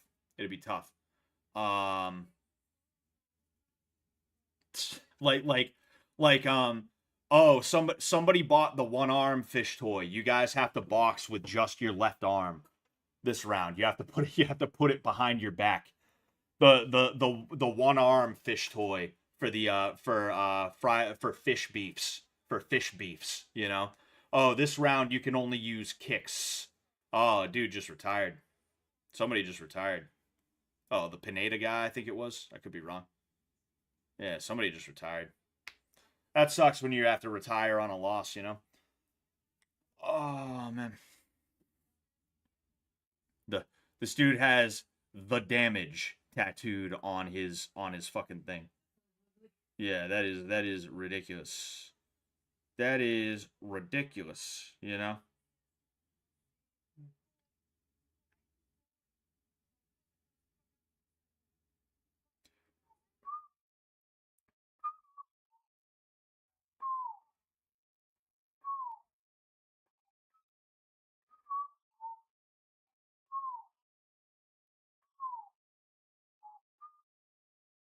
I like it's time for me to go, but I don't feel like I want to go. I've been streaming for so long already. I'm like ever since I did those 24-hour streams, long streams are like easy as hell for me. Like 4 hours is like I'm not that bad right now, and like I don't want to stop because like I feel like there's more stuff to talk about. I feel like there's more stuff to talk about. Yeah, even like backyard wrestling type shit. Like something like that. I feel like might be fun. I feel like it might be interesting enough. I'm not saying it's the best ever, right? But it can, you know, you know. Oh man.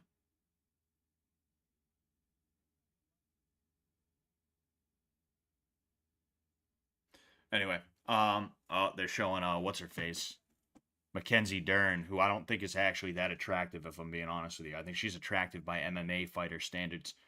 I think BKFC has cuter fight girls, you know. But yeah, you know, I got to figure out what's going on for dinner. You know, it's almost 8 p.m. I think we're ordering out, you know, text.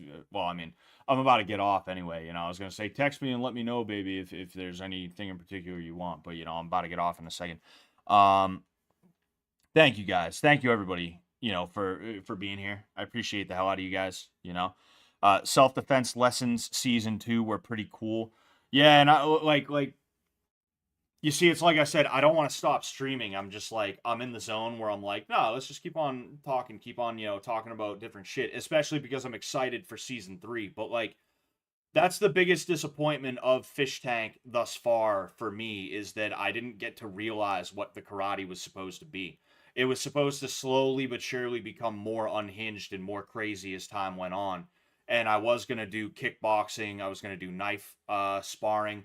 I may have even as I was sitting there trying to think about like what I could potentially do, you know, like maybe it would have been, there just would have been more crazy stuff that was going on in there, you know, and it would have been like a lot more interesting than it was in the first couple of weeks. But it was going to be a slow burn because 6 weeks,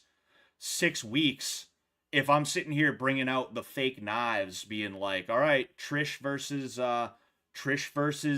TJ, you guys are gonna stab each other up. That wouldn't have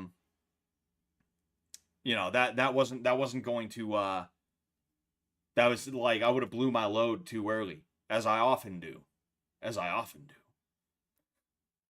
No, but yeah, it would have been good. It would have been real good. And yeah, I would have had a good time with it. You guys would have had a good time with it. You guys would have enjoyed it, but it is what it is. It is what it is, you know. Alabama Man says Nazi towel knife defense. And you know what's funny? I'm looking at my multi-stream chat and I can see what Alabama Man said. I'm looking at just the YouTube chat, and the YouTube chat auto-filtered the word Nazi. So that's kind of funny. Teach them fake Tai Chi. Yeah, that would have been good too. But yeah, you know, like it is what it is. You know, a lot of things in season 2 didn't come to fruition. It's not just the karate thing. It's a lot of things, as you guys know. You know, the initiative group or something like that. You know, it would have been cool to see what happened with that. But yeah, I'm gonna get out of here. All right, thank you guys so much for being here. Like I said, if you were watching me on Twitter, check me out on YouTube, okay? Scott Sullivan MMA. I keep forgetting to add that to the layout so that you guys can actually see what you should be subscribing to. But yeah, I will see you guys tomorrow for Oblivion Sunday. It is going to be the second edition of the Elder Scrolls 4 Oblivion. Okay, and we're gonna have a good time with that. So I'll see you guys tomorrow around 5 p.m. Peace out.